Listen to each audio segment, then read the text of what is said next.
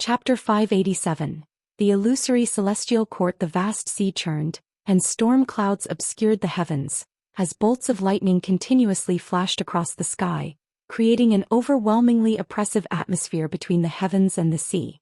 Zhang Buku, dressed in a dark red battle armor, levitated mid-air, clutching a long spear. Behind him stood the divine exotic realm master back-to-back with him. They both stared into the distance where formidable figures blocked every direction, these powerhouses maintaining their distance while conjuring a formation. Beside Zhang Buku was another figure, positioned 5 zhang away. This individual's garments were tattered, his face smeared with grime, and his hair a complete mess, much like a beggar. His frame was frail, yet his face wore a mocking smile amid the encircling enemies, in stark contrast to the tense expressions of Zhang Buku and the divine exotic realm master. "Hey Zhang Buku, see for yourself, wouldn't you rather give the treasure to me? At least you wouldn't have to die. Any regrets?" The frail man teased as he looked at Zhang Buku. Zhang Buku didn't respond, but the divine exotic realm master coldly retorted, "Suyu, don't you have to die as well?" The thin man named Suyu spread his hands indifferently. "My death doesn't matter. I'm merely experiencing the reincarnation tribulation. If I die, there's still the next life. You, however, are the real deal. If you die, you truly die." Hearing this, the eyes of the divine exotic realm master filled with frost. "All 3 of you dared to harm my son, no one will escape today." A roar akin to thunder reverberated beneath the storm clouds, and the vast fury caused the distant clouds to disperse. A statue larger than mountains and possessing 8 arms closed in. Each arm wielded a divine weapon while a white-robed man with flowing silver hair, ferocious face, and eyes filled with killing intent stood atop the statue's head. Zhang Buku looked at the 8-armed statue and said, "Even as a reincarnation body, you probably don't want to die. Let's fight together, and once we break out, it'll give you a fair chance to compete for the divine treasure." Upon hearing this, Suyu grinned, revealing rows of blackened teeth, and chuckled, "You sure understand the stakes. Let's break out together then, and don't fall behind, I won't look back." With that, he turned and walked in the opposite direction toward the 8-armed statue, flying off, and ahead of him were many cultivators blocking the horizon. This battle drew the attention of many great powers from afar, with Guan observing from the furthest distance within the celestial spirit great world. While crafting a Dao treasure, Guan watched the battle, focusing mainly on Suyu. Suyu didn't lie to Zhang Buku, he truly was a reincarnation body. His original self wasn't simple. Guan could sense that their cultivation levels were almost equal, and he possessed the celestial Dao destiny. This meant this person was likely a celestial god from the celestial court. Had Guan not broken through to become a heaven-opening Daoist immortal, he might not have been able to see through the cause and effect of Suyu's original self. The encounter between Suyu and Zhang Buku was no coincidence, since Zhang Buku was an inheritor of Buddha Immortal, who also had ties with the celestial court. Fortunately, judging from Zhang Buku's fate, Suyu had no intention of harming him but rather to support him. Although curious, Guan had no intent to probe further. Suyu was unaware of his existence. Why should he provoke needless trouble? Even for the topmost great powers of the Great Thousand World, the celestial court remained an enigma, ethereal and elusive. Yet in the 3,000 great worlds, many celestial gods roamed. Some knew their identities but chose to feign ignorance. The karma of celestial gods was immense. Even with only the celestial spirit god guarding the celestial spirit great world, many forces dare not forcibly enter. It seemed there existed a certain place where, with the right authorities' permission, end Opharth guardians of the Great Thousand World. Guan watched for a while longer before turning his attention away. His present life was calm. He did not wish to entangle too soon with the celestial court. Unless absolutely necessary, Guan would not provoke the celestial court and aim to survive within the celestial spirit great world. Guan couldn't help but think of the celestial spirit god. In this life, Bai Sheng, with Su Jin's help, had already embarked on the path of immortal cultivation. Guan hoped he would possess a heart of compassion. That way the celestial spirit great world could have a celestial god. A celestial god not only shields the cosmos but also stabilizes the celestial court. Guan entertained the thought of persuading the celestial spirit god because, in pursuit of the immortal palace's treasures, the celestial spirit god had violated the principles of the celestial gods, indicating a lack of complete loyalty to the celestial court. Although the celestial spirit god had once aimed to destroy the celestial spirit great world, that had been a mission assigned by the celestial court, which he had delayed for many years. Across the ages, whenever a threat to the celestial spirit great world emerged, the celestial spirit god didn't wait for explanations. He just executed them. This approach at least spared many beings from numerous calamities. Celestial spirit god, I truly look forward to your future. I hope you won't disappoint me. If it doesn't work out, I might have to slay a god. Guan thought to himself, and a smile appeared on his face. Before that, he would continue to enjoy a peaceful life. When Xiaolan naturally awakened her past life memories, he would let her choose whether to stay in the Daoist field of the beginningless or continue to traverse the world. Nowadays, the celestial spirit great world seemed small in Guan's eyes, where he was omnipotent and could dominate everything. The Enlightenment Convention lasted a full 5 years. Each dojo had its own enlightenment platform, and those who excelled in enlightenment were announced throughout the cities, becoming renowned across the world. Xiaolan did not disappoint. Her comprehension of the great Tao touched the steel, marking her prominence, and Guan could see Sage Su and her fellow cultivators ecstatic at her side. Sarch *the Nefire. At website on Google to access chapters of novels early and in the highest quality. Sage Su was usually composed and even somewhat aloof, but faced with Xiaolan's remarkable achievements, she couldn't maintain her composure. Fortunately, Xiaolan did not witness that scene. The Tao court was vast, with tens of thousands of branches, and the Enlightenment Convention was similar to the imperial examination in the human world, an opportunity for disciples to change their fate. Even those disciples with mediocre spiritual root qualification harbored hope, as the Tao court valued comprehension of the great Tao more. Only after the end of the Enlightenment Convention did Xiaolan awaken. Guan accompanied her off the platform, and they were soon met by Sage Su and other mentors. Come, let me take you to meet the great powers of our sect. Your comprehension has been recognized by the higher-ups, my disciple. You are truly going to become a prodigy of the Tao court. Sage Su grasped Xiaolan's hand excitedly said. Xiaolan hesitated and looked towards Guan, who winked at her and said, Go on, it's not a goodbye. When you return we'll have a good chat. Upon hearing this, Xiaolan's face bloomed into a smile and she nodded immediately. Sage Su pulled Xiaolan and flew away quickly. Other great cultivators began to attend to their own disciples, and seeing that they had nothing to discuss with him, Guan turned and left. Guan, right? You better be prepared. Xiaolan will soon soar to great heights and become an existence that both you and even we will look up to, said a middle-aged Daoist, watching Guan's departing figure, and suddenly spoke. Guan did not stop walking. His departing silhouette made the other great cultivators shake their heads, thinking he was being stubborn. Little did they know how fragile emotions are in the face of time and talent. The journey of immortal cultivation is about mastering the Tao heart and dominating instincts. When cultivators overcome their emotions and desires, they naturally make the most beneficial and rational decisions for themselves. Guan did not mind the discussions of the wandering immortals. His thoughts were on Long Ting. Long Ting was about to face trouble and he was ready to lend a hand. Regardless, he was Long Zhan and Long Ting could be considered his kin. Furthermore, Long Ting's presence in the Tao court was arranged by Li Xiandao. If something went wrong and the Li family and the Long family turned against each other, it wouldn't be a pretty sight. Guan did not want to test personal relationships. He was not walking quickly, as if strolling, since combat was not allowed within Tao City. Long Ting had performed well over the years and Guan was quite satisfied with him. If there was any flaw to point out, it was that he was too righteous, not selfish enough. Such a character was rare in the Long family, and Guan intended not only to save him but also to give him a push. Meanwhile, along another street, Long Ting and a man in blue walked shoulder to shoulder. You are really impressive. The steel in front of you lit up, causing an uproar from the crowd below, and many were inquiring about your origins. The man in blue was sent by Li Xiandao to accompany Long Ting in his cultivation. After experiencing the prosperity of the Tao court, he thought the Taizong continent was quite primitive, so he acted very prudently. Over the years, seeing Long Ting suppress various geniuses, even those of Tao court were no match for him, which delighted him immensely. Especially his performance at the Enlightenment Convention. Long Ting's comprehension achieved the highest score with only a handful of people comparable to him. Compared to the man in blue's excitement, Long Ting was quite calm. He was still pondering the insights he gained from enlightenment.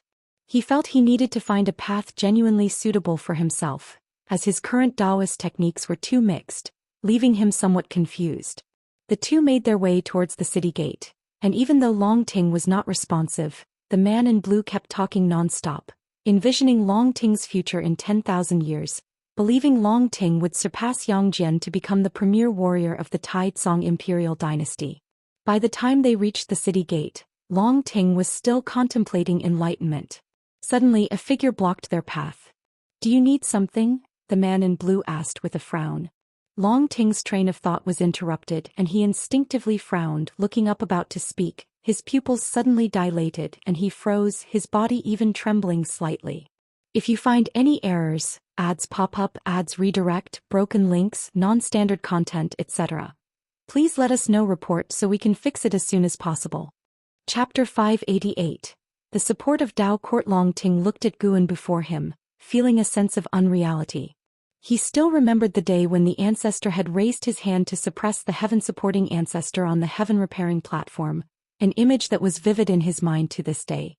Even though he had seen many strong figures with great powers, he could never forget the ancestor. Moreover, the Dharma aspect summoned by Long Qing that day made him feel a strong resemblance to the ancestor. Even though his father hadn't said much, he had always harbored such a guess in his heart. Guan looked at the excited Long Ting and smiled as he asked, "Not in a hurry to go back? Shall we find a place to sit?" Once Long Ting left the city, he would quickly be surrounded by troubles. Long Ting hurriedly responded, "No, no rush at all." He was at a loss, not knowing how to face the ancestor. The man in the blue robe was surprised. It was the first time he had seen Long Ting lose his composure like this, and he dared not underestimate Guan, simply bowing silently. Then the three of them walked toward Dao City. There were plenty of places inside the city where they could sit and chat. Eventually they found an inn and the three sat down by a window on the 4th floor. After Long Ting ordered some wine and dishes, he looked expectantly toward Guan. The ancestor had appeared at the Dao court. It couldn't be just to find him, could it? Even if it wasn't, now that the ancestor had shown himself, he must have something to ask of him. Source: web novel. Calm, updated on Omicron. New Omicron. He was self-aware and knew he could not help the ancestor much, but he felt that perhaps his comprehension had attracted the ancestor's attention. Guan began to make small talk with Long Ting, asking about his experiences over the years, to which Long Ting faithfully responded one by one. Long Ting's attitude made the man in the blue robe even more curious about Guan, and when he found an opportunity he couldn't help but ask, "Senior, what is your relationship with Long Ting?" Guan smiled and said, "He is my descendant." Upon hearing this, the man in the blue robe suddenly realized, wondering to himself, wasn't the sect leader of the supreme sect the most powerful in the Long family? The sect leader was Long Ting's father. Could there be an even more powerful ancestor? Long Ting widened his eyes, extremely excited.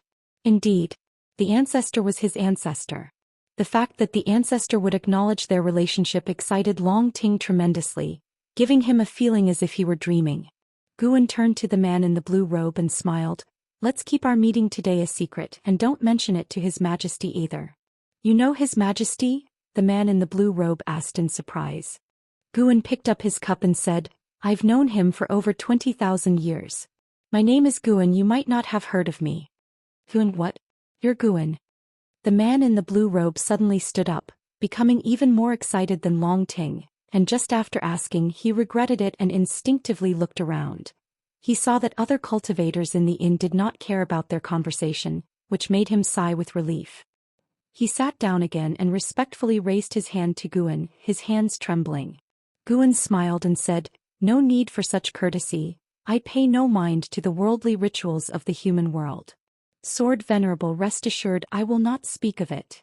The excited man in the blue robe said his name was Li Yu, a descendant of the royal family.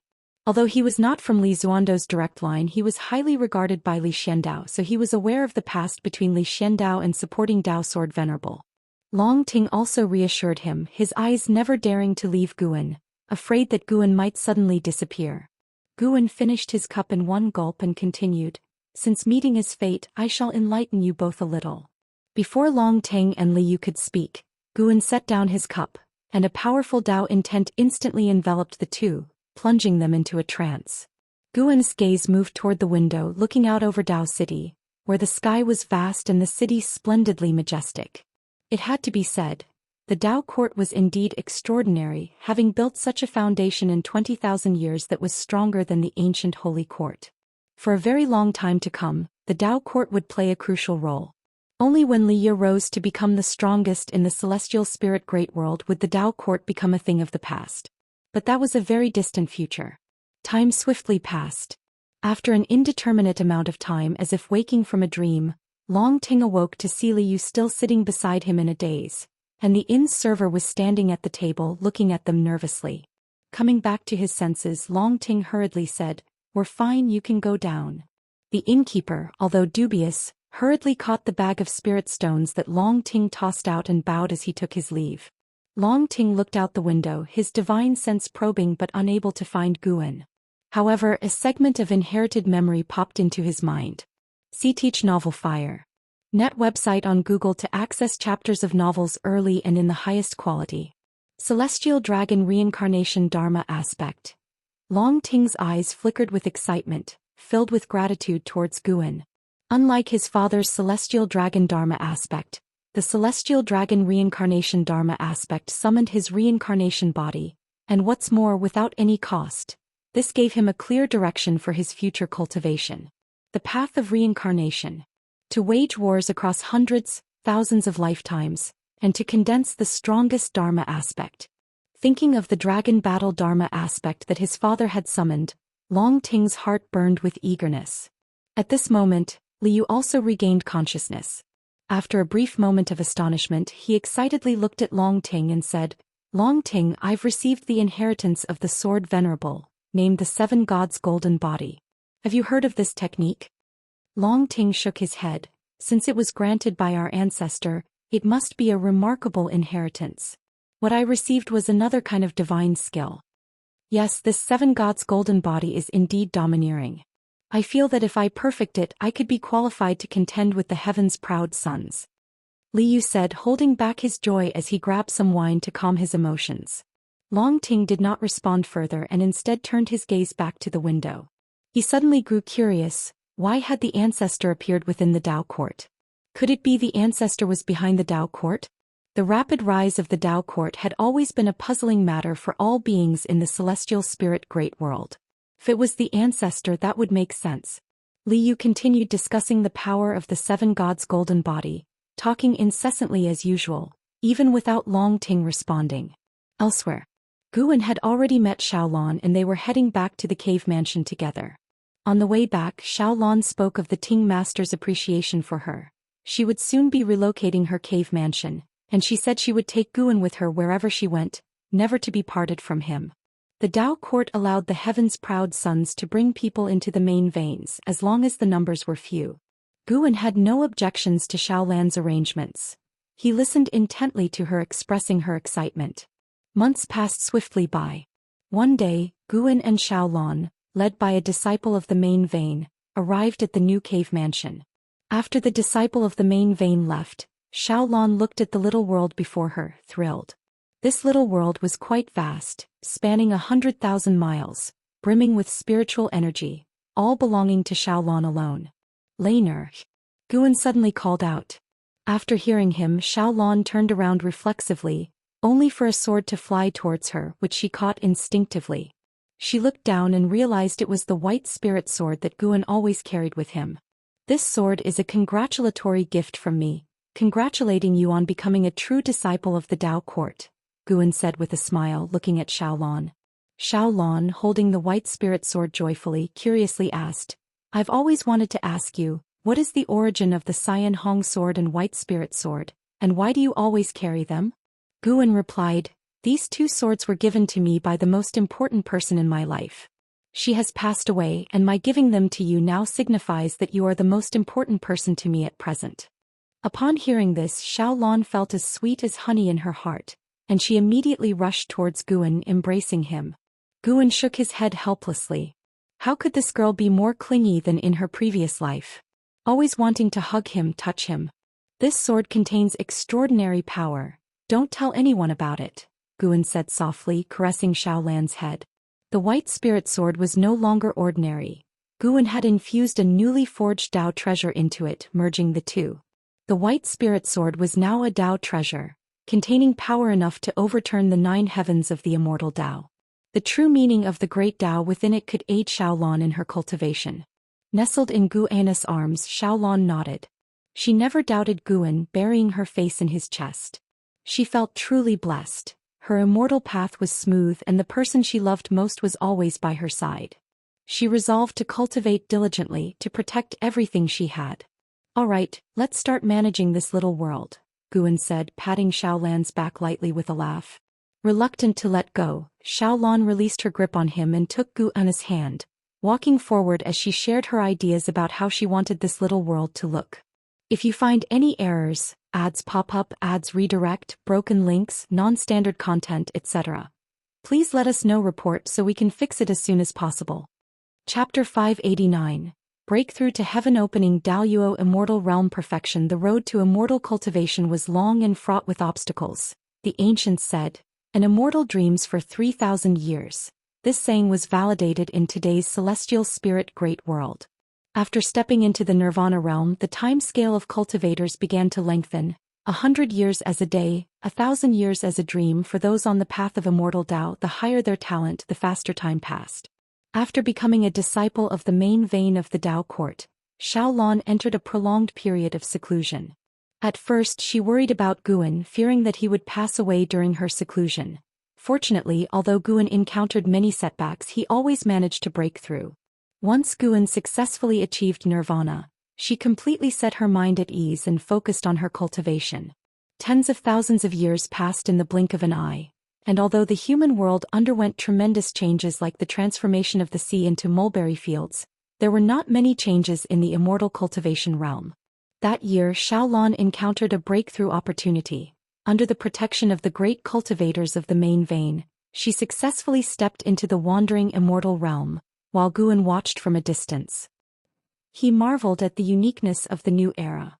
Living for 10,000 years to reach wandering immortal realm was rare in the previous era, but in this new one such geniuses were not few.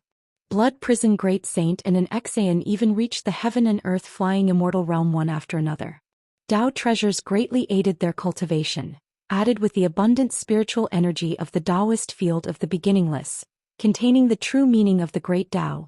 Their cultivation speed was ever increasing, especially in Xian, who seemed to be transforming into an Hao. Though Guan felt that he contributed significantly to his disciples' progress, thinking of the past he still had many reflections. I should also break through a minor realm. Guan watched Xiaolan consolidating her cultivation level at the horizon and made up his mind. Source: web novel. Com. Updated on Omicron. New. He originally wanted to rely on his enlightenment to break through. However, for a heaven-opening Daoist immortal, breaking through a minor realm required much more time than he could imagine. Having thought that, Guan directly switched identities, his original body leaping out of the little world. Among the cultivators protecting Xiaolan, the strongest had reached the Dao Void Profound Immortal Realm. This person did not detect any abnormalities and remained focused on Xiaolan. Guan's original body arrived at a forest in the human world, where he directly performed a lifespan breakthrough. 9 options appeared before him again. Most of the locations were ones he recognized. Guan's gaze fell on Desperate Celestial Tomb. The sins within the Desperate Celestial Tomb had a mysterious cause and effect with him. He originally thought he could learn about it through lifespan reincarnation, but he did not. Let's take another look. Now that his realm was higher, maybe he could understand. Guan immediately chose to teleport to the Desperate Celestial Tomb, consuming 100 billion years of lifespan in the process. After a while, Guan opened his eyes and immediately activated the lifespan barrier. What entered his sight was the desolate scene of the Desperate Celestial Tomb, with colossal and ruined structures stretching all the way to the ends of heaven and earth. The grand palace where the Sin resided was far from him, but he could easily see the situation of that palace. The immense door, still slightly ajar, stretched as dark as if leading to the gates of hell. Guan didn't keep staring at that palace. He pulled up the attribute panel. Via the novel Fire. Net ** website on Google to access chapters of novels early and in the highest quality. Name: Guan. Lifespan: 34 362/487 609 219005. Physique. Primordial reincarnation, undying body. Cultivation level. Late stage of heaven opening Daoist immortal realm. He directly invested lifespan into his cultivation level in increments of 100 billion years each time. Prompt after prompt appeared with 480 billion years of lifespan at his disposal. Guan barely heeded the failure notifications. Eventually, after spending 110 billion years of lifespan, he successfully reached the perfection of heaven-opening Daoist immortal realm. Next would be observing the consumption of the lifespan barrier. Vast spiritual energy surged from the ground. Almost instantly, Guan was enveloped by golden illumination of the great Tao. The Tao's spiritual energy of the entire desperate celestial tomb showed anomalies, and even the Tao rules trembled. Now that he was a heaven-opening Daoist immortal, the disturbances he caused far exceeded those of before, and more ancient buildings began to tremble. The ground heaved with sand, moving as if it had sentience, appearing like a yellow cloth rising. Since it was a breakthrough in a minor realm, Guan didn't need to be completely focused on the breakthrough. He divided his attention towards the grand palace where the Sin resided. Time ticked by. In half an hour, Guan would succeed in his breakthrough, yet halfway through the Sin still did not appear. Could something have gone wrong? Guan thought silently. Even when he succeeded in his breakthrough, the Sin never emerged from that grand palace. The lifespan barrier consumed nearly 500 billion years of lifespan, which stung quite a bit for Guan. The higher the realm, the greater the lifespan barrier's consumption, and for safety he activated the lifespan barrier every time he broke through. The reason for this was quite simple. Guan enjoyed observing others and he spied on existences of lower realms without being detected, so naturally, there must be existences stronger than him who also enjoyed spying on those weaker than themselves. The purpose of the lifespan barrier was to prevent him from being observed while gaining strength. This was crucial. Guan could reach this point today. Those enemies he had defeated found it incredible, and the lifespan barrier played a critical role in this. Guan felt disappointed that he hadn't seen Zhe. Although the desperate celestial tomb was constantly showing signs of disturbance, there seemed to be no signs of living beings, not even ghosts or evil spirits. Once Guan's cultivation level had stabilized, he stood up. Before leaving, he covered the entire desperate celestial tomb with his divine sense. Since it was a tomb, something must have been buried here. The grand palace where Zhou resided wasn't the most mysterious. At the center of the world, Guan spotted a deep hole over 1,000 miles in diameter, bottomless and swirling with a special Tao spiritual qi. This was the first time Guan, who had begun to understand different Tao, had encountered such Tao spiritual qi. It was eerie, ominous, and sent shivers down one's spine. Even Guan, who had reached the perfection of the heaven-opening Daoist immortal realm, had an intuition not to come into contact with this Tao. He was about to teleport back when he suddenly sensed movement. Something in the deep hole was rushing towards the surface. As it ascended, the invisible and intangible Tao spiritual qi surged like erupting core fire, unstoppable. The ground began to tremble violently. Guan wasn't panicking. He stood within the lifespan barrier, hidden from detection, but he still prepared to teleport away immediately if needed. With a bang, sand flew upwards from the ground violently, the clouds at the horizon dispersed, and an object burst out of the deep hole, aiming to break through the sky. However, when it reached a certain height, it was stopped by an invisible barrier. Narrowing his eyes, Guan saw that it was a forefinger, dark red throughout, with a tip sharp as a knife, 1,000 feet long, emanating a terrifying aura. The might displayed by this forefinger was not inferior to the early stage of the Taiqing Golden Immortal Realm, but the Tao spiritual qi surrounding it was even more dreadful. After being halted, the forefinger fell down, eventually crashing into a ruined temple and raising a cloud of dust tens of thousands of feet high. Guan used the lifespan detection on this finger, but found nothing indicating that it wasn't a living being. He turned his head in another direction. A faint aura emitted from the grand palace where Zhou resided. Soon a figure peeked through the door crack.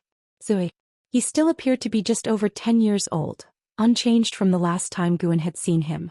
Zhou, Nirvana Realm 0/9999/9999. His age was still 0, his lifespan and maximum lifespan unchanged. Guan grew more curious. What exactly was this state? Under his gaze, Zhou took a deep breath as if bracing himself, and then ran towards the direction where the 1,000-foot forefinger had fallen. The little guy was fast, covering 100 miles in one step as if blinking across space. Before long he reached near the 1,000-foot forefinger, slowed his steps and cautiously approached. When he stood before the 1,000-foot forefinger, it was as if facing a giant mountain. He reached out to touch the 1,000-foot forefinger. Guan frowned and subconsciously looked down at his own right forefinger. He actually felt his forefinger being touched. With his high cultivation level he couldn't be mistaken. Could this 1,000-foot forefinger be his own? As Zhou touched the 1,000-foot forefinger, his eyes welled up, and he murmured something in a language not of the celestial spirit great world. As his tears fell on the 1,000-foot forefinger, the bizarre Daoist spiritual qi on the finger surged towards him, seemingly wishing to transform him into another kind of creature. Guan's eyebrows furrowed. He felt a strong sense of cause and effect. That was not his finger. It belonged to an old acquaintance, not from his past life but from his reincarnation body. It was Fairy Zhou Xian who he had met in his previous lifespan reincarnation. Fairy Zhou Xian, in her attempt to save his reincarnation body, the Emperor of Eternal Life, had fallen into the Tao, condemned to eternal oblivion, her cause and effect hard to trace. If it weren't for the Emperor of Eternal Life using the power of the great cause and effect steel, it would have been impossible to capture even a sliver of Fairy Zhou Xian's cause and effect. Through Xinzhen, the Emperor of Eternal Life sent Fairy Zhou Xian's cause and effect to Guan, the real persona, which established a causal relationship between Fairy Zhou Xian and Guan. This process, too complex to be captured by the naked eye, was nonetheless real. As the relationship between Guan and Xinzhen deepened, his sense of cause and effect connected to Fairy Zhou Xian also strengthened. He became increasingly certain that the 1,000-foot forefinger was indeed Fairy Zhou Xian's. So what was the relationship between Zhou and Fairy Zhou Xian? Could it be? If you find any errors, ads pop up, ads redirect, broken links, non-standard content, etc., please let us know. Report so we can fix it as soon as possible. Chapter 590 The Origin of the White Spirit Sword. Guan recalled the life of the Emperor of Eternal Life, and indeed, he had a relationship with Fairy Zhou Xian. With their cultivation levels, whether they conceived a child depended on their will. He felt that the child was likely the Emperor of Eternal Lives, and that was why he felt some sort of cause and effect relationship with the child. As his cultivation level broke through, this feeling grew even stronger. He continued to watch the child, whose hands were pressed against the 1,000-zhang index finger, weeping softly. The child didn't seem to feel some force entering his body. He was only indulging in venting his emotions. Guan was curious in his heart whether a lifespan breakthrough could teleport someone out. Just as this thought arose, he received an answer. This answer inexplicably appeared in his mind, probably a response from the lifespan breakthrough. With the answer he dared not act rashly. The desperate celestial tomb was not simple. This place was like a sealed land, unable to be exited directly. As time passed, the child stopped crying. He leaned against the finger wall, slowly closed his eyes and seemed to fall into a deep sleep. Guan began to deduce the child's destiny, but just as before he couldn't calculate anything. He again looked toward the 1,000-zhang index finger and continued to deduce. Source: web novel. Calm updated on N0 New. Guan suddenly made a sound of surprise and his expression turned grave. This 1,000-zhang index finger would later break out of the desperate celestial tomb and descend onto the great thousand world. It would bring a great catastrophe to all heavens and myriad realms. Guan saw countless beings fall into evil, and he saw a dark force swallowing up pieces of the great thousand world. He stopped deducing, his brow deeply furrowed. This index finger belonged to Fairy Zhou Xian. Relying on it, Guan might be able to find Fairy Zhou Xian in the future. But it would bring irreparable disaster to countless beings, meaning Guan could not take it out. After much thought, Guan decided to leave the 1,000-zhang index finger and the child be for the time being. To prevent himself from wavering, Guan chose to teleport back. This teleportation used another 10 billion years of his lifespan. Now, however, he had reached the perfection of the heaven-opening Daoist Immortal realm, and just crossing a minor realm had greatly advanced his strength. When he returned to the celestial spirit great world and opened his eyes, the environment around him hadn't changed, but he felt that the celestial spirit great world had weakened. It was so fragile that a single thought from him could shatter this part of the great thousand world. He walked in a direction, ready to enjoy nature and wait for Xiaolan to fully stabilize her cultivation level before returning. The path of cultivation was like a river with countless cultivators sailing on it. Some people sailed faster, some overtook others, and some capsized, plunging to the riverbed.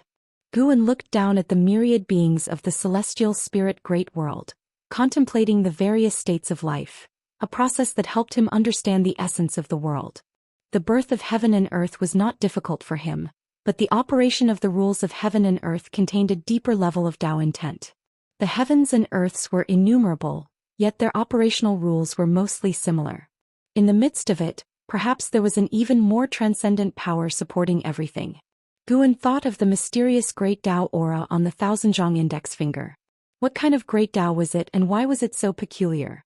After breaking through to the wandering immortal realm, Xiaolan was extremely excited and dragged Guan to visit Sage Su and their fellow disciples. Xianxia the Novel Fire. Net website on Google to access chapters of novels early and in the highest quality. Sage Su and the other traveling immortal instructors had long known that this day would come, but they didn't expect it so soon. When Xiaolan was in the Qi cultivation realm, Sage Su was already in the wandering immortal realm. Yet when Xiaolan reached the wandering immortal realm, Sage Su was still in the wandering immortal realm. Even if the mentor-disciple relationship was as good as it got, Sage Su still felt a bit mixed inside, yet she hid her emotions very well. Standing on the side as a bystander, Guan watched these people congratulating Xiaolan, thinking with a sigh how life was unfair, and he found it quite amusing. Afterward, Xiaolan wished to return to Xiao Manor for a visit, and Sage Su had no objections. With the cultivation level Xiaolan now possessed, she was capable of standing on her own. After Sage Su gave her several reminders, she watched Xiaolan and her companion leave. A middle-aged female cultivator remarked with emotion, "Even though she has become a loose immortal, she still treats that kid Guan like a treasure. I really don't know what kind of enchanting potion Guan fed her." Before Xiaolan entered the loose immortal stage, they all worried that Guan would be a drag on her. Now they only marveled at Xiaolan's deep affection for Guan. Such emotions were rare indeed. If they could keep this up, it would indeed be a beautiful tale. On the way back, it was still Xiaolan riding the clouds, her mood somewhat uneasy. The excitement brought on by her breakthrough was replaced by the nervous emotion of returning home. Thousands of years had passed and her parents had long since departed this life. She already knew this, and she feared that Xiao Manor might no longer exist, that the descendants of the Xiao family might have forgotten her. "Don't worry, there won't be any issues. It's said that prodigies have their own destiny. This force, invisible and intangible, can protect those around them," Guan consoled. Xiaolan looked at Guan and asked curiously, "Brother Gu, don't you have any regrets?" From childhood, Guan had always been there for her. She had never seen him sad or disheartened, not even angry. He always remained gentle, cheerful. Not a hint of negative emotion could be seen on him. Thinking about it now, Guan seemed unrealistically perfect. The curiosity in Xiaolan's eyes grew even thicker, as if she wanted to see right through Guan. "Of course I have regrets. Everything you've experienced I have already been through.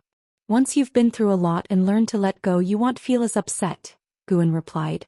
This puzzled Xiaolan even more, and she asked, "You're only 20 years older than me. How can you speak as if you were thousands of years older than me?" Guan laughed and said, "In dreams I've experienced more than you." "Really? Laner, have you ever thought about your goal in immortal cultivation?" "I actually have." "Let's hear it. I want to be the master of the Tao court," Xiaolan said with a proud smile, and seeing her smile, Guan felt a bit dazed. Yilan always loved to chase after power. It seemed some things remained unchanged by the cycles of reincarnation. Chasing power wasn't a bad thing. People should always have goals in life. "I hope to see you succeed in my lifetime," Guan sincerely said, making Xiaolan feel the pressure. Yes, her future was bright, but the same couldn't be said for Guan. Xiaolan feared that Guan would be saddened, so she started to change the subject. The prodigies of the primordial era were far stronger than those of the previous era, and the path to fame was naturally tougher. Xiaolan's reputation had already spread within the Tao court, but in the eyes of the world she was still unknown. She prepared to venture out for trials, to compete for treasures, to punish the wicked and eliminate evil, just like the immortals in the stories. However, she was somewhat worried about Guan. Guan said she could go with peace of mind and that he would wait for her in the cave mansion, which relieved her considerably. Trials for treasures inevitably meant battle. She couldn't guarantee Guan's safety, but she also feared he might overthink it, leaving her hesitant. By the way, Brother Gu, what is the origin of this white spirit sword? Xiaolon asked out of curiosity. She had already discovered there was something unique about the white spirit sword. The person who gave me this sword said it was from an immortal. I didn't believe it until I followed you on the path of cultivation. Its origins are for you to discover. I'm not capable of that, Guan answered. If you find any errors, ads pop up, ads redirect, broken links, non-standard content, etc., please let us know. Report so we can fix it as soon as possible. Chapter 591.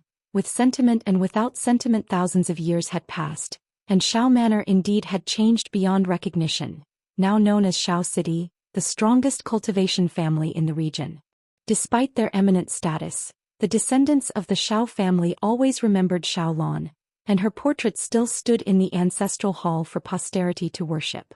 Xiaolon looked at the excited descendants of the Shao family and thought of her brothers and sisters. The newly initiated wandering immortal couldn't help but become teary-eyed. Her cultivation level was high and she had lived longer than the members of the Shao family, but in reality she had faced too few hardships and spent the majority of her life in seclusion, so she still had the temperament of a young girl. Guan watched Xiaolon being surrounded by her descendants, his face filled with a smile. The Yi Lan of his past life had once dreamed of such a scene. Unfortunately, she had no living family, let alone descendants. Xiaolon stayed in Shao City for a whole month, and all the citizens knew that the old ancestor of the Shao family had returned. Even cultivators from other cities and sects came to visit. During that month, although Guan could see Xiaolon every day, they did not spend as much time together as in the past, not because Xiaolon deliberately neglected him but because the Shao family members were too enthusiastic. When they left Shao City, Xiaolon stood on cloud mists, raised her arms and laughed loudly. From now on I have a new goal, not only to be the master of the Dao court but also to help the Shao family become an eternally thriving cultivation family. Her whole being was full of fighting spirit, and an aura unique to great talents appeared on her. As for Xiaolan's lofty ambition, Guan thought it was good as it was a common human sentiment, just like how he would take care of the supreme sect. Guan also knew his own problems, always saying he would not interfere, yet he couldn't help but take action. Long Ting was the best example.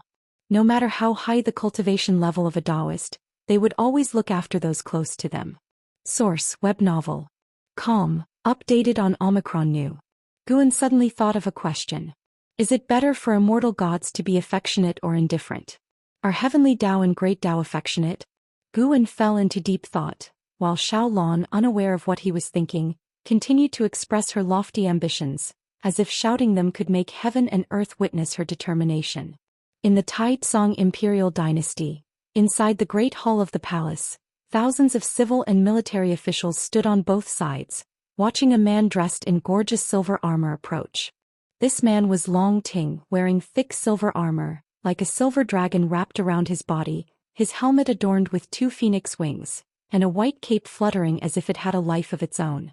At the front of the steps, Li Xiandao, dressed in emperor's robes, looked at Long Ting, his face full of prideful smiles. Yang Jian also stood in the hall, dressed in official robes, not like a military leader, and he sized up Long Ting, nodding slightly. Li Yu, who had accompanied Long Ting to the Dao court previously, was also present, his expression excited, even waving to Long Ting. Long Ting remained calm, walked up to the steps, knelt down and raised his hand to salute Li Xiandao. Li Xiandao smiled and said, "Rise, your battle achievements have satisfied me." Seeing Long Ting stand up, an elderly official took out a scroll and began to read. Admiral Long Ting, who swept through the drowning sea demon domain, beheaded the dark demon emperor, shook the seven seas, enhanced the holy might of Taizong, is hereby bestowed the title of Admiral of Celestial Praise, ranked first grade, to enjoy Taizong's destiny forever, and his divine statue to be listed in the Divine General's mansion. His voice was full of vigor, echoing in the great hall, stirring discussions among the officials. Many were incredulous. They knew the emperor would reward Long Ting generously, but no one expected such treatment for Long Ting. First grade, nearly second to none. the position of admiral, previously only achieved by Yang Jian. Li Xiandao was very pleased with the official's amazement. He aimed to elevate Long Ting to the pinnacle, letting everyone in the world know Long Ting's name. Regardless of jealousy or disdain, Long Ting was destined to soar. Li Xiandao raised his right hand, and a golden order shaped like a sword descended from the heavens, landing in front of Long Ting. From now on you may use this order to command any troops, viewing this order as seeing me personally, and may execute first and report afterwards. Li Xuando's voice echoed like a thunderclap, causing an uproar in the great hall, and even Yang Jian was taken by surprise. Li Yu was stunned, having not expected the emperor to go to such lengths. However, upon considering the relationship between Long Ting and Guan, he found it reasonable. Although the Taizong imperial dynasty was strong, it was far from contending for supremacy over the world, and only with the support of supporting Dao Sword Venerable could there be hope. "Thank you, Your Majesty." Long Ting received the order unflinchingly, his words resounding firmly. As he accepted the order, the courtiers all felt that a great change was about to come to the Taizong imperial dynasty, as not only had the emperor favored Long Ting over the years but had also promoted other members of the Long family. With Long Ting being appointed as Admiral of Celestial Praise, the Long family had truly risen to the top echelon of the Taizong imperial dynasty, compelling even those with a deeper family heritage to take the Long family seriously. Hiss! A fierce wind swept into the great hall, causing everyone's complexion to drastically change. Long Ting turned around, squinting his eyes. Suddenly, a figure appeared in front of him and pushed forward with a palm. It was Yang Jian. As Yang Jian swung his palm, a tremendous mana erupted, seeming to strike an invisible existence, dispersing into a mist of energy. "Slaughter my demon soldiers and still wish to boast? Ridiculous." A cold sneer sounded, and Yang Jian's complexion abruptly changed as a powerful demonic power dispersed his mana, forcing him to retreat.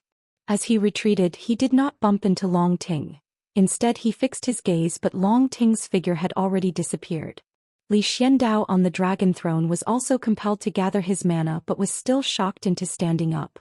Ministers to either side were knocked to the ground, their cries of agony resounding. "Emperor Taizong, consider this a warning today. Your Admiral of Celestial Praise must die, and I will let my subordinates feast on his flesh." That cold sneer echoed again. The demonic wind in the hall ceased, and Yang Jian also disappeared from the hall, pursuing the source. Li Xiandao stood in front of the dragon throne, his brow furrowed, but he did not panic, his eyes mixed with a hint of unusual color. Long Ting was bound by an unshakable demonic power, losing his ability to resist. He could not even open his eyes, feeling the world spinning and his divine soul inverting. This sensation lasted a long time until he was finally thrown to the ground. As the demonic power dissipated, he opened his eyes and found himself lying in a dim underground plaza, which was vast, and in front, there was an altar over 1,000 zhang in diameter with a majestic stone statue standing behind it, a supremely fierce demon whose mere statue emitted an immense oppressive force. Long Ting turned to look and saw a red cord binding his battle armor, sealing his mana, preventing him from standing up. A figure appeared out of nowhere in front of him, a hawk-headed demon wearing a loose Daoist robe and as tall as a small mountain. With his back to Long Ting, the demon faced the statue and said, "Master, I really can't bear it. I can endure the excesses of the Taizong imperial dynasty, but this guy slaughtered my demon soldiers. I must tear him apart personally." Sia the Novel Fire. Net website on Google to access chapters of novels early and in the highest quality. His tone was filled with dissatisfaction. A hoarse voice followed. "What is this person's name? Is he related to that existence?" The hawk-headed demon snorted coldly.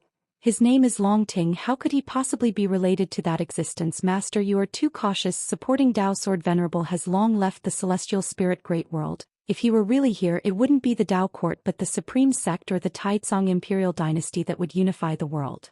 If you find any errors, ads pop up, ads redirect, broken links, non-standard content, etc., please let us know. Report so we can fix it as soon as possible." Chapter 592, God of the Great Thousand World. The voice of the eagle-headed demon echoed within the underground plaza, but the aged voice he called Master did not immediately respond. Long Ting heard him mention supporting Dao Sword Venerable, But his expression remained unchanged, and he did not disclose his relationship with the supporting Dao Sword Venerable. The underground plaza fell into silence. The eagle-headed demon turned to look at Long Ting lying on the ground. His right hand lifted, his palm transformed into an eagle's claw, elongated and sharp, with tips even flickering with a cold light.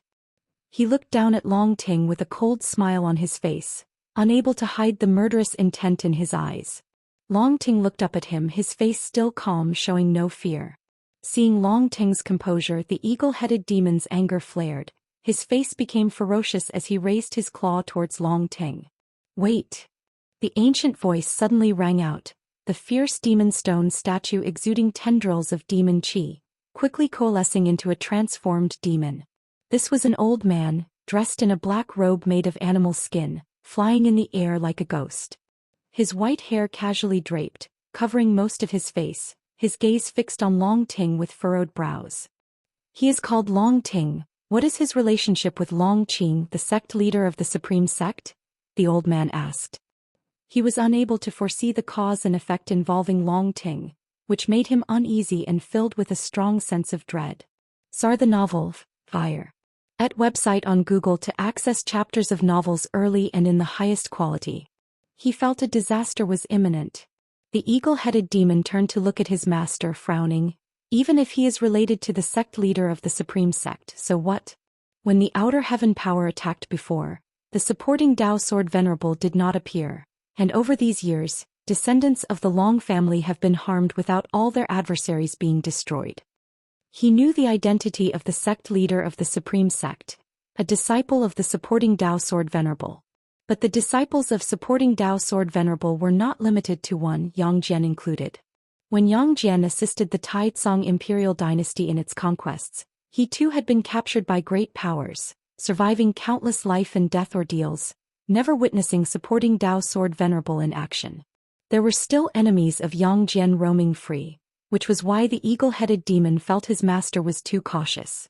He even thought that his master was terrified by the supporting Dao Sword Venerable, lacking the spirit of a free immortal.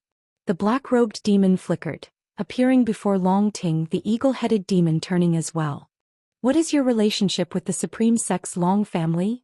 the black-robed demon sternly asked Long Ting. Long Ting snorted, "Kill or shred, I will heed your decision." He could tell this demon was deeply wary of the supporting Dao Sword Venerable, and he did not want to disgrace his ancestors. His attitude made the black-robed demon even more nervous, completely a stance full of confidence. The eagle-headed demon frowned. "Master, let me kill him." The black-robed demon turned to look at him, his eyes fierce, deep voice declaring, "If you dared, you would have killed him already. Why bring him before me? Isn't it because you're also uncertain and want your master to take the pressure off you?" The eagle-headed demon's eyes widened, wanting to retort, but facing his master's gaze he held back. Indeed, as his master said, although he was angry, deep down he did not scorn as he claimed verbally.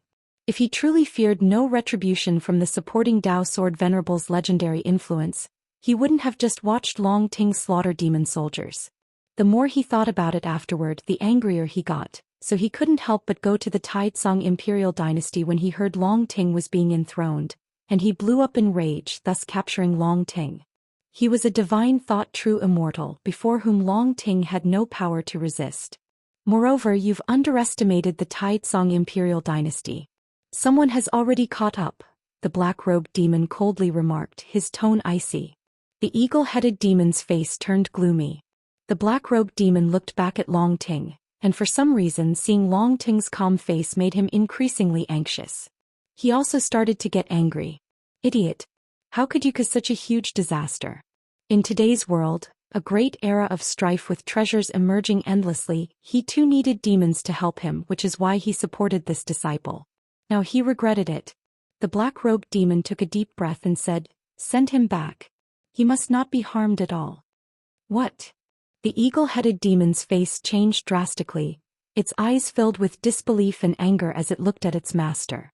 The black-robed old demon suddenly erupted with an overwhelming aura, causing the eagle-headed demon to stagger back. "Either send it back or our master-disciple relationship is over. I shall leave now," the black-robed old demon stated irrefutably.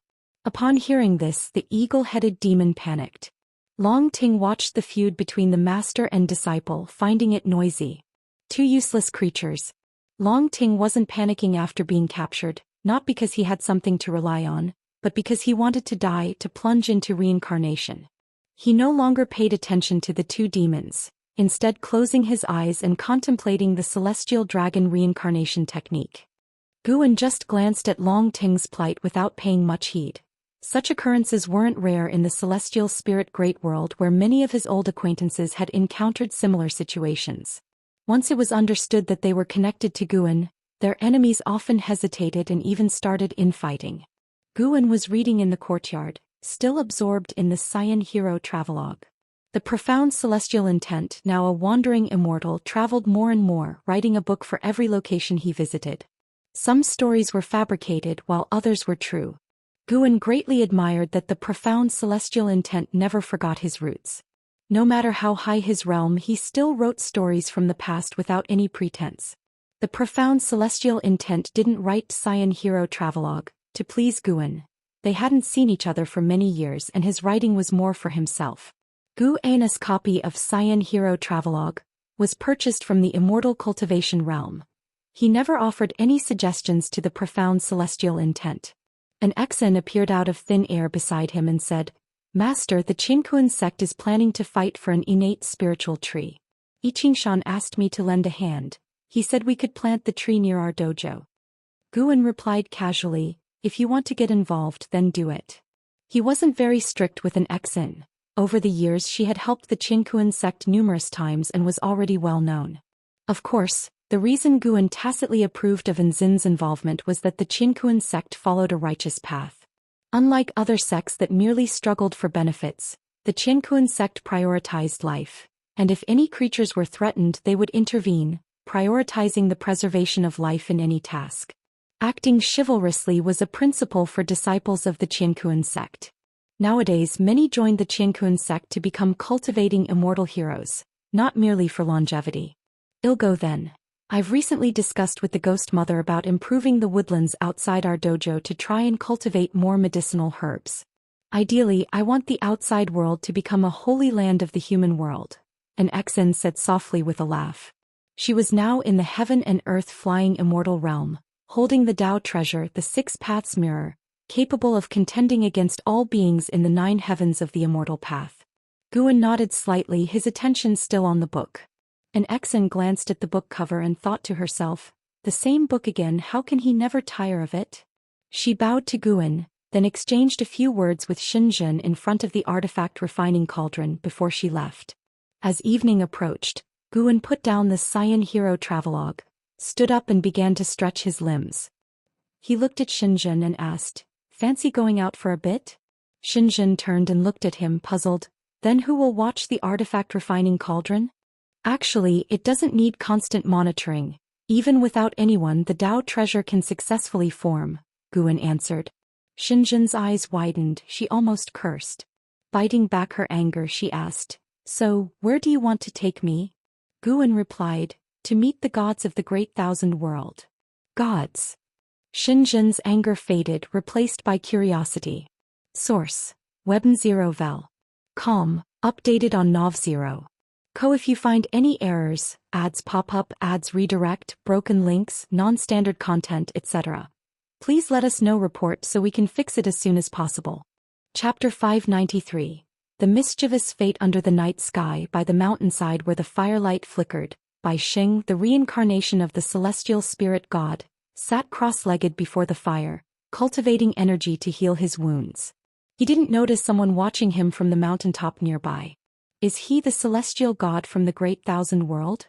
Xianxia looked down at Bai Xing, asking with a face full of curiosity. To her, Bai Xing appeared quite ordinary, hardly resembling a celestial god.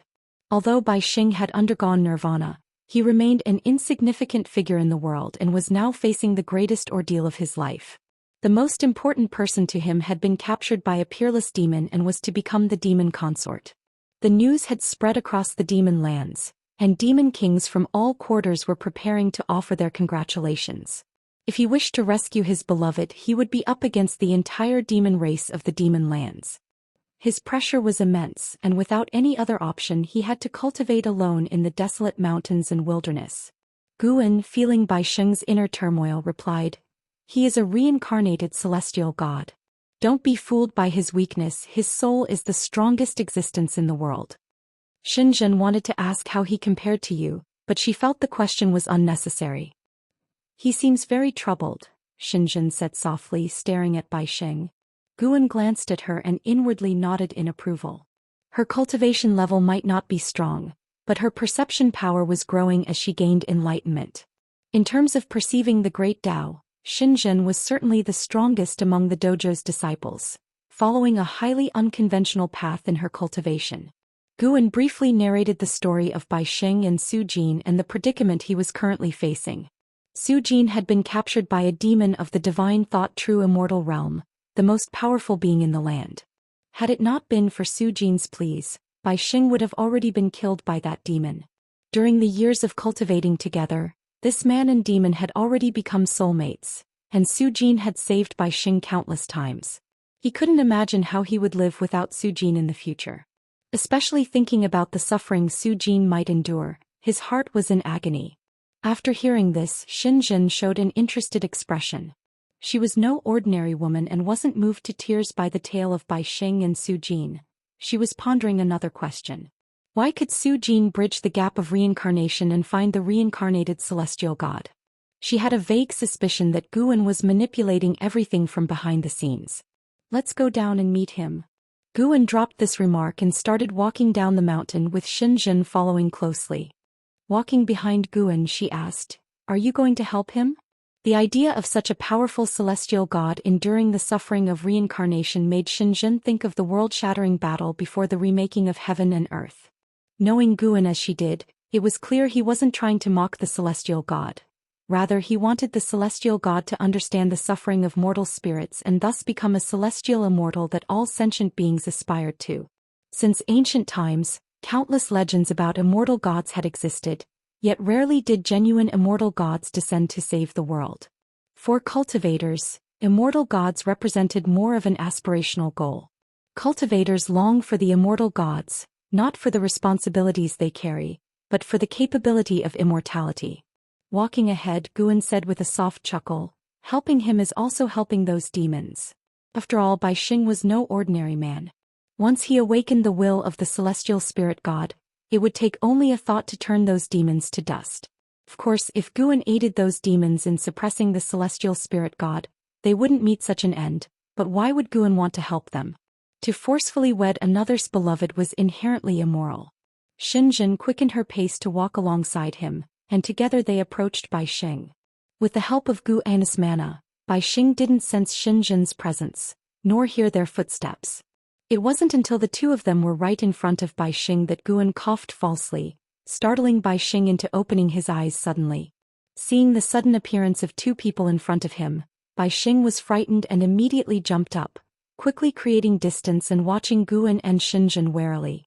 He subconsciously thought that the two were demons in disguise, capable of approaching him without his notice, which surely meant their cultivation level was higher than his. Could they be subordinates sent by the demon emperor? Bai Sheng drew his sword ready to fight.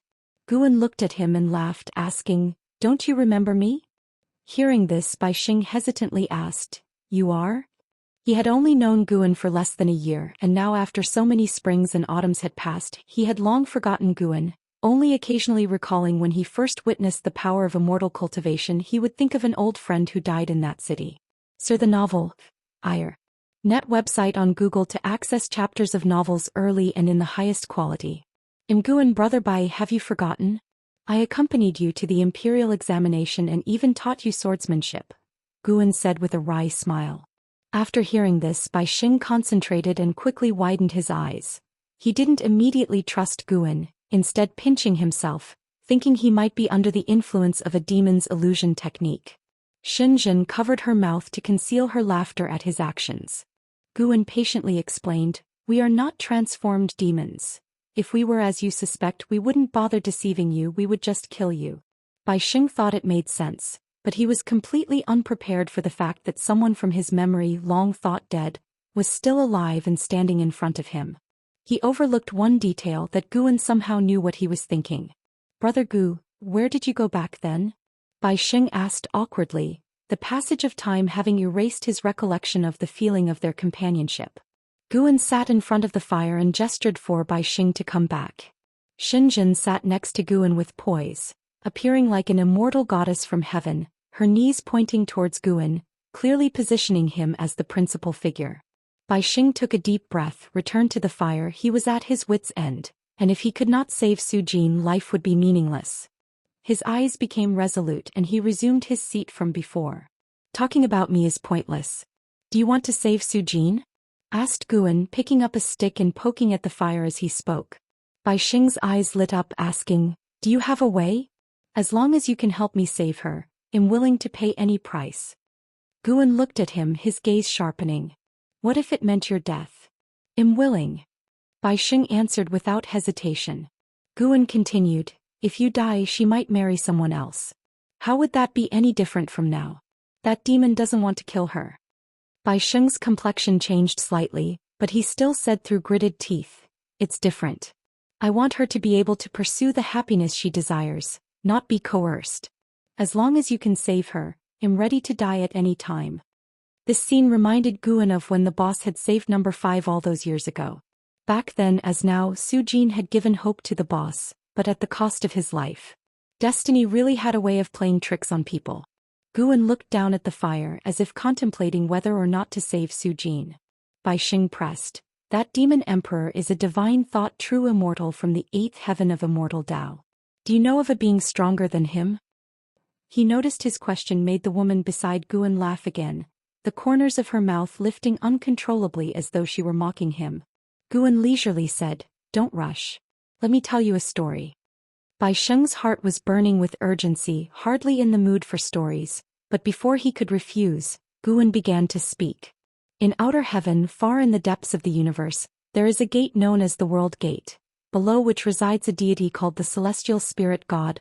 Outer heaven. God." Bai Xing was suddenly captivated and listened intently to Guan's continuing tale.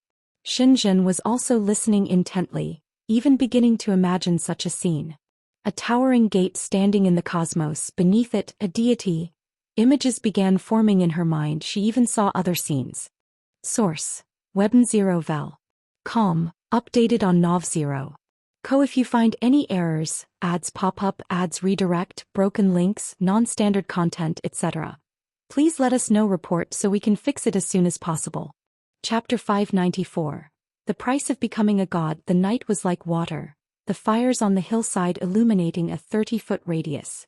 Bai Xing listened to Guan telling the story of the celestial spirit god, his heart longing, his face full of disbelief. There were such beings beyond the heavens. The resolute, almost invincible celestial spirit god filled Bai Xing with admiration.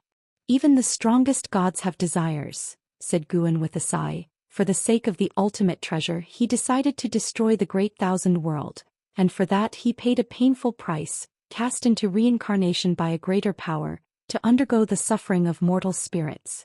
Listening to this, Bai Xing's thoughts churned dramatically. He couldn't help but ask, "So, you know who the celestial spirit god reincarnated into? Can you have him help me?" In his eyes, the 9 heavens of the immortal path was the pinnacle of immortal cultivation. The great demon who had reached the 8th heaven was already unparalleled, so surely the celestial spirit god must be of the 9th heaven cultivation level. Why would Guan bring up the celestial spirit god for no reason? He must have a way to find the celestial spirit god. Faced with Bai Xing's eager gaze, Guan replied, "I do indeed know where he is, and if he takes action he will surely be able to deal with that demon emperor, but what?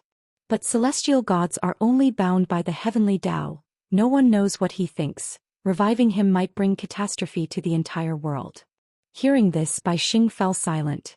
He felt that Su Jin was most important, but to gamble the freedom of all living beings on Su Jin's freedom was far too selfish. Search * the novel, F. Ire.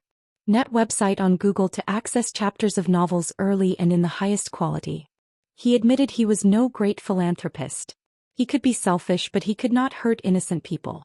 Xinjin watched Bai Xing caught in his dilemma, finding it amusing, wondering whether Bai Xing's feelings for Su Jin would change after he had restored the will of the celestial spirit god. Bai Xing gritted his teeth and asked, "Is there no other way?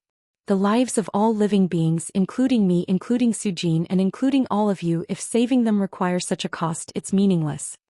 Guan said with profound meaning, "Of course there is, and that is for you to convince the celestial spirit god to change his views, to become the god that all living beings want." "How could I possibly do that?" Bai Xing asked with a frown. Upon entering the immortal cultivation realm, he felt his own mediocrity. There were far too many people in this world with far greater talent than him. He had only come this far by the help of Su Jin. Could someone like him persuade a celestial god? He didn't see himself as the protagonist of a story. He looked at Guan, anxiously awaiting an answer, but Guan didn't respond, just staring at him with a smile that wasn't quite a smile, which confused him even more. Suddenly Bai Xing had a thought, his face turned pale and his eyes widened. His body began to tremble. Could I be the reincarnation of the celestial spirit god? Bai Xing struggled with the turmoil in his heart and asked cautiously. Guan met his gaze and said, "If you become him, Su Jin will not be as important in your heart, but your will could make him help you save Su Jin." At those words Bai Xing's face darkened. "Don't worry, you still have time to choose.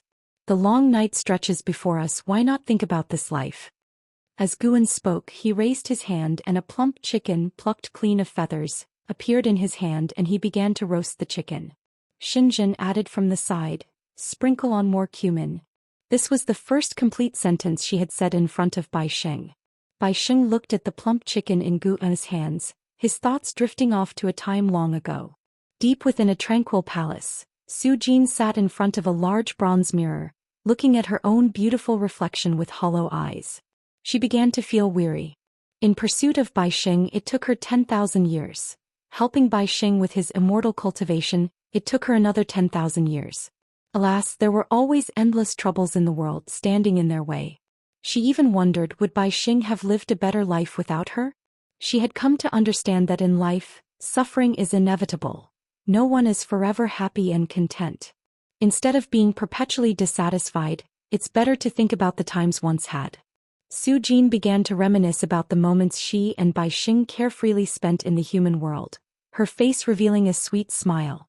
Just then, a graceful figure emerged from the darkness behind her.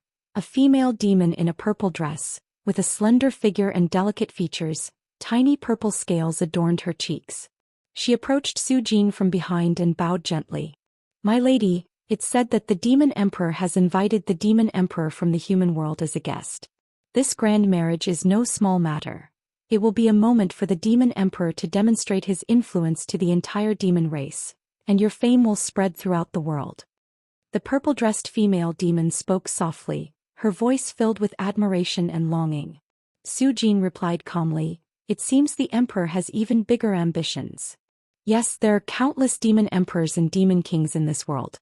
The human race has the Dao court to unite all, but the demon race doesn't have an absolute ruler yet. The Emperor wants to become such an existence," continued the purple-dressed female. Su Jin remained silent, listening to her talk about the affairs of the demon race. He felt a pang of emotion inside. Indeed, the world was so vast. To have managed so many years of joy with Bai Xing was already extraordinary. How many loving couples could stay together for so long? She knew Bai Xing would come to rescue her again, but he wouldn't be able to take her away. The only way to save him was to let go of their love. Su Jin's gaze gradually became cold. She was burying her love deep within her heart. "By the way, my lady, a celestial has recently appeared in the city. He claims to be a servant of the heavenly Dao, serving the true celestial gods. He says a celestial god will be born within our demon city. The Emperor values him highly, allowing him to wander the city freely. It's hard to tell if it's true or false," pondered the purple-dressed demon, chin in hand. Su Jin became interested and asked, "A celestial? What's his name?" "He calls himself the Daoist Celestial." "Daoist Celestial? Sounds quite rebellious." "My lady, be careful not to speak carelessly in case he hears you." It was a sunny day, no wind, no rain. Guan, Xinzhen, and Bai Xing stepped through the gates of the demon city, awestruck by the magnificent streets ahead of them. Xinzhen was utterly captivated. I never imagined the land of the demon race could be so thriving, and there are also many cultivators coming and going, mused Xianxia. The demons here were great demons capable of transformation.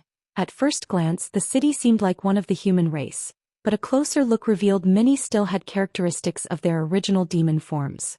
The city was vast and limitless, with mountains and uneven terrain within, the streets noisy with clamor, and the skies crowded with various mounts and magical treasures flying past, dazzling onlookers. Bai Xing had also come to this demon city for the first time.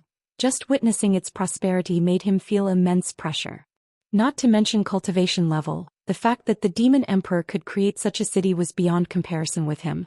At least the opponent could bring prosperity to a region, but what about him? Apart from the cheap love he felt for Su Jin, what meaning did his existence hold in this world? Guan looked at Bai Xing and smiled. Whenever you're ready, you can start.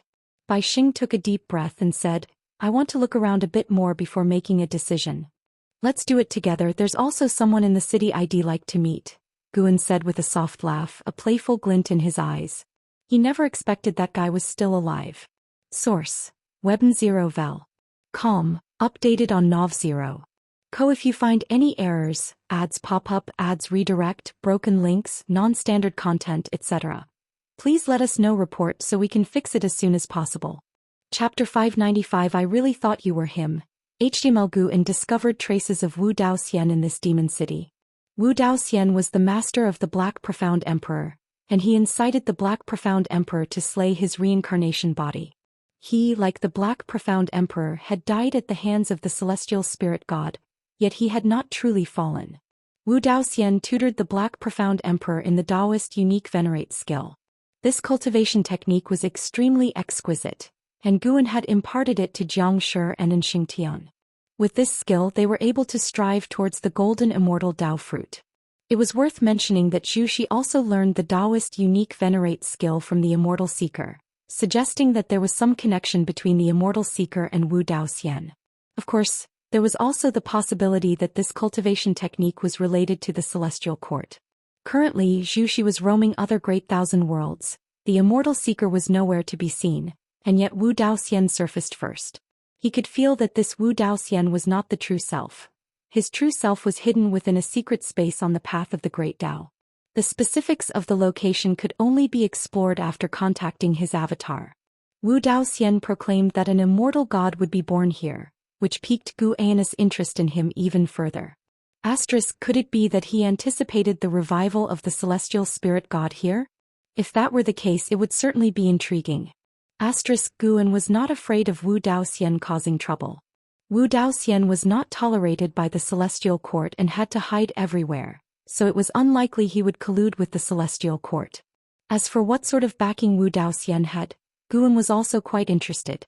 Bai Xing did not mind Guan's proposal. He walked ahead first, indifferent to the person Guan wanted to meet, as his mind was solely on Su Jin. Xianxia and Guan followed behind him. Xianxia used the sound transmission technique to ask, "He's so absent-minded, could he be willing to give up Su Jin?" "We'll know the answer today." Guan replied using the sound transmission technique. He looked at Bai Xing's back and felt deeply moved. It wasn't Bai Xing and Su Jin's relationship that moved him, but his brotherhood with Bai Xing. He somewhat missed the days of exploring mountains and waters and drinking joyously with Bai Xing. Bai Xing did not know he was the supporting Dao Sword Venerable, treated him with less reverence and had no ulterior motives. They had a sense of kindred spirits. Sadly, times change and Bai Xing had lost his carefree nature and had long forgotten him. Over 30,000 years had passed. Now the only one he could chat freely with was Xianxia. Perhaps the loss of such companionship was the price of power. As Guan was sighing over the changes brought by time, the demon city grew increasingly lively. A strong wind swept through, startling the demons and cultivators on the streets as they looked up, only to see a large fish with black wings flying over the city walls and heading towards the distance. Its wingspan spanned thousands of feet, blocking out the sky and plunging the street where Guan and his companions stood into darkness. Bai Xing, having seen much, was not surprised. But if he knew that there was a pavilion on the fish's back with someone inside not weaker than the Demon Emperor, he would surely be shocked. The Demon Emperor of this city was named the Great Liang Demon Emperor. Although he was a divine thought true immortal in cultivation, he possessed clues to a heaven and earth ultimate treasure, which was why all the great powers came to celebrate. Heaven and earth ultimate treasure was the immortal cultivation realm's term for the most powerful magical treasures. These treasures were rich with destiny, even capable of creating a world harboring the power of heaven and earth. These heaven and earth ultimate treasures also originated from the battle court. Those who crafted them were all golden immortals, thus they contained world power. Guan did not harbor ill feelings towards the great Liang demon emperor. Although this guy kidnapped Su Jin, he treated her politely and promised to only win her heart before taking her.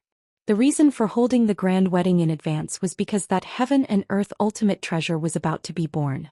It was worth noting that people from the Dao court also came to congratulate the great Liang demon emperor. Different realms had different circles. The great Liang demon emperor could at most invite those in the Zizai immortal realm. Such beings were rare great powers in the world and were considered ancient myths to mortal spirits. Bai Xing, though wandering aimlessly, was being subtly guided towards Wu Dao Xian under the influence of Guan's Dao intent. As time went by, more and more powerful beings arrived, with steeds even grander than the previous black-winged fish, bringing glory to the city's demons. They did not know just how strong those powers were. They only felt the commanding presence of the great Liang demon emperor. An hour quickly passed. Unknowingly, Bai Xing arrived in front of a giant stele, located at a crossroads on the street, towering 100 feet high and surrounded by hundreds of beings. Wu Daoxian was also here. In this lifetime, Wu Daoxian wore a blue Daoist robe, his hair completely white, and held a horsetail whisk in his hand, exuding an immortal-like aura. He held the whisk in one hand and stroked his beard with the other, seemingly deep in thought. Guan walked directly towards him, brushing past Bai Xing. Following close behind, Xinzhen's steps made Bai Xing subconsciously follow suit. This stele seems to contain some profound meaning. Guan approached Wu Daoxian and spoke softly. Wu Daoxian glanced at him, initially dismissive, but upon seeing him, Wu Daoxian's expression suddenly changed. Zar the Ovalfire. Net website on Google to access chapters of novels early and in the highest quality. Wu Daoxian scrutinized Guan, asking, "What? Did you see something?" To him, Guan appeared to be merely a celestial and earthly immortal, but Guan's features seemed familiar. Why did he resemble that rebellious disciple of mine from before? Guan looked at Xinzhen and asked with a smile, "Did you see anything?" Upon hearing the question, Xinzhen began to seriously examine the 100-foot-tall stele in front. Wu Daoxian kept his gaze on Guan, his eyes sharp, seemingly wanting to see through him. Bai Xing stood at the back inspecting Wu Daoxian. He had seen many Daoists like Wu Daoxian before, but he could feel that Wu Daoxian had a certain hostility towards Guan. "I see a giant red tortoise. This stele is a piece of its shell." Xinzhen suddenly spoke, causing Wu Daoxian to shift his gaze to her, eyes filled with surprise. This woman can actually see through it? Xinzhen continued to observe intently. She frowned and said, "The red tortoise is still alive, seeking to find this fragment of its shell." Wu Daoxian became interested in her and asked with a smile, "This young lady is remarkable, seeing the cause and effect from outer heaven. May I ask whose tutelage you are under?" Xinzhen snapped back to reality and did not answer Wu Daoxian. Instead, she looked towards Guan, giving an answer with her eyes. Wu Daoxian turned his attention back to Guan and sighed, "Young brother, you bear a strong resemblance to a certain disciple of mine. Were it not for seeing with my own eyes his soul scattered, I might have thought you were him." His eyes showed a trace of nostalgia as if reminiscing about that disciple. Bai Xing, hearing this, breathed a silent sigh of relief. It didn't sound like a vendetta. Although unsure of how strong Guan was, he sensed that Wu Daoxian's Dao practice was unfathomable. Such a man was not to be provoked. Guan nodded and said, "You also resemble a master of mine. Were it not for seeing with my own eyes his beheading, I might have thought you were him." With these words, Wu Daoxian's pupils shrank suddenly. Almost instantly he lifted his right hand. Xinzhen and Bai Xing were unable to react in time. However, Guan's movement was quicker. Flap. Guan's right hand landed on Wu Daoxian's shoulder, and with this pat his mana dissipated instantly, his eyes widening. Source: Webn 0 Vel. Com, updated on Nov 0. If you find any errors, ads pop up, ads redirect, broken links, non-standard content, etc. Please let us know report so we can fix it as soon as possible. Chapter 596 Innate Immortal Gods. Guan stared at Wu Dao Immortal, his eyes full of shock and anger. Because it wasn't his real body, he didn't despair. He stared intently at Guan and said in a deep voice, "I didn't expect you to still be alive." Guan pressed on him saying, "I didn't expect you to be alive either." Xianxia and Bai Xing sensed something was wrong and became vigilant. Wu Dao Immortal asked coldly, "Did you come specifically to find me or for him?" Guan smiled and said, "He has already arrived right before your eyes." Hearing this, Wu Dao Immortal was stunned for a moment and subconsciously looked towards Xianxia. Could it be that Xianxia, with such low cultivation level, was a reincarnation of the celestial spirit god? Although Xianxia was female, Wu Dao Immortal, who had seen and known much, found the notion of a man reincarnating as a woman not strange at all. Guan shook his head and turned to glance at Bai Xing, saying, "The god who slew me back then is him." Wu Dao Immortal couldn't help but look towards Bai Xing, his eyebrows tightly furrowed. In his eyes, Bai Xing seemed so mediocre. Bai Xing was also stunned. He subconsciously looked at Guan. Had Guan died at his hands in a previous life? Wasn't that a deep grudge and great hatred? In such circumstances, why would Guan want to help him? Xianxia had not expected Guan to have such a past either, and inwardly sighed that indeed, behind invincibility was a difficult path.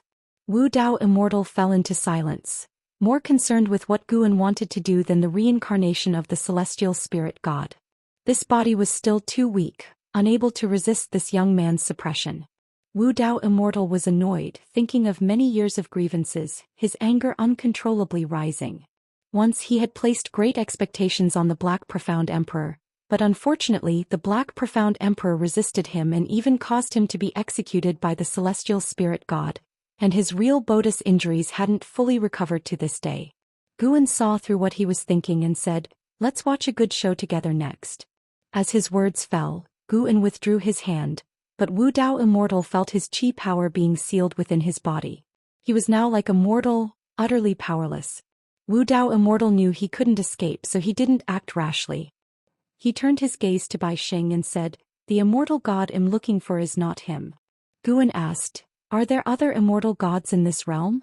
He hadn't detected the traces of other immortal gods, but he didn't doubt Wu Dao Immortal's words. Instead, it piqued his curiosity. Even though there were no traces of immortal gods, the legacies of immortal gods were there.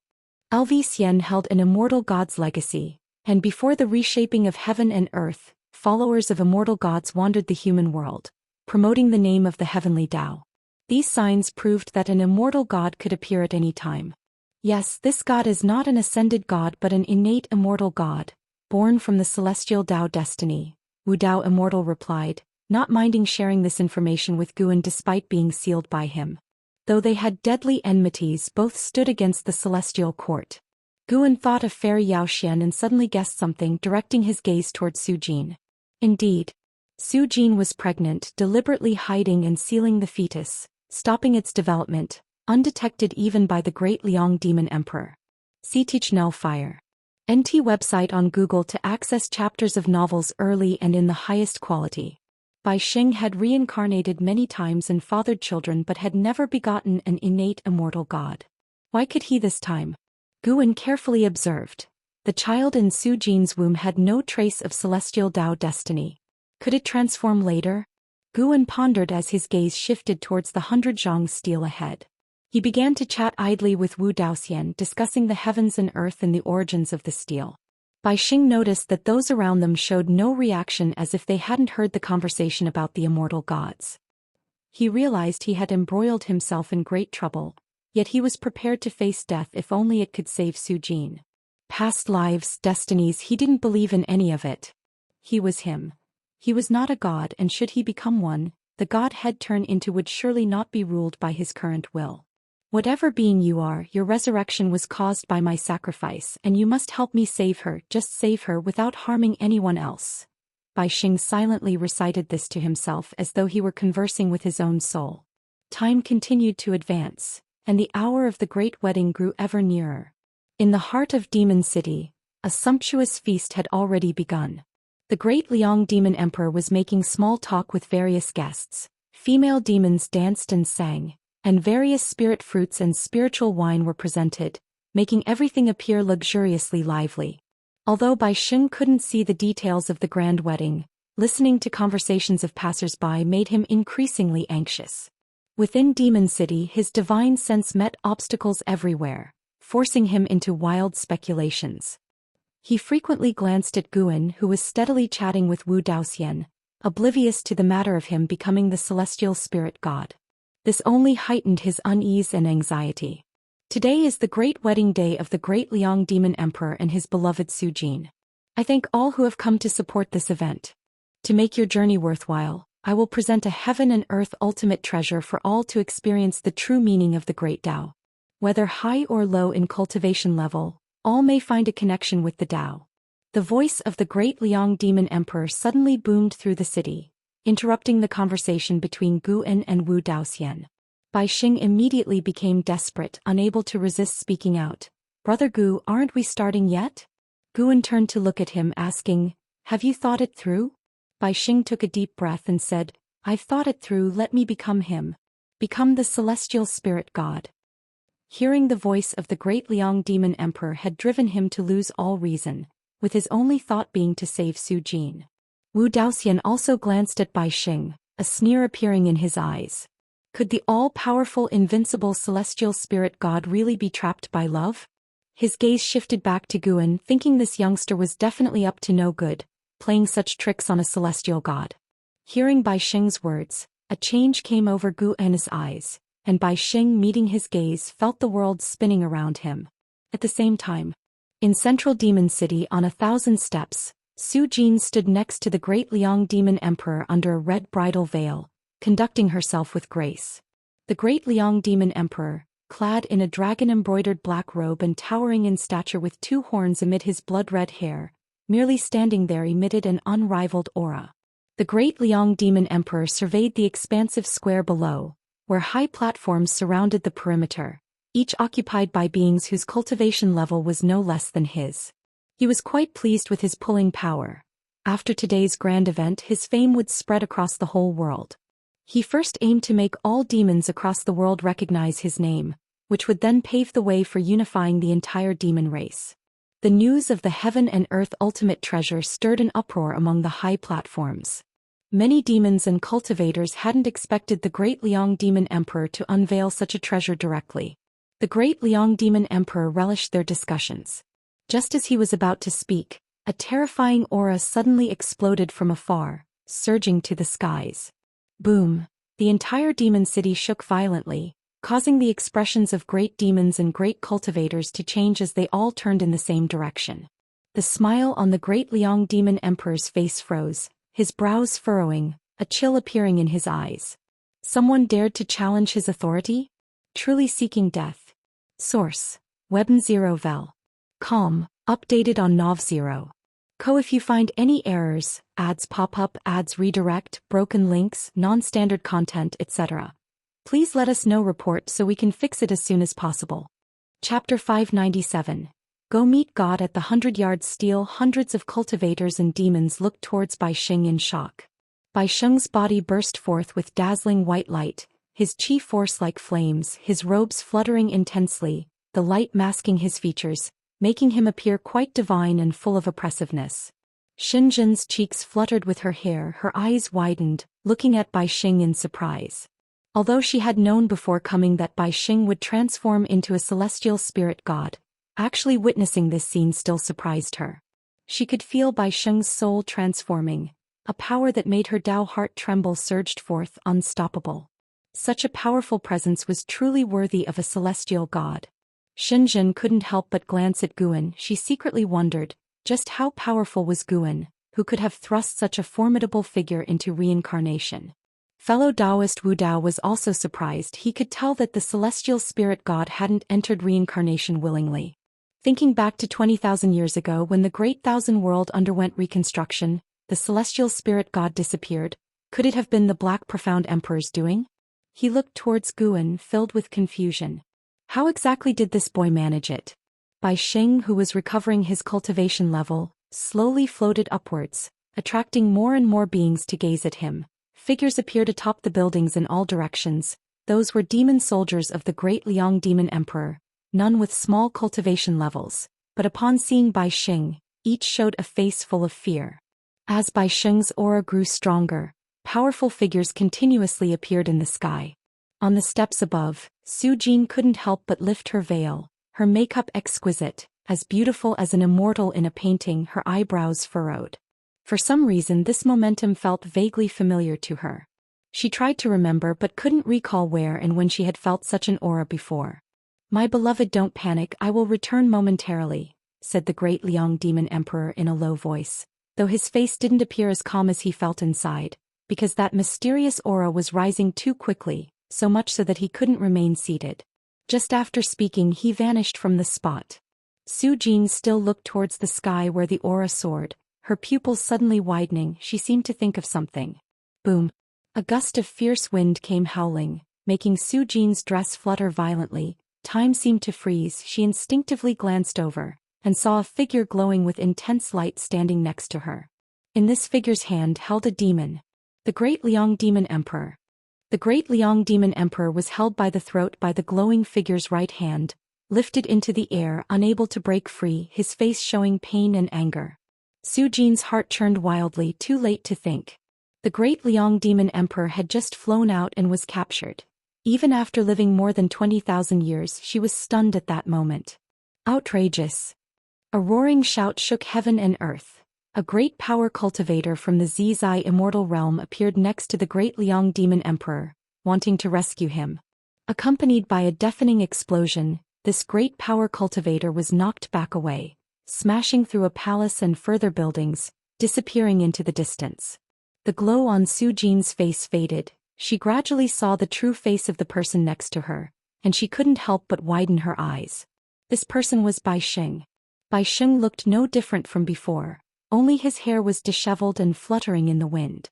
His expression was so indifferent, his gaze towards the great Liang Demon Emperor as if looking at a dead man. How is this possible?" The great Liang Demon Emperor spoke with a trembling voice, his tone filled with shock. He naturally recognized Bai Xing. When Su Jin had pleaded for Bai Xing before, Bai Xing seemed no different than an insect in his eyes. Had it only been so long? Sarch * the novel Nahir. At website on Google to access chapters of novels early and in the highest quality. Bai Xing had actually rendered him unable to resist. He even felt that if Bai Xing exerted force he would shatter. He had never felt such a terrifying sensation before. His heart was extremely fearful. Su Jin gazed at the indifferent Bai Xing, murmuring to herself. At this moment Bai Xing was no longer Bai Xing but the celestial spirit god. The celestial spirit god glanced at her, furrowing his brow, the coldness in his eyes making Su Jin's heart ache deeply. More and more mighty figures appeared around. They were not aligned with the great Liang Demon Emperor, but were there for the heaven and earth ultimate treasure. Who might you be? The heaven and earth ultimate treasure has not yet appeared. So why are you fellow Daoists in such a rush to act? Who is this person? I have never seen him before. Such aura has already surpassed the 9 heavens of the immortal path, and it is still rising. I feel like he is not here for the heaven and earth ultimate treasure. It's like he has just awakened from reincarnation tribulation. As each powerful being took out their magical treasures, the entire demon city trembled non-stop, with stones even flying around and dark clouds gradually gathering in the sky, darkening the demon city. The celestial spirit god ignored the discussions around him, slightly tilting his head and looking towards the distance with the corner of his eye. He had already spotted Guan and Wu Dao Immortal. He knew he couldn't escape, still being under control. He didn't feel the urge to seek revenge on Guan. He was savoring the experiences of this lifetime. In fact, he was still Bai Xing, feeling as though he had personally lived this life, just that his mindset had reverted to that of the celestial spirit god, a subtle feeling yet not discordant at all. Su Jin mustered up her courage and asked again, "What exactly?" "I have already awakened the primordial will. What you faced before was me in the midst of reincarnation. He sacrificed himself hoping I would act to save you." The celestial spirit god cut off her words, saying indifferently with no emotional fluctuation in his voice. After listening, Su Jin's beautiful eyes widened, her mind thrown into disarray. The great Liang demon emperor felt even more terrified after hearing this, as he was well aware of the concept of reincarnation, sinking his heart into despair. With his enmity with Bai Xing, he feared that the other party wouldn't let him go. The great Liang demon emperor closed his eyes, bracing himself for death. Just then he suddenly felt the grip on his neck release. He instinctively opened his eyes, meeting the indifferent gaze of the celestial spirit god, causing him to tremble. He didn't dare turn and run, for he had already felt the vast difference in cultivation level between them. For eternity, you shall not come across her again, otherwise, you will never transcend this cycle. No existence in this world can help you. The voice of the celestial spirit god reached the ears of the great Liang demon emperor, turning his face pale. As the celestial spirit god turned to look at Zhou Xian, the great Liang demon emperor was so frightened that he immediately fled. As he fled, the celestial gods watching from the sky also began to waver and eventually chased after him. They hadn't forgotten the purpose of their trip. It was the heaven and earth ultimate treasure that they sought. As the sky filled with great power cultivators and demons departing, a strong wind stirred, blowing through the garments of Zhou Xian and the celestial spirit god. The celestial spirit god slowly lifted his chin, looking down on Zhou Xian, and said, "Stop looking at me with those eyes. You are merely a trial I encountered in my reincarnations. You shouldn't chase after me. Perhaps you aren't even aware that you're being manipulated like a pawn, and any connection between us is false." Zhou Xian's eyes filled with tears. She gritted her teeth and asked, "Even the feelings we had when we were in love, were those false too?" The celestial spirit god frowned. "In face of the great Tao, all emotions are false. Now scram." He turned away, looking in the direction where Guan was. Zhou Xian wanted to say more, but the celestial spirit god slapped her abdomen with the back of his hand, sending her flying towards the horizon, quickly disappearing from sight. The entire demon city had descended into chaos. Countless demons took to the skies to see what exactly had happened. Many also fled in panic. Gu and Xianxia and Wu Dao Immortal saw the figures around them swiftly dispersing. "Let's go, it's time to see the god," Guan said softly with a smile, then stepped towards the sky, Xianxia and Wu Dao Immortal following behind. Wu Dao Immortal found himself unable to move, only capable of following Gu and flying towards the celestial spirit god.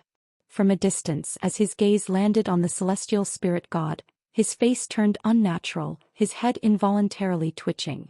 If you find any errors, ads pop up, ads redirect, broken links, non-standard content, etc., please let us know. Report so we can fix it as soon as possible. Chapter 598 Celestial Court and Mortal Spirit. Gu and brought Xianxia and the Immortal who defied Tao, and soon they arrived at the wedding banquet plaza of the great Liang demon emperor. At that moment the square was a mess, with colorful cloths still fluttering in the air. The celestial spirit god stood atop the steps, looking down indifferently at the three persons below. Xianxia looked at him with a secretly shocked heart. Is this a celestial god? Although there were no changes in facial features or figure, the aura exuded was utterly different. Even with her current cultivation level facing the celestial spirit god, Xianxia couldn't help but feel a sense of reverence. This was the sentiment a mortal spirit felt when facing immortal gods. It was hard to imagine such beings would fall into the realm of reincarnation. Facing the gaze of the celestial spirit god, the immortal who defied Tao trembled even more violently, not daring to meet the gaze of the celestial spirit god. "So it is. I have seen you before. I felt then that those guys were not their true selves." The voice of the celestial spirit god descended from above, lofty and filled with authority. Guan looked at him and asked, "Have these experiences of reincarnation made you feel anything?" The celestial spirit god's expression remained unchanged as he said, "I know what you want to do, hoping I understand the experience of mortal spirits, to feel pity for them. Do you think I have never had such experiences?" Although Guan had searched the memory of the celestial spirit god, everything about the celestial court was blank, so his understanding of the celestial spirit god was not complete. Before becoming a celestial god, we must all go through the ordeal of reincarnation. The celestial court doesn't make us pity mortal spirits. Instead, it makes us clearly understand the difference between immortals and mortals. You help those mortal spirits and they will indeed appreciate you. But the moment you stop helping, even if you do nothing at all, mortal spirits will hate you, believing their misfortunes are all you're doing. The tone of the celestial spirit god grew colder, even revealing his disdain for mortal spirits. Immortal gods created the heavens and the earth to achieve enlightenment, yet the world nurtured all living beings. The immortal gods did not abandon all living beings. Instead, they created the heavenly Tao so that all living beings could live better lives. Immortal gods even imparted the method of cultivating immortality to all living beings in the all heavens and myriad realms. Yet what they received in return was rebellion after rebellion. Xianxia the Nelfer. Net website on Google to access chapters of novels early and in the highest quality. The words of the celestial spirit god shook Xianxia. She didn't question it because all cultivators had such ambitions. It's just that she had never considered these issues from the perspective of immortal gods. The celestial spirit god gazed at Guan and said, "Do you think what you're doing is for justice or to cover up your compassion for your own kind? If you became an immortal god, would you still act the same?" Guan responded, "There are indeed many things in this world that are hard to judge as right or wrong. But if you say the immortal gods created everything, that may not be so. Did you create the great Tao? Was it your choice for the world to foster all living beings? You are just walking ahead, blocking those behind you from reaching the heights you've attained, then claim it's because we don't try hard enough that we are ungrateful. You can say that, but if that's really what you think, then it's truly pitiable." Xianxia looked at Guan, her eyes filled with admiration. This was what she admired about Guan. He was never confused. The immortal who defied Tao also looked at Guan, hearing his disdain for the celestial court. This lad who has never ascended to immortality, yet he disdains the immortal? Even though the immortal who defied Tao had abandoned the celestial court, he revered the celestial Tao immortal position and still aspired to ascend to immortality. The celestial spirit god, upon hearing Guan's words, didn't get angry, but from his narrowed eyes, it was evident he felt agitated. "You think by not killing me you can delay the celestial court's attention on the celestial spirit great world. You're wrong. In fact, it's not I who insist on destroying the celestial spirit great world, but this world must perish. That is the celestial order from the celestial court. Although I am interested in that treasure, I can't deny that I extended the lifespan of this great world." The celestial spirit god spoke slowly, his gaze never leaving Guan. Guan's lips curled into a smile and said, "I indeed fear the celestial court, but you can't deny that I let you live. With our positions, you should have been annihilated or forever suffer the sorrows of reincarnation. But now I have given you the opportunity to speak with me. I have even let you create innate immortal gods." The pupils of the celestial spirit god suddenly dilated, as he hadn't expected that his secret maneuvering was seen by Guan. How high was this man's Tao practice? Guan looked at him and asked, "I wonder if an immortal god can create innate immortal gods privately." The face of the celestial spirit god turned ugly. Indeed, Guan was merely probing. He had previously wondered if the celestial spirit god could give birth to innate immortal gods. Why hadn't he created an army of immortal gods? Clearly, the celestial court didn't allow such behavior. To become an immortal god of the celestial court, while one could achieve longevity and immortality, one would also lose a lot, especially freedom. You turned your children into immortal gods, probably not to take revenge on me but to evade the reckoning of the celestial court. Guan continued, and the immortal who defied Tao beside him opened his mouth, intending to remind Guan, but seeing him so confident he could only hold back his palpitations. In fact, the entire demon city was already enveloped by Guan's Tao intent. There was no fear of leaking anything. Celestial spirit god's eyes flashed with a strange light as he took a deep breath and said, "Speak, what do you wish me to do?" Guan looked at him and said, "I don't ask for much.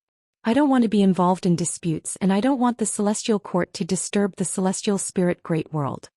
Celestial spirit god fell silent for a moment before replying, "A star monarch will come to investigate soon.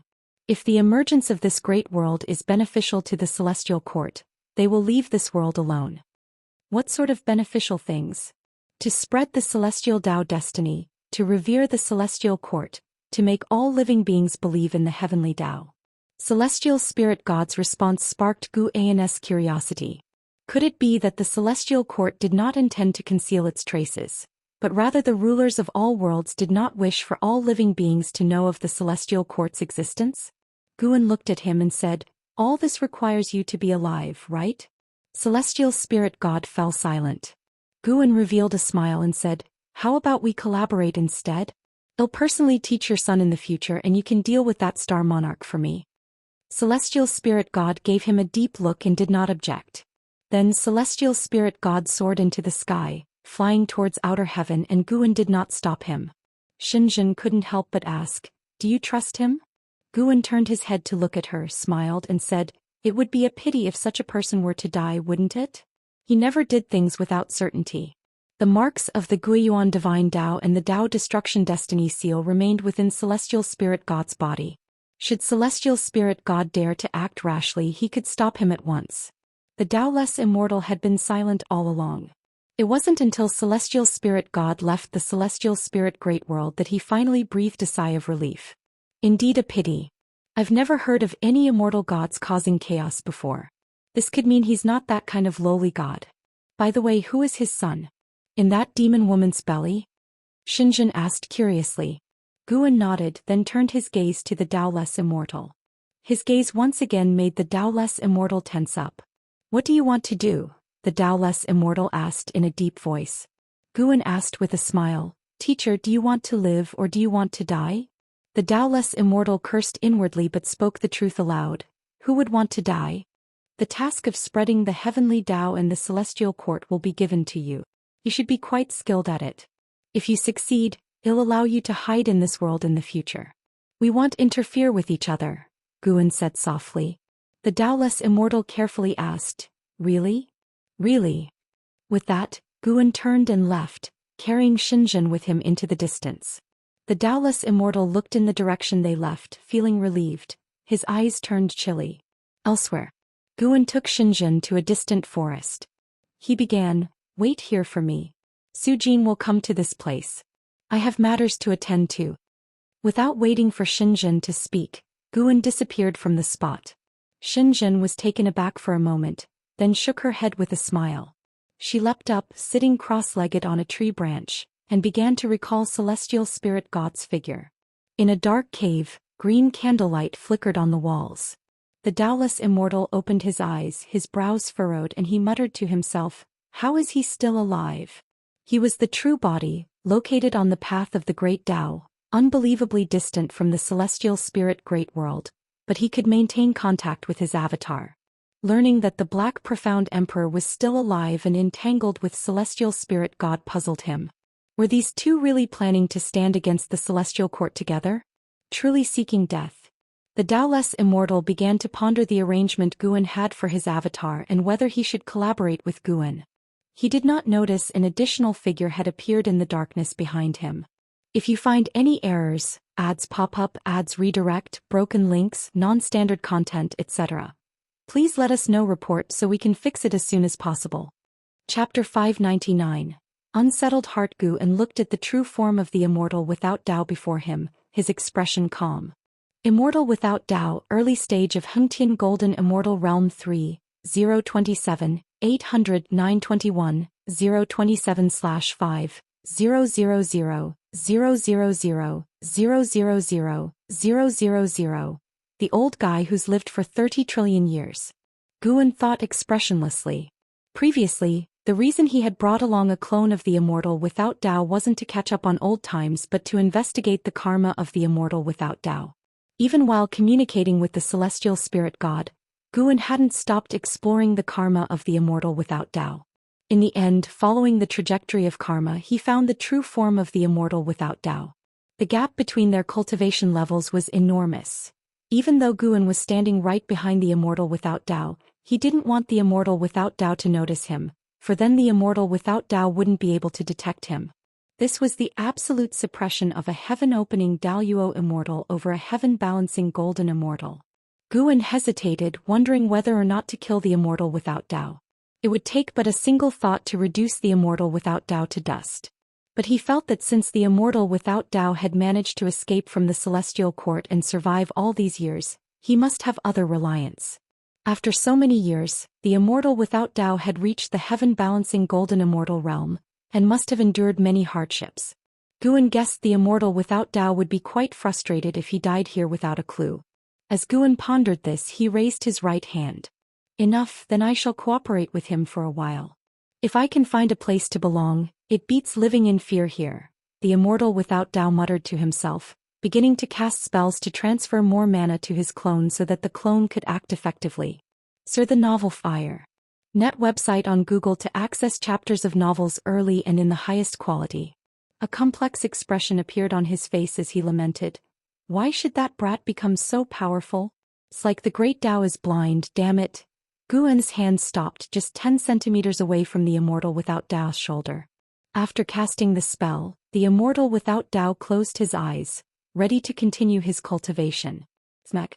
Suddenly, a hand landed on his shoulder, startling him into snapping his eyes open. Then a voice entered his ears, chilling him to the bone as if he had fallen into a cold cellar. Maybe you're not performing for me, but without patting you I can't be at ease, master. Dusk was approaching. Zhou Xian staggered through the forest, her right hand clutching her abdomen, a pained expression on her face. Ever since being slapped by the celestial spirit god, she had felt a burning pain in her abdomen, which pained her heart even more. From that slap she felt the celestial spirit god's disgust for her. She had searched for him painfully for 10,000 years, then accompanied him in cultivation for another 10,000 years, dedicating herself entirely to him, only to be abandoned in the end. As for the past lives and present lives the celestial spirit god spoke of, she hadn't cared at all. Awakening memories of a past life would make her become someone else? She didn't believe it. The more she thought, the sadder she became, and tears flowed uncontrollably. Her vision started to blur, she felt exhaustion and wanted to collapse and sleep soundly. Suddenly she saw two figures ahead, which alarmed her enough to stop in her tracks. It was a dense forest. The remaining light of dusk spilled between the trees, casting a gloomy and quiet atmosphere. Zhou Xian's vision cleared and she frowned as she looked ahead, a sword suddenly appearing in her hand. Miss Zhou Xian, long time no see. Do you remember me? Guan stood up to greet Zhou Xian and then tucked the green hero travelogue into his chest. Zhou Xian tightened her brow as she looked at Guan. She seemed to recall something, her eyes widened in astonishment as she asked, "Is it you? How are you still alive?" Guan smiled and said, "If you have nowhere to go, why not come with me? After you give birth to the child you can go wherever you wish." Zhou Xian immediately became vigilant, staring at Guan with a defensive face and asked in a stern voice, "What do you want?" Guan's expression changed, causing Zhou Xian to become momentarily lost in thought. Xianxia turned her head to look at Guan, filled with curiosity. What divine skill was this? Guan stretched lazily and said, "It's time to go back." Xianxia nodded. She too wanted to sit down quietly and comprehend the celestial Dao immortal gods. Seasons changed and a year quickly passed by.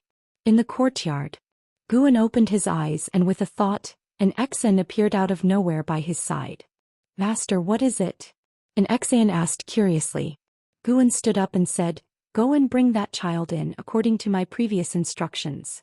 And Zin's interest was piqued and she disappeared on the spot. Xianxia, who was sitting in front of the artifact refining cauldron, turned towards Guan and asked curiously, "Are you really going to adopt that child?" Guan replied, "That child is extraordinary. Having him follow Zhou Xian will only bring her misfortune, and besides she should start her life anew." Innate immortal gods. I feel like he's going to stir up a frenzy of competition within the dojo, Xianxia teased. The qualifications of an innate immortal god must be beyond her imagination, and with Guan's guidance, his cultivation speed must be astonishing. Guan did not argue. He indeed planned to cultivate the child of the celestial spirit god properly. "Do you have some scheme with him that even I don't know about?" Guan looked at the artifact refining cauldron, contemplating silently in his mind. An hour later an Xian returned, holding a baby in her arms. Everyone in the dojo had gathered in Guan's courtyard, as they had heard that Guan was going to take on a disciple. Everyone was curious. What kind of child could catch Guan's attention? Seeing an Xian return, the crowd immediately surrounded her. "This child is so small. How has he already achieved foundation establishment?" "Nonsense, the child must be a genius, able to perform qi absorption cultivation with each breath. Otherwise how could he catch the master's eye?" "He's so cute, let me hold him." "In 20 years he'll surely be a conceited fellow and then you won't find him so cute." An Xian did not pass the baby to the others. After a brief chat with everyone, she approached Guan and handed the swaddled infant to him. Guan held the sleeping infant with a smile appearing on his face. Such a good boy. Guan began to gently stroke the baby's cheeks, murmuring softly to himself. An Exan prompted, "Master, give him a name, why don't you?" Miss Sujin said, "It's up to you." She had taken a liking to the baby as soon as she saw him, so she was also looking forward to the changes he would bring to the dojo in the future. Guan pondered and said, "This child is fatherless and can be said to be born of heaven. Let us give him the surname Tian and name him Hao. He shall be called Tian Hao from now on." Tian Hao. The crowd began to mull over the name, not thinking that Guan would choose it carelessly. An Exan was stunned, muttering to herself, "How?" She held an expectation in her heart and looked forward to how Guan would respond, but unfortunately, Guan did not meet her gaze. Guan lifted little Tian Hao above his head, looked up at Tian Hao and smiled, "From now on you are my disciple." At the same time, in outer heaven deep in the cosmos, below the world gate, the celestial spirit god who was shimmering with a strong light suddenly opened his eyes, flipped over his right palm, and two characters appeared in his palm. Tian Hao. I see, no wonder I could not find it. This twist of fate is truly remarkable. Celestial Spirit Immortal Venerable, I have lost to you. If you find any errors, ads pop up, ads redirect, broken links, non-standard content, etc., please let us know, report so we can fix it as soon as possible. Chapter 600 Tian Hao Immortal Cultivation. The dojo had gained a new little junior brother, and for the disciples who had been diligently cultivating for years, this was an extraordinary event. Everyone went to visit Tian Hao and took turns playing with him. The one who spent the most time with Tian Hao was the ghost mother of Ephemera. Originally, she just wanted to help Guan share the burden of taking care of Tian Hao, but as she watched this little one grow up, her heart began to stir. Especially when Tian Hao, at 2 years old, called out to her as mother, she was stunned on the spot. This scene was witnessed by Guan, but he didn't stop it. The ghost mother had always been on the outskirts of the Daoist field of the beginningless, unable to blend in with the other disciples, and her actions over the years had already made Guan consider her as one of his own. Tian Hao's presence was a perfect opportunity to break down the barriers between her and the Daoist field of the beginningless. With Tian Hao's arrival, time within the Daoist field of the beginningless seemed to pass even more slowly. In the blink of an eye, Tian Hao had reached the age of 17. Without any real cultivation, Tian Hao had already achieved the Mahayana realm cultivation level. He only needed to breathe and his cultivation would surge, much to the envy and stimulation of Xian, Chen Chuan and others. Xianxia, on the other hand, thought it was normal. Aside from Guan, she was the only person in the dojo who knew that Tian Hao was an innate immortal god. The immortal spirits of the immortal dynasty were naturally in the nirvana realm at birth, so innate immortal gods should be even more extraordinary. She even felt that Tian Hao's growth rate was a bit slow. On this day, Tian Hao arrived at Guan's courtyard, and before he could be seen, his voice was heard, "Master, Master, Master." An Exan who was meditating in front of the artifact refining cauldron turned to look and became momentarily lost in a daze. In the sunlight, Tian Hao wore a tight-fitting white robe, embellished with intricate gold thread, which made him appear even more dashing. He had a handsome face with his hair tied up high and 2 strands of hair fluttering in front like willow fluff. Looking at him, an Exan felt as if she saw an Hao, which stirred a mixture of emotions in her. Guan was lounging in a chair taking a nap. Without opening his eyes, he asked, "What's all the fuss about? You're so loud." Tian Hao came over with excitement and said, "Master, when I woke up this morning, I discovered I have a new amazing ability." Although 17-year-old Tian Hao hadn't completely shed his childishness, his facial features had matured and he was very handsome. Before Guan could speak, the nearby an Exan asked curiously, "What ability?" Xianxia also glanced at Tian Hao. She was the person in the dojo who interacted with Tian Hao the least. As she seldom spoke to him, Tian Hao was a bit afraid of her from a young age, feeling she was not someone to be trifled with. Tian Hao turned around, raised his right hand, and as he focused on his palm, something gathered there under the watchful eyes of an Exan and Xianxia.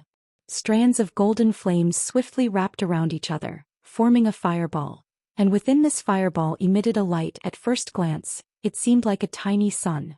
An Exan and Xianxia's expressions changed, because they could feel that the flames Tianhao had summoned were not ordinary. This fire never extinguishes. I've tried it. If I release it, it can float in the air and keep burning, Tianhao said with a proud smile. Although he hadn't formally started immortal cultivation, he was already aware of its existence. As for immortal cultivation, he didn't see it as all that important because he was getting stronger every moment. Tianhao looked toward Guan, wanting to see his master's reaction, only to find that the master was still lying on the chair with his eyes closed. Master!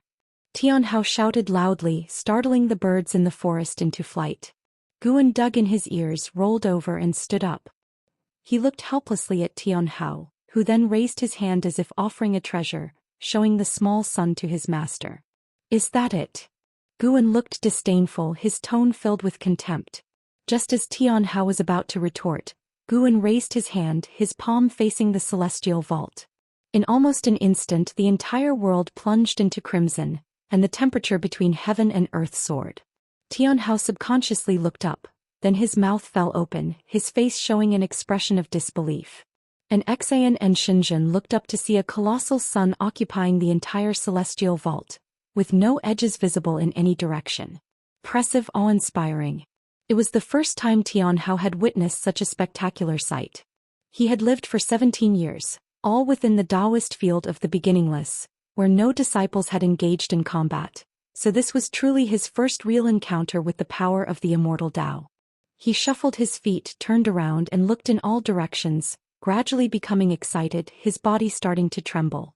The corners of Guan's mouth lifted, and with a squeeze of his right hand, the blazing sun in the sky suddenly vanished as if it had never been there, but the warmth still felt around him told Tianhao that what he had just seen was no illusion.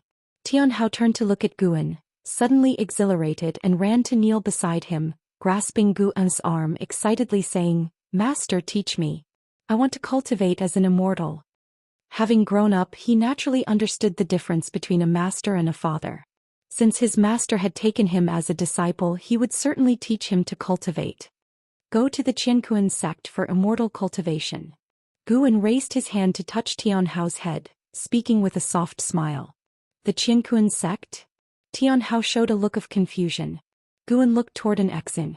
Coming back to her senses, she asked, Yao? As soon as he asks, we should send him. It's just right to let her meet him and dispel the regrets in her heart, said Guan, then vanished into thin air. Tianhao stood there stunned, then got up and looked toward an Xin. An Xin calmed her emotions, her face returning to its usual dignity, and she walked toward the courtyard gate. Tianhao looked at Xinzhen, intending to greet him, but seeing Xinzhen's indifferent gaze, he quickly turned his head away and then quickened his pace to catch up with an Xin. Universe World Gate. The celestial spirit god, exuding endless divine light, opened his eyes, and reflected in his pupils were the figures of Tianhao and an Xin. He's finally come out. What exactly do you want to do? The celestial spirit god murmured to himself.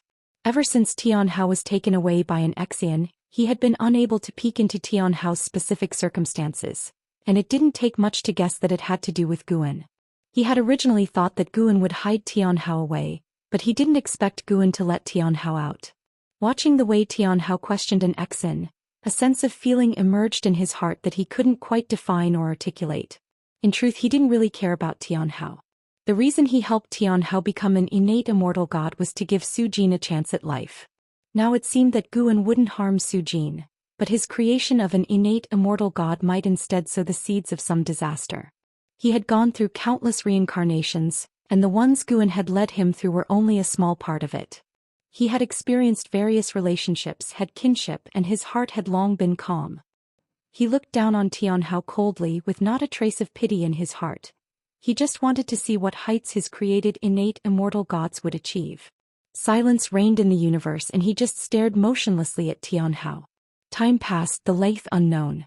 The celestial spirit god seemed to sense something and he raised his left hand from which a golden token flew out and a voice from within said, Celestial spirit god, I didn't expect you to slack off either. I will be arriving soon. Get ready, at least don't let me see any trouble. So the novel, Fire. NT website on Google to access chapters of novels early and in the highest quality.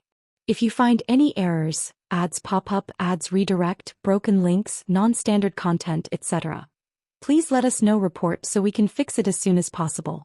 Chapter 601. A great opportunity. In the early morning, a dense fog enveloped the land, and mountain peaks emerged like the tips of swords, resembling an ethereal immortal realm of the human world. Atop one of the mountains, there lay a courtyard filled with flora, and a slender-limbed white dog sprawled on the ground, deep in slumber. Suddenly the door swung open and Li Xuanyu, dressed in a white robe, stepped out. The sunlight swept over the distant peaks and fell upon her. She raised her right hand and a petal drifted into her palm. She looked down at it, her gaze cold. A female disciple soared on her flying sword across the sea of clouds, swiftly entering the courtyard. Before she even touched the ground, her flying sword swiftly shrank and flew into her sleeve. After landing, she took 2 steps forward and smiled. Master, a talent of unprecedented caliber has recently emerged from Qiankuan's sect. All the branches are vying for him, Master. We should not miss this opportunity.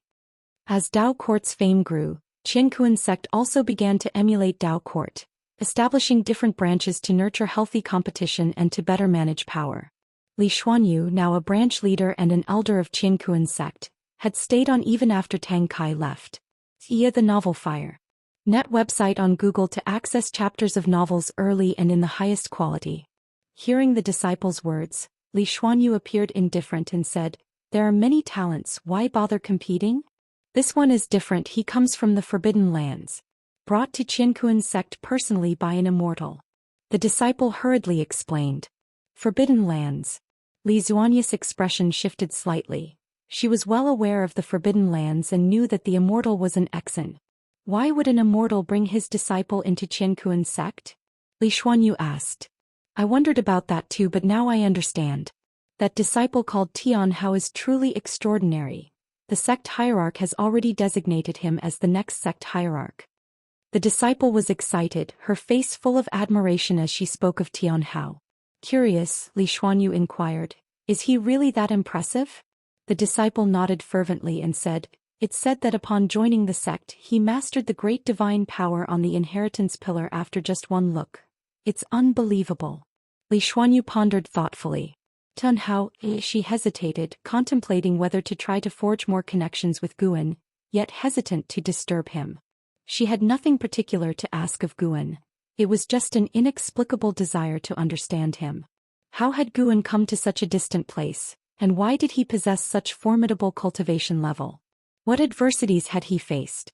While the disciple continued to explain the benefits of accepting Tian Hao into their branch, Li Xuanyu listened, but her thoughts had already drifted elsewhere. Time flies. A millennium passed in the blink of an eye. With the thunderclouds dispersed above Qiankuan's sect, Guan and Li Xuanyu sat in a tavern on the second floor, drinking as they leaned against the window. Below, the street was filled with cultivators looking up to the sky. Is Tian Hao even human? To climb from the Mahayana realm to the wandering immortal realm in 1,000 years is just too exaggerated. Could he be a reincarnation of immortal gods? Very likely, given that he was personally brought into the sect by an immortal. Anyway, such a talent is beneficial to us. He could lead Qiankuan's sect to a peak it has never before reached. Exactly, rather than feeling jealous, we should look forward to it. Listening to the discussions at other tables, Li Xuanyu glanced at Guan, wondering whether to ask, yet unsure if she should. Guan swirled his wine glass, laughing. When I first found him, I felt he was different from the rest, and sure enough, even I find it unbelievable. Li Xuanyu spoke softly. Is that so? I don't believe in so many coincidences. From Nzin's strength, it was clear that Guan was adept at teaching disciples, so Li Xuanyu attributed all of Tian Hao's talents to Guan, convinced that Guan had been guiding Tian Hao in secret. She was qualified to say this. After Tian Hao became her disciple, she started by teaching him with all her heart, but soon Tian Hao's understanding of Daoist technique surpassed hers, as if aided by divine intervention. Thinking of this, she was filled with emotion. She could never forget the expression on Yi Qingshen's face when he handed Tian Hao over to her. Not only did she acquire Tian Hao, but her branch also received better treatment. In just 1,000 years, the branch she managed had reached the top 10 in the sect rankings, not only attracting more talented disciples but also receiving help from many noble families, who sent numerous great cultivators. She knew that all the treatment she now enjoyed was brought about by Guan. Why did you send him to my sect? You know I can't really teach him anything. Li Xuanyu finally asked. Guan drained his glass of wine and laughed. Whoever took him it would have been the same, none could really teach him. This is a great heavenly opportunity. As long as he joined the Qianquan sect, it would be the sect's opportunity. As for who should teach him, naturally I would choose someone I trust. It's not just because of our old friendship. I also wanted to leave some good karma for senior brother Li. Hearing Guan mention Li Ya, Li Xuanyu felt a sense of relief and more at ease. Li Xuanyu then asked, why not visit my Dao mountain? Guan looked out the window saying, I just like lively places like this. You're always in seclusion, don't you find it stifling? While speaking he raised his left hand to support his face, his eyes lazy. Li Xuanyu also looked out the window watching the people coming and going on the street. She wasn't sure if it was just her imagination, but she felt a certain mood as well. Although Guan was watching the street, his heart was actually looking towards outer heaven. The world gate was stirring. A figure was walking out amid the intense light. Celestial Spirit God, finding this great thousand world was not easy. Was it your doing, or has the Celestial Spirit Immortal Venerable not completely fallen? A laughing voice emanated from the world gate, and immediately after, a gray-robed Daoist stepped out. He had the appearance of a young child with white hair, holding a horsetail whisk in one hand and a white jade bottle in the other, his body surrounded by an aura of immortality that faintly sparkled with silver light as if containing stars. The Celestial Spirit God stood up and turned to face the newcomer. The divine light around him dissipated, revealing his true form, still bearing the face of Bai Sheng. Greetings, deity of the moon. Though the Celestial Spirit God's tone was cold, he still bowed to the deity of the moon. The deity of the moon smiled. He approached the Celestial Spirit God and chuckled. How many years has it been?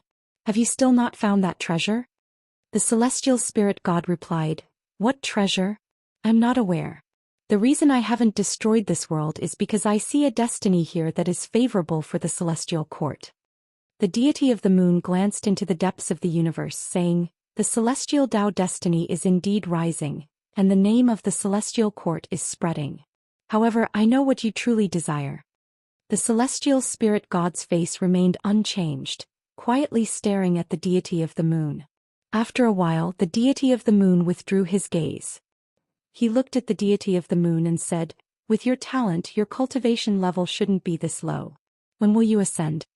The Celestial Spirit God answered, The heavenly Tao will decide. I only need to stay at my immortal position and wait quietly for the heavenly Tao.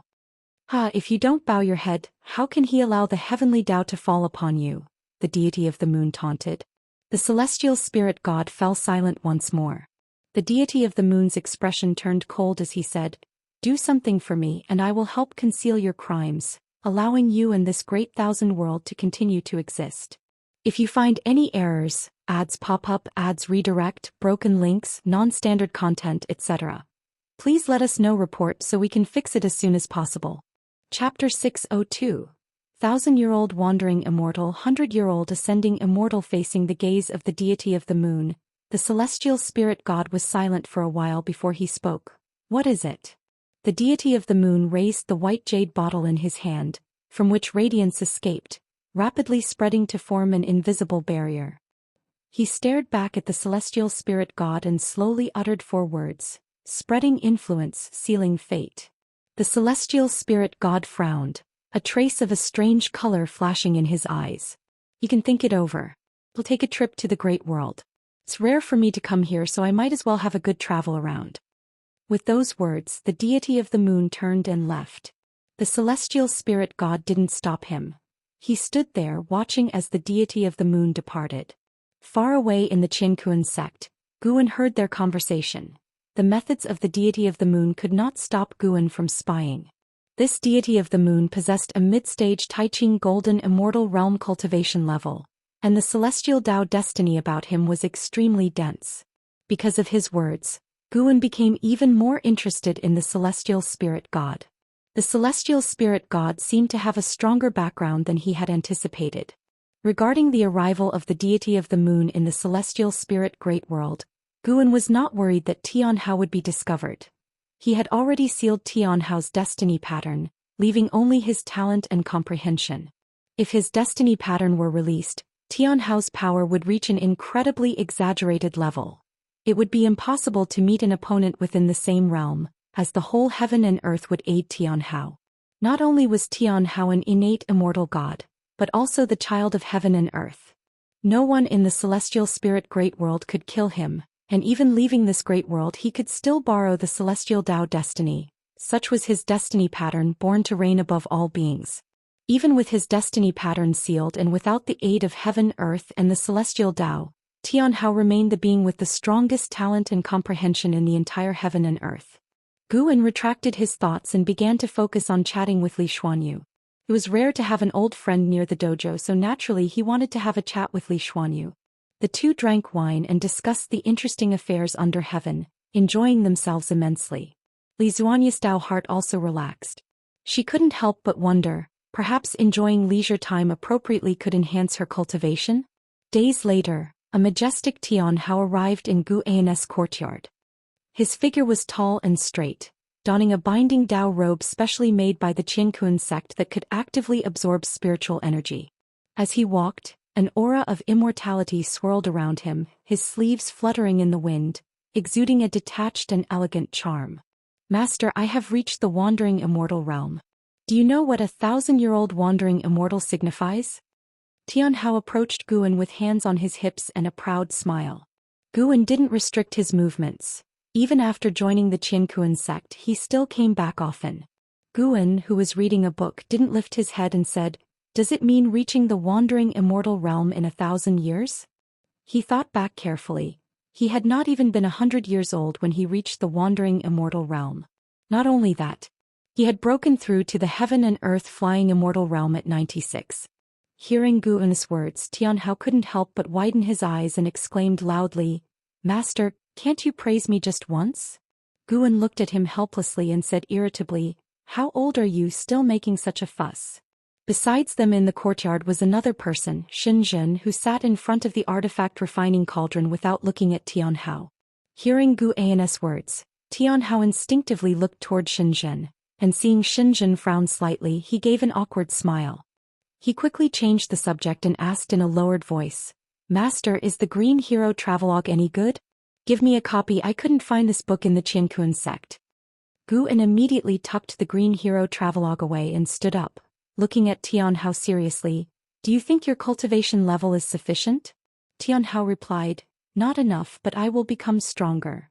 He was full of confidence, feeling that cultivation was the easiest thing in the world.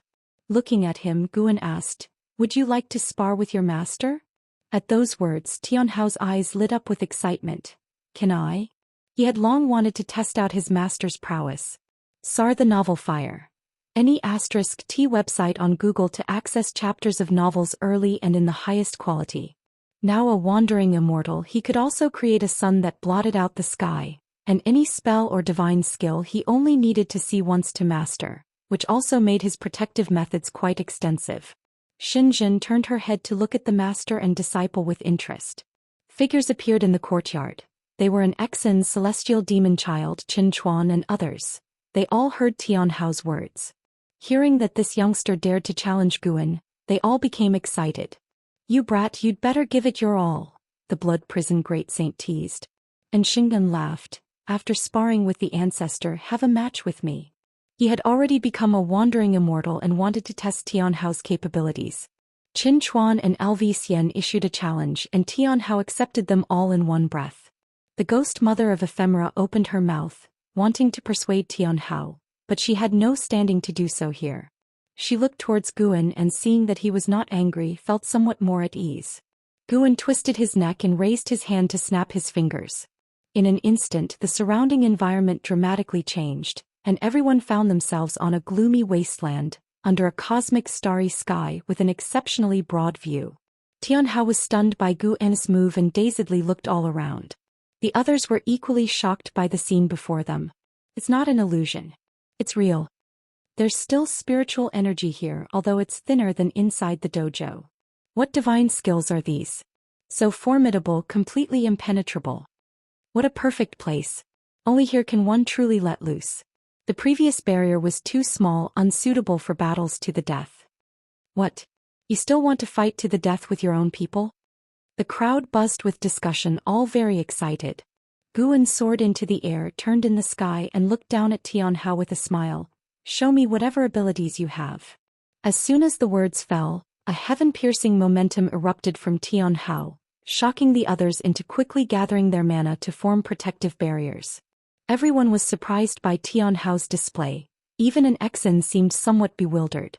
They knew Tianhao's cultivation level advanced at an astonishing pace, but only when they truly felt his aura did they find it incredible. Just a mere 1,000 years and this brat surpassed them already? Especially those who loved to undergo closed-door cultivation, they all had a sense of absurdity. It was as if they had woken from sleep to find the baby from before had grown stronger than themselves. How could they accept this? Tianhao started walking towards Guan. The celestial Dao true fire surged out from his body, blazing fiercely, taking the form of 9 fire dragons coiling around him.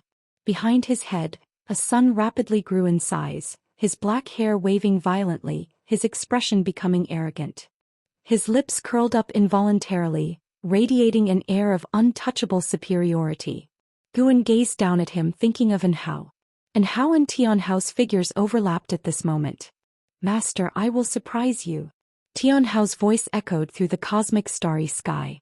Qinkuan's sect. Amidst a range of mountains a stream flowed by, and next to the river stood a small pavilion. Yi Qingshan, Lin Chuan, Qingmeng, Gu Chongxing and Gu Qingdao sat inside the pavilion. The 5 of them were the highest authorities of the Qinkuan sect, with Yi Qingshan as the sect hierarch, and the other 4 as elders with great power. Even though they were high in status and entangled in many interests, they still gathered together whenever they had a chance. Big brother, Tianhao's talent is indeed beyond ordinary. With his recent breakthrough to the wandering immortal realm, I'm afraid we can't keep him hidden any longer. Gu Chongxing said with concern.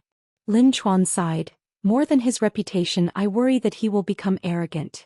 Honestly, the last time I faced him I could no longer suppress him. He's had too smooth a ride, never faced hardship, and it's hard to imagine what kind of person he'll become in the future. Qingmeng rolled her eyes at him. What's there to fear? He's not just backed by the Qinkuan sect. He has Eldarin to guide him. That may be true, but you've also met Tianhao.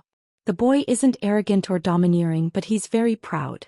Once he's set on something, nobody can tell him otherwise. The 4 discussed among themselves while Yi Qingshan remained silent, sipping his spiritual tea, lost in thought. Just then, a figure descended from the sky and landed outside the pavilion, prompting all 5 to look over and rise to their feet in shock. The newcomer was Tianhao. At that moment, Tianhao had a somber face and his gaze was full of oppression. A sudden unease gripped the hearts of those in the pavilion. Had the brat overheard their conversation? Tianhao took a deep breath and said, Sect hierarch for elders, I want to grow stronger. From today onwards, please instruct me. Whatever you teach, I'm willing to learn. Lin Chuan frowned. What can we teach you? Soon enough you will surpass us. My master told me to earnestly experience the Qinkuan sect with you. You don't need to teach me spells or divine skills, just teach me how to conduct myself. Tianhao said, unable to help but clench his fists. He was not angry or frustrated. He was afraid. Recalling the recent sparring session, chills ran down his spine. Qingmeng seemed to notice something was off and asked, What's wrong? Did something happen? Tianhao shook his head. I'm fine, I just went back to the forbidden area after my breakthrough and had a round of sparring with my master. Hearing this, the 5 people in the pavilion exchanged glances.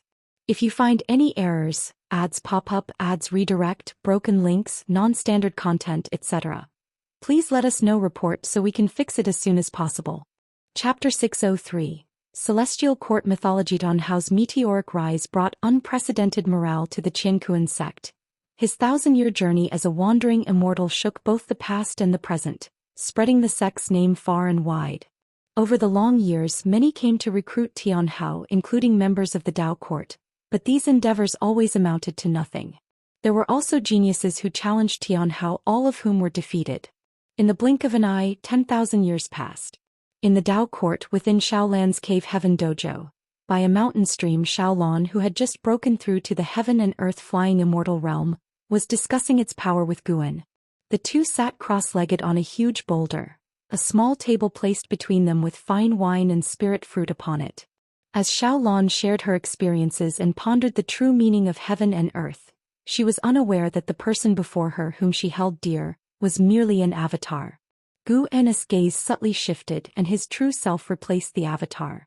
He had just returned from collecting medicinal herbs at the mountain god temple on Taitsong continent, feeling pleased. He called up his attribute panel and began to admire it. Frowny face name, Guan, lifespan, 45 402/760 382 411 523, physique, primordial reincarnation undying body, cultivation level, heaven opening Daoist immortal realm perfection, the 1 trillion years of life were drawing ever closer. Guan liked this peaceful and tranquil life, devoid of external foes, yet his lifespan continued to grow steadily. For him, the lifespan digits were like the experience bar in a video game. Xiaolan picked up a cup of wine, drank it down in one gulp and said, "Many peerless geniuses have emerged in the world. The current top genius is not from the Dao court but from a sect known as the Qianquan sect. His name is Tian Hao, a name as audacious as the heavens themselves. Yet his breakthrough speed is truly inconceivable. He seems to be just over 11,000 years old and has already achieved the cultivation level of a carefree primordial immortal." Upon mentioning Tian Hao, her face showed her deep emotions. Guan laughed and said, "You aren't doing too badly either. The path of immortal cultivation isn't about who's faster but who lives longer." Xiaolan shook her head and chuckled, feeling that Guan didn't recognize the terror of Tian Hao. She changed the subject. Recently there's been widespread talk of heavenly Dao and the appearance of many mythical narratives, claiming that beyond our world exist more powerful immortal gods from the celestial court. The myths of the celestial court indeed spread throughout the world, backed by the efforts of Dao immortals and the meddling of the deity of the moon. As more and more beings became aware of these myths, the celestial Dao destiny within the world began to rise noticeably, and the celestial Dao light layer above the celestial spirit great world grew increasingly bright. This also made Guan realize something. Despite the difference between immortals and mortals, the celestial court did want all beings to be aware of their existence. In the currently circulating myths of the celestial court, the most formidable was the profound star immortal monarch. He was omnipotent, creating heavens and earth, could hear the hearts of all living beings and could save them from their suffering. The profound star immortal monarch was the master of the deity of the moon, who was zealously crafting the immortal monarch's image. Guan had an impression of this immortal god. Before the reconstruction of the world, this god's followers roamed the human world, widely spreading his name. This resulted in many ancient texts written by old believers, allowing descendants to learn of history and further believe in these myths. It is worth mentioning that many imperial dynasties in the human world have faith in the profound star immortal monarch and have even established a destiny connection with it. For example, Li Xiandao of the Taitsong dynasty was the earliest person to receive the power of the profound star immortal monarch, which occurred in the previous era. Guan had never interfered with this matter because, in his view, everyone has their own fortunes, and he preferred to observe the development of all things from the sidelines. Xiaolan could not comprehend the existence of immortal gods. In her opinion, those with great power from the Dao court were already the strongest beings. How could there be immortal gods even more powerful than them? Having reached the heaven and earth flying immortal realm, she felt almost omnipotent and even wanted to venture to outer heaven. It was hard for her to imagine just how powerful the mythical immortal gods, if they truly existed, would be. Xiaolan began to conspire, suspecting that there were forces beneath the heavens harboring the intent to subvert the Dao court. The Dao court is the common master of the world, equivalent to the heavenly Dao, and essentially assumes the role of immortal gods, making rules for heaven and earth. Now that all beings are aware that there are even more formidable immortal gods above the Dao court, what should they think of the Dao court? Guan did not pay much attention to Xiaolan's thoughts. Everyone has a perspective, and Xiaolan, now situated within the Dao court, would naturally consider its interests. The world is still too vast and the Dao court has not fully unified heaven and earth, Guan sighed. Xiaolan picked up the liquor bottle and while pouring Guan a drink asked, "Why is it always me talking? Brother Gu, don't you have any questions or is there something you desire? I can help you obtain it now." Guan replied with a smile, "Don't worry about me. I was originally just an ordinary person. To have come this far, I'm already very satisfied. I know what you're worried about. I have not lost my freedom. While you've been in seclusion, I often went out for a walk. I've made quite a few friends in the Dao court. I'm truly content, and my greatest joy is hearing others marvel at your prowess. It makes me proud as well. Xiaolan was deeply touched by his words. She put down the liquor bottle, rose involuntarily, then moved closer to Guan, looking at him with affection. Xiaolan held Gu An's hand. He didn't refuse, watching her slowly lean closer to him. When Xiaolan's face obscured the lower half of Gu An's face, his eyes looked up to the heavens. At that moment, Liya was being intercepted by the deity of the moon. Xia the novel, Fire. NT website on Google to access chapters of novels early and in the highest quality. Wave after wave crashed onto the beach. Dressed in black, Liya frowned deeply, staring coldly at the deity of the moon who was blocking his path. What exactly do you want? Liya asked bluntly, his right hand resting on the hilt of his sword at his waist. The deity of the moon smiled and said, "Your fate has deviated from the trajectory that the heavenly Tao had laid out for you. It seems you've had the help of a noble person, and not only that, but this change is ongoing. In the future you might even form a connection with immortal gods. Although I'm not sure which immortal god it is, a bit of immortal fate has indeed touched you." Liya scoffed disdainfully and retorted, "What about you? Are you one of those sanctimonious Daoists who espouse the heavenly Tao and the celestial court? I don't believe in immortals, and I don't believe in gods. If there truly were immortal gods, how could this world have suffered so many tribulations, and each time, it must rely on his junior brother Gu to save the day? If there truly were immortal gods, then it could only be junior brother Gu. The nature of junior brother Gu would not allow others to sing his praises." The deity of the moon smiled, waved the horsetail whisk in his right hand towards the white jade bottle in his left, and from the mouth of the bottle, a droplet of liquid flew out, suspending between the two. "Our meeting is also a kind of fate. This is immortal brew, capable of transforming you completely, bestowing upon you an innate body. Let this be the foundation of a good relationship," said the deity of the moon with a smile. No sooner had he spoken than the droplet of immortal brew struck Li Ya's forehead fiercely. He had no chance to dodge. Li Ya, startled, quickly reached for his forehead, but there was nothing to touch. He could not track the droplet of immortal brew, nor could he detect any abnormalities within his body. The deity of the moon turned and walked away, saying, "This great world is no simple place. In the future there will surely be many exciting stories to unfold." Interesting. If you find any errors, ads pop up, ads redirect, broken links, non-standard content, etc., please let us know, report, so we can fix it as soon as possible. Chapter 604. Trillion Years Lifespan Projection. Watching the departing figure of the deity of the moon, Liya still felt uneasy. He checked himself for a long time on the spot, and after confirming that there was nothing abnormal about him, the deity of the moon had already disappeared. A divine, exotic immortal spirit appeared out of thin air, seemingly leaping suddenly onto his shoulder, and curiously asked, "Could you see through that person's cultivation level just now?" Liya regained his composure, furrowed his brows, and said, "I couldn't see through. If he was really helping you just now, then boy, your Fuan is outrageously strong, to encounter such great opportunities even on the road," the divine, exotic immortal spirit remarked. After hearing the words of the deity of the moon, it had actually believed them. Indeed, there was a powerful backer behind Liya, just hidden in the shadows, not always watching over Liya. Yet, Liya kept encountering various opportunities which compelled it to ponder Liya's destiny pattern. Could it be that Liya's destiny pattern has become very strong now? Liya, on the other hand, was thinking about the identity of the deity of the moon.